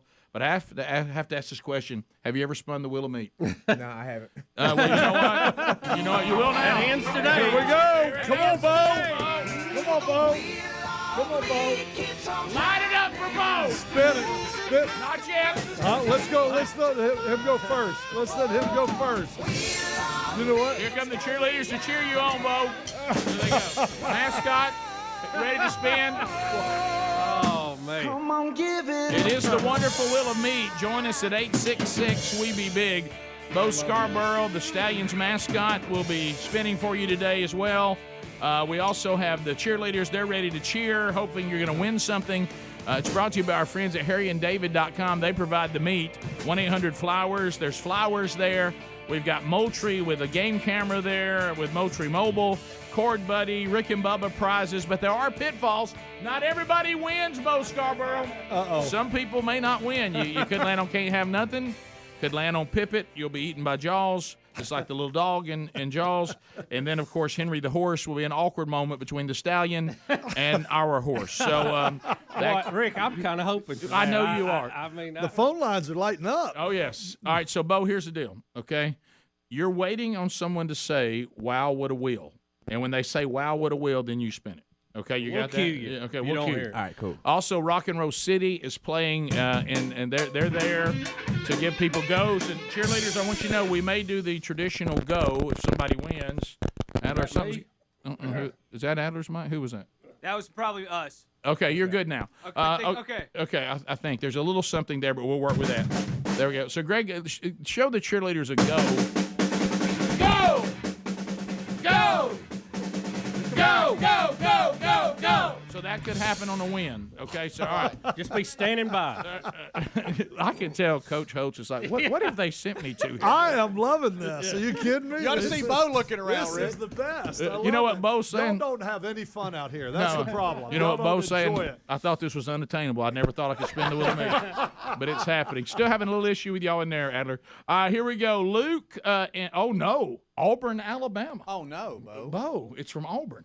Oh, man. All right, so, Luke, what do you say You're to all Bo on Scarborough? the same team now. Yeah. I'm sorry. Luke, one more time. What do you say? Wow, what a wheel. Let it rip, Bo. Let it rip. Let it rip. Let's go. Let's go. Everybody get fired up. Bo was a little scared of it, Rick. I can tell you. Well, he don't want to break it, Bo. Bo, you're not going to break it. All right, so here. Well, he could. We don't know Well, for that's sure. true. I didn't think of that. Just missed the meat. Yeah. Speaker, speaker, speaker. Hear it. All right, so you have got a Rick and Bubba Bluetooth speaker. It's waterproof. You can catch the show on all of our different archives available for you right there, Luke. So you can tell all the people in Auburn that Bo Scarborough actually spun a wheel and you won something. How about that? Luke, let me put you on hold. Roll Tide. And a big road tide. How about a go for Luke, Rick? How about a go, Greg? Go! Go! Go, go, go, go, go! Well, I tell you, we got it all, Coach. This is unbelievable. All right, let's go to this. Nashville. Jennifer is standing by. Jennifer, what do you say to Bo? Wow, what a wheel. Let it rip, Bo Scarborough. Yeah! Let's see what happens. Look at the Stallions logo up there. Good job, man. I like that. Rolling. Here we go. Let's see. All right, come on. Come on. Let's see if Scarborough can roll another one. Pippet! It's Pippet. Jennifer, I'm sorry. Bo Scarborough has spun Pippet, which means you were eaten by Jaws and no winner there. So sorry. That's okay. Can I get get a go from Greg? Can you get a no goes? No go? You can't get a go, Jennifer. Not a go for a There's no Pippin. go on a loss. We don't go on a no, Greg. Okay. All right. So there it is. All right. She's beside herself in Nashville with Andy's big win. Well, you're right. By the way, how many Auburn people are going to call? All right, here's Jeremy out of Auburn, too. Jeremy, welcome to Rick and Bubba. What do you say to Bo Scarborough? Wow, what a wheel. Let it rip. There you go, Let it Bo. rip. Come on, let it go. Turn it loose. This was great. Let it Here. fly, Bo. Turn it loose, Bo. No more losers, Bo. That's No right. more losers. No more losers. Here we go. No more losers. Yeah. Rick and Bubba. Rick and Bubba. Rick and Bubba. Jeremy, guess what Bo Scarborough just did for you? And you can have anything from the Rick and Bubba store you want. Anything. So you pick any prize from the Rick and Bubba store. If we have it in stock, we will send that right to you, okay? So And maybe you can see it online. Yeah, and we think there's a possibility you might see it online here in the next day or so. But if you'll go ahead and tell us, if you know, then we'll be sure it's sent to you, okay? Greg, can we get a go for Jeremy? Go! Go! Go, go, go, go, go! Bo, just when you thought it couldn't get any worse, here's somebody from Georgia. All right, let's go to Mike. Mike from Georgia, what do you say to Bo Scarborough for his final spin? Wow, what a wheel. Oh, he's whispering. He must be at work. Mike's at work. He must be at work. He's whispering. Come on, Bo. Come on, Bo. Nothing but winners. Yes, sir. Yes, sir. Yes, sir. Yeah. T-shirt, T-shirt, T-shirt. Wear it. Mike, you just won a Rick and Bubba T-shirt from rickandbubba.com. We got some great ones there. Common sense is a superpower. Jesus loves you, and I'm working on it. That's a good one. We've also got, how about a little topaz? All kinds of cool Rick and Bubba shirts. Whatever one you want, tell us your size, and we'll ship it right to you, okay? All righty. Thank you, buddy. Tell everybody at work we said hello. All right, let's get a little go for Mike. Here we go, Greg. Go! Go! Go, go, go, go, go! Let's give it up for Bo Scarborough. Oh. Outstanding job, Bo. Right there. Coach Skip Holtz, thanks for spending time with us, buddy. Without a doubt. We got to do this again. I've enjoyed this. Thank you, Stallion.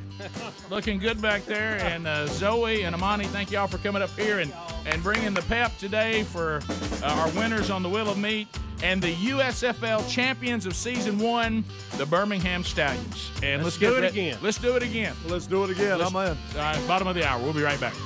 Rick and Bubba, Rick and Bubba.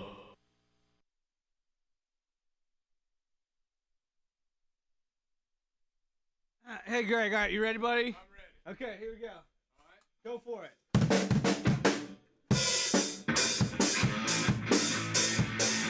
Run like a stallion, like a Birmingham Stallion. Run like a stallion, run like a stallion.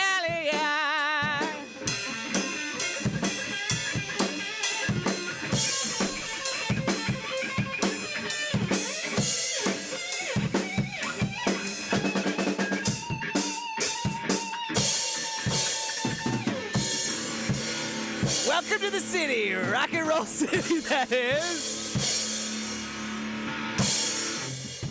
Welcome to the city.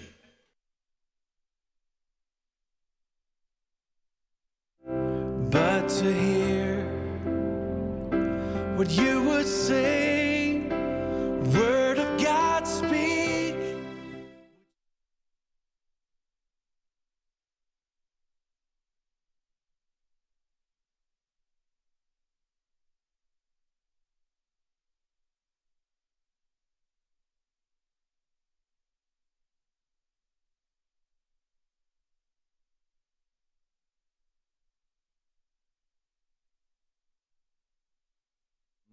And some of you are new to the program, so you're not really that familiar with the story. If you want to kind of go back yourself today, you can. There's a number of things you can do. My wife's got a blog out today that we have everywhere, even in show notes today. And you can read that. That'll give you some idea. It's called it's about where God is in calamity, and it's really, really, really well done. My wife, what an honor to be married to her. What a talented, just devoted to God woman who loves the Word, and He's gifted her on how to communicate it through writing just so well. So see that today. You can also go to YouTube. We'll talk about that here in a minute. The memorial service has been out there for 10 years on YouTube. An interesting fact about God's hand and everything, YouTube was invented the year that Bronner was born. So there was no YouTube prior to that year. So that was the first year, and I can remember Christopher Columbus, who was our TV guy at the time, you guys were organizing. He was like, you know what? There's this thing, YouTube. We can actually go record this memorial service, and this platform God's given the show, we can put it out there for anybody who wants to watch it that can't be there. And, of course, it was the most viewed video in the world for a week, which was incredible, and the thousands of people. So you can go do that and catch up. My wife wrote a book that came out 2 years ago called Bronner, A Journey to Understand, that chronicles this journey up to that point. 5 years she grinded that out, which Greg said was right, because if it had come out any sooner, she wouldn't know all the things that God had taught her up to that point. And I thought of Andy Andrews when he did his review of it on Amazon. He was spot on. He said, there's been a lot of attempts at this, and there's certainly nothing wrong with any of them. Don't misunderstand me. He goes, but too many times it's so hard that nobody really wants to look at it, and it's hard to do, and all you really do is come away with the feeling of, I'm glad that didn't happen to me. Yeah. And he said the way this one was laid out over 5 years, he said of all the books that have ever taken this on, this is Andy Andrews that's read a lot of books, that this is the best that takes on this topic. And I say that because of what God did through it. That doesn't have anything. And yes, my wife is talented, and all she is just obedient, but all you see in there is what God's been always said about himself. So anyway, it's just she organized it very well, right? To say, I'm going to speak what God tells me to say about Him. Yeah, and that's who the book's about. So that you can definitely do that and catch up, and then you can go if you're an Extreme Club member. We keep the archive there of the shows that were on right after that. Speedy and Bubba and all the guys did, and all the things that went on. You can always go back and listen to those. They're always there. So that kind of, for those of you who don't know, I do want to take a couple of calls. I got some other things we'll hit, and Bubba and I were even talking about the day that Bronner was born. We were together at the hospital, and it was a very laid-back cut. I mean, you got to understand, this is kid number 5 for me, and so we're kind of old hats at it now, and and of all the things, and another thing that you look at all these things God does for you. I remember talking to my wife on my 40th birthday. And you look at the number 40, God prepares people with that number 40 years, 40 days. And she told me that we were going to have a baby that day. And I remember, if you're there, I got up and I said, 40 is actually something I've looked forward to because God prepares people. And I said, 40 years is significant, and I'm looking forward to what God has for me. Now, I had no idea what I was saying. Right. Okay, but so all of that is significant too. But Amy's been waiting patiently, and we do have other things to say, but I don't want her to have to sit there on hold.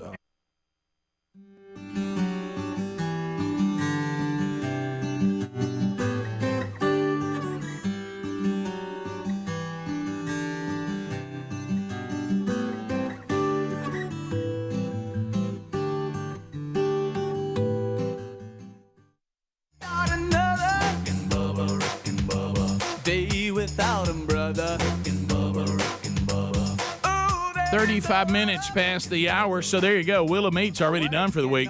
A rare Monday appearance of the Wheel of Meat, but if you got Bo Scarborough, I watched him walk over to that wheel and ask about it. Wow. You could see him kind of asking about it, and he had his London fog jacket on like he liked it. Looking sharp, and he went over, and then we lit it up. When we lit the lights up, do you agree, Bubba? That's when his eyes said, "Can I spin it?" Well, so many people do, Rick. Right? It's yeah. Such a, when you this time of Christmas with Christmas lights and all this is just like Christmas anytime. Yeah. So, but what a great time, Coach Holtz. Like you were preparing us, Hams. He just became one of the guys immediately. Immediately.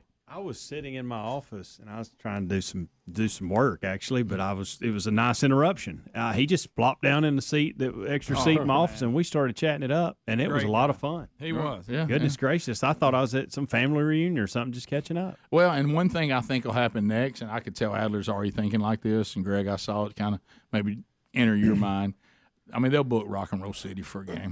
Yeah, they're right there in the end zone. They're screaming. Yeah. I mean, Rock and Roll City. Bring the rock. Bring it. You know. Yeah, definitely. Especially after I sang "Run Like a Birmingham Stallion" just now during the break. You need to Did hear I make it up right then in the moment? Yes. Yeah, you did. I did. That's the beauty of the break, 100%. though. That's the beauty That- of that's rock a- and that's roll the city. tuber experience. See, I know, and y'all are busy when you're done spinning, having to greet people and all. But if you were listening to his lyrics, he comes up there.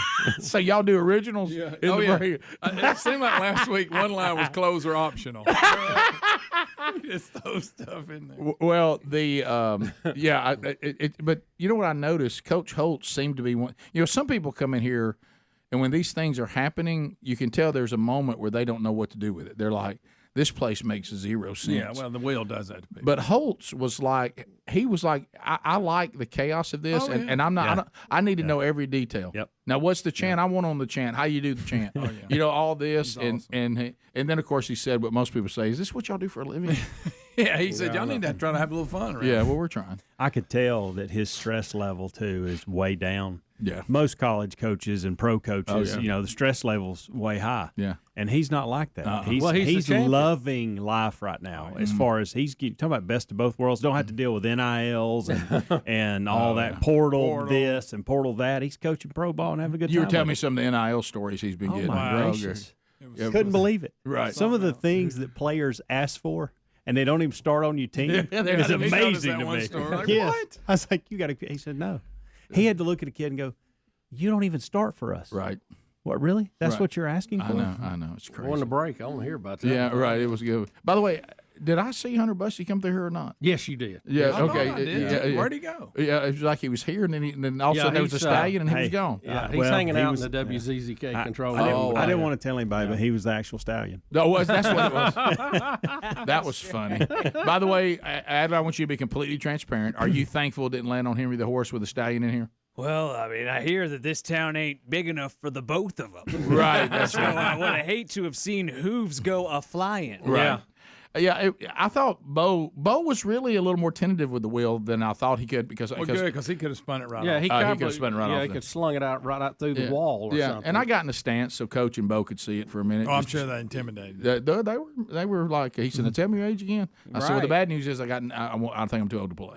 Oh, Well, see, Yeah. it's kind of funny because you can judge the level of the guest depending on how Rick reacts to them. Absolutely. And if they're football and he gets down in the stance, that's the That's a highest. good honor That's the he can highest get. honor that you can be means things paid. are going well. Because there's been some people that are up here for football, I wouldn't even get in a stance. No. You know, but if I get in a stance, that means I'm excited. Yep. You know, I'm ready to things go. are happening. Well, I will tell you, Coach Holtz helped because he immediately became one of the guys. Now, if he'd been a little standoffish, He was a lot of fun. No he stance. came in the door like no stance then. like he'd been here 1,000 times. And I felt like Bo Scarborough wanted to hang with us. Yeah. You know, Both. I mean, Awesome. I Awesome could guy. see he was not really ready to go yet. He could have hung around with us a little longer. The rest of their day is going to be boring after this. Right. Oh, can you imagine if they go anywhere else? No, they're on the victory tour. It's all good. Yeah. You know? That's a cool true. trophy, too, by the It way. really is. Yeah. It really is. What about the guy who just transports the trophy? I like that. Isn't that cool? He's just a trophy That guy. is awesome. Yeah, he seemed to be aware of the show a little bit too. How about I'm getting excited about season number 2 Yeah. for the USFL. Well, anytime when this league USFL. has I a was season just- 2, you get excited. I was You know? just talking with Spencer, who takes the trophy around. Yeah, that's and pretty neat. he's a retired NYPD officer. Okay. And he had.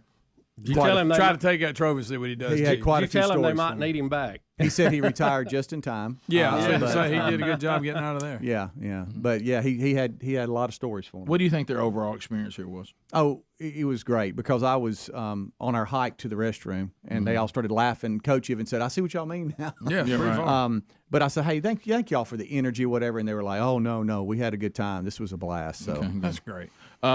and Coach wants to be on more. So Well, he's like, "Hey, I wasn't going to go there. Had a but hard I- time first season. But here's the thing. During the season, he He's told in the me, he said, "Man, he said, I can't be here with you guys, but I got 30 minutes in the car most days. Yeah. I can That'd check it be out." great. he said we can holler Yeah, at each other." the way they assigned them practice schedule last year in the show. Ask didn't him if he work. wants to eat Thanksgiving with us. There you go. Uh-huh. Did you like the pound cake, Greg? Have you had it? I will say this. I'm going to be easy. That may be the best pound cake I've ever eaten. I know you don't want Because of the moisture it is. Yeah, It heat is it up. moist. That's And, good. and a lot of times you battle that with a good pound cake. I saw Bubba like it, but It is So, outstanding. well, let me ask you: it wasn't overhyped, was it? No. Yeah. Okay. No. That's the kind of statement, though, Greg, you just made that if anybody else in the room made it, you'd jump all over them. I would. Just want to point that out. That's why I put Well, a little I saw disclaimer you on put. it. He put a little bit. He tapped the brakes just a little bit. Well, Yeah. I'll tell you this. That is a good pound cake. All right, so Bubba, is that the one. pound cake I gave you? Is Yeah, that what's left? I was giving you that as a joke. I think Coach Holt's ate some of them. Bo ate a big hunk. He did. Bo needed his sugar up. Don't think he did. It's good. So good. I tell you, he took a big old cut of it. He did. It's I could tell that he liked it too. He yeah. said it was a good moist. Right. It is, ain't it? Like you know what Bubba's I'd biggest love to eat another Greg, you know I'll what eat a pound of it. You know what Bubba's biggest compliment Pound on of Greg, you know what Bubba's biggest compliment only we would compliment the other way. I tell you what I don't like about it, it's not liked. It's a pound cake. It's got That's some what I heaviness. said was good about If it. you name I it mean, pound felt- cake, it needs to be heavy. It needs to be heavy. It had some some gravity to it. Right, yeah. Some mass. Right, yeah. And no air. Yeah. No. And no the room moist for the air in moist there. is the key. Oh, yeah. wow. Yeah, it's good. It's very Did you do the 8 thankful. seconds in the microwave? I did. You did the 8 I seconds in pushed the it microwave? right to the top. Oh yeah. I didn't have that 8 seconds to spare. You really did. No, I'm going I 12 Bub, I got next news time. for you. The size of the piece that Speedy cut for you, 8 seconds won't do it. No, that's a 35-second one. That thing would laugh at 8 seconds. Yeah. That's so good. You touching it. It's not even You, warm. you started at 35 on that one. Center would still be cold. Oh, Yeah. yes. And, that's funny. I've never seen you that shaky and wanting something that oh, quick. yeah, well, it's been hot. So I mean, it's just so I much. burned a lot of calories watching the Vikings. You this did. week. You did. That did it, didn't it? Yeah, that's funny because you know how your Apple Watch can read when you've got to work out or whatever, and a lot of times it goes by your heart rate. I've watched games and I've had to have a conversation with myself afterwards because my watch has actually said, "Do you want to record this workout?" Yeah, and you're just sitting there, and you're you're like, wow. just watching a football game. Well, you know how you never know on this show what we may or may not do, which I think is part of its intrigue. So when I got the text from Kevin and his wife April and bringing the pound cake, Wow, that's good. all he was doing is saying, "We're in town for this convention. We're dropping and going." Yeah. Well, you never know, and I think based on the last text I got from him, his wife was probably like, "I don't want to go on the air." Well, yeah. And then of course he said before I knew it, we were being pulled on the air, which I enjoyed. He said, but it's possible my wife may kill me in my sleep. Well, because I don't think she was prepared to be put right. But I mean, if you make the cake, we got to talk to you, You gotta right? know what it's all about. Right? Yeah. So I mean, that's all there is to that. All right, we'll come back and we'll see anything we missed. And like I say, it's been an active show, but also your phone calls at 866-WE-BE-BIG. All 10 lines are available, and we've got Blazing Silverman ready to get you lined up and get you ready to go. If you have comments, questions, bringing information to the table, this is your opportunity. 866-WE-BE-BIG. More Rick and Bubba coming up right after this. Rick and Bubba, Rick and Bubba. Any longer. So, Amy, thank you for your call. Go right ahead. Hey, I just wanted to really say thank you to you and to Sherry. I was telling them when they took the call earlier, you were speaking about how God places you and how he puts you in positions to where you need to be, whether you may not realize it or not. We've been longtime listeners of the show, and we were actually listening that morning when the announcement was made about Bronner. And at the time, we had a 6-year-old son and a baby girl. And you and Sherry did a speaking engagement. I believe it was in Prattville a couple of months after that. Mm-hmm. Me and my husband just, for some reason, we were just led to go. We've always wanted to see y'all speak, and we were led to go.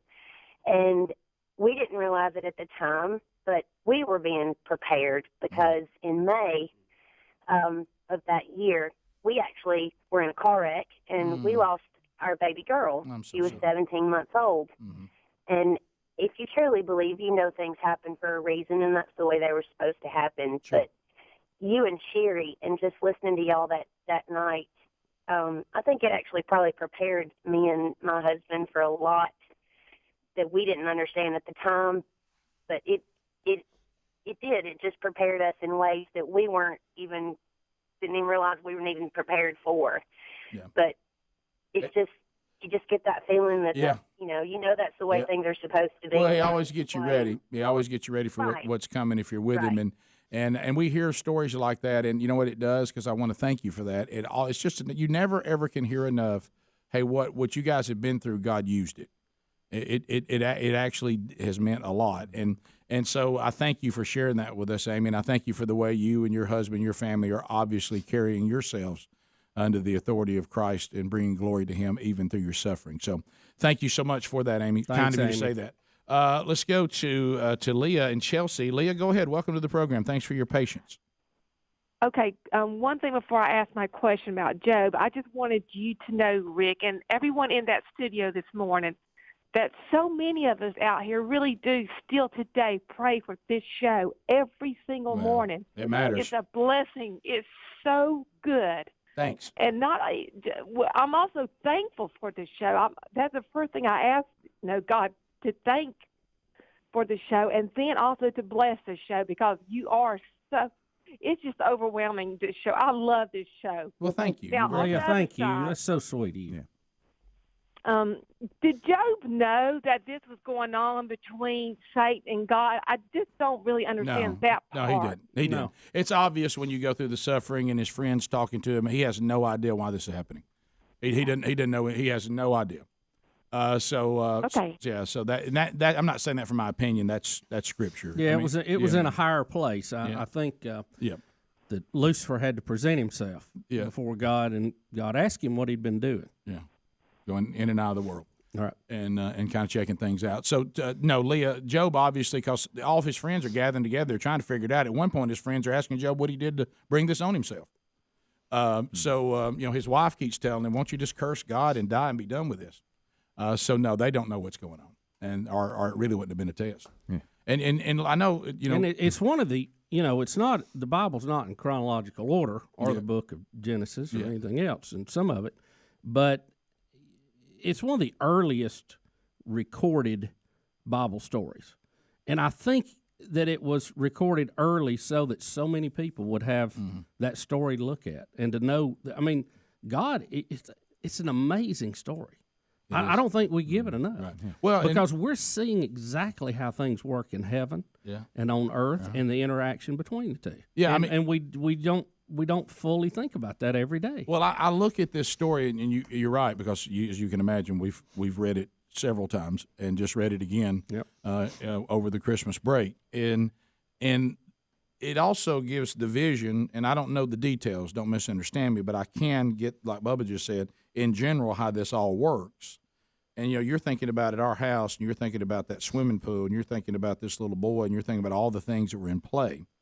Based on what the Bible tells me is that there are angels in the Lord that are saying, hey, what are we going to do about this little boy?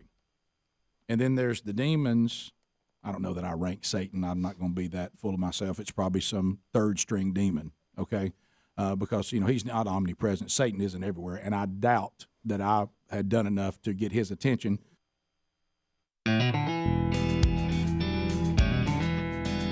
It's 10 minutes now to the top of the hour, the Rick and Bubba Show. 866-WE-BE-BIG is our number. Let's go. You got lines available. You can get in right now at 866-WE-BE-BIG, and there's plenty of room for you. And we'll chat with you, find out what's on your mind. At the end of 30 seconds, the buzzer sounds. Your time on the program comes to a close. We'll then move to the next caller. And if you move now, you will get in. LearBubba.com while you're moving. Here is an email from Robert. He listens to the show or watches the show out of Texas. Said, thanks for the tips, guys. I really had never bought silver before.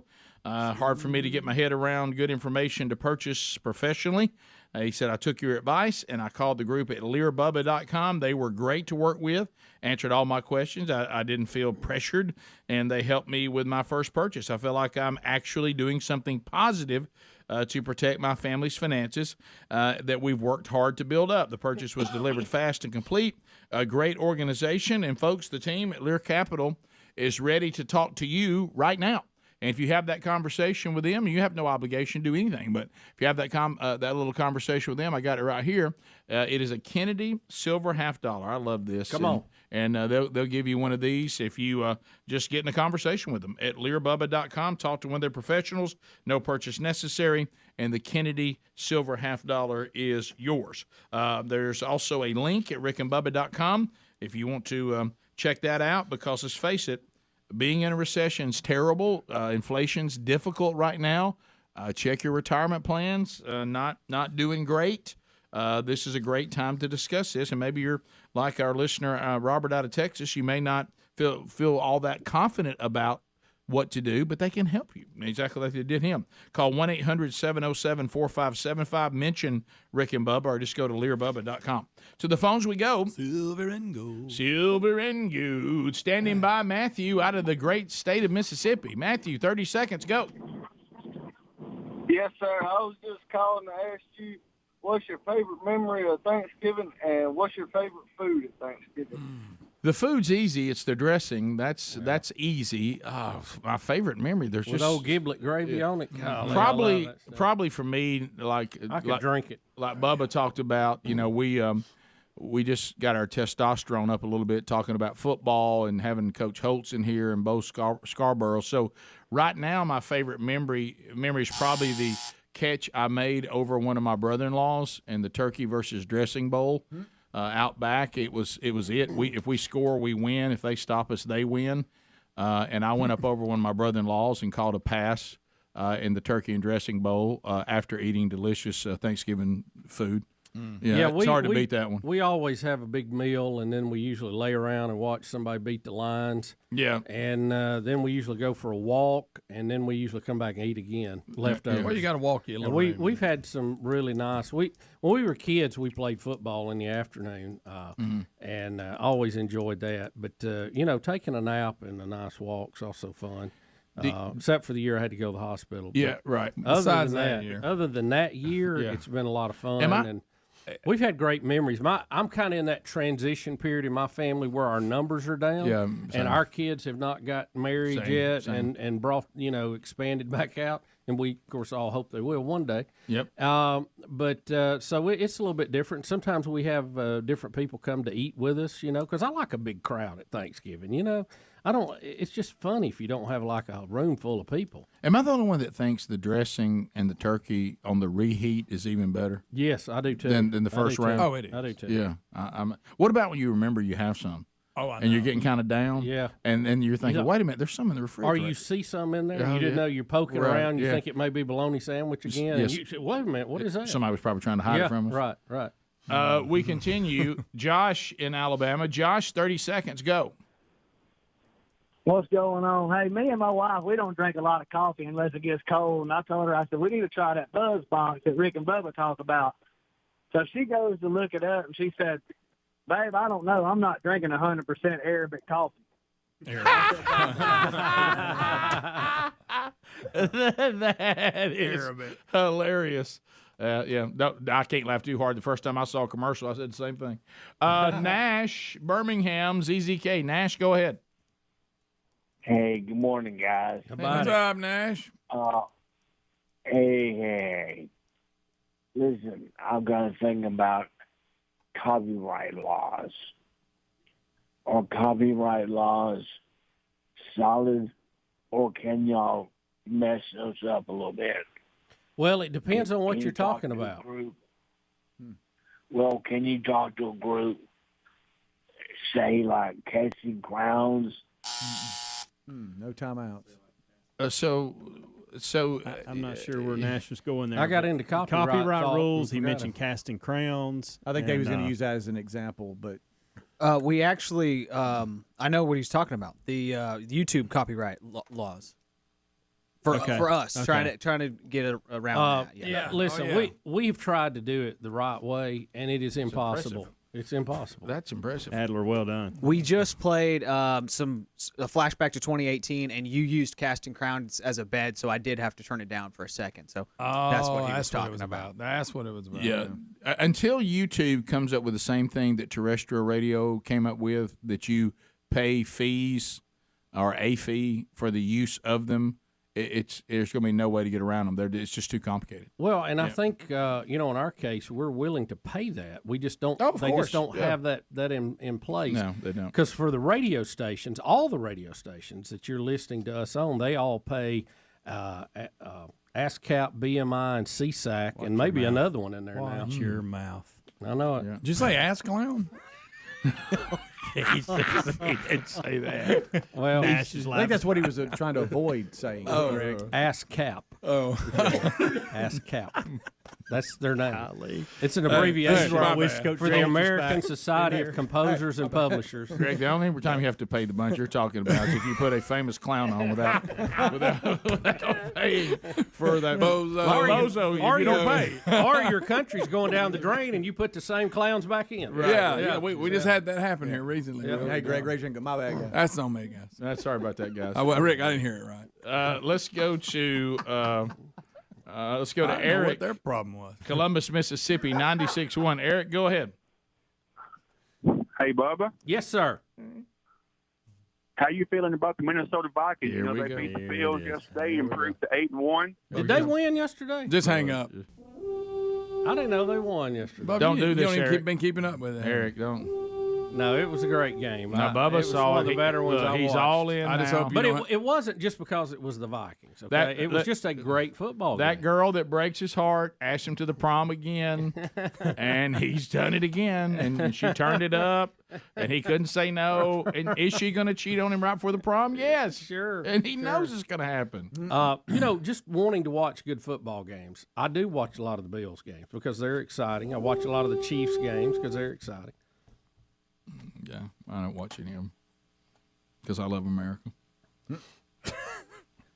Let's go to that was for that one. That was for that one guy that can't let that go. Donna in the ATL. Go ahead, Atlanta checking in. Yeah, good morning, guys. Listen, with Thanksgiving upon us, I would be remiss, and all the other lady callers who are looking to bake that pound cake out there would be upset. But where are y'all going to share the recipe? Well, Speedy's got it. Yep. He's already shared it with his wife. So really, I've shared it with You gonna share about it with us? 15 listeners too. Is she all right with that being widespread? I don't know. It's a great I question. asked the question. Well, you got to spread the love. She said she didn't mind. Did she and say she threw that? it off on Kevin? Said Kevin has it. Kevin said I'll email it.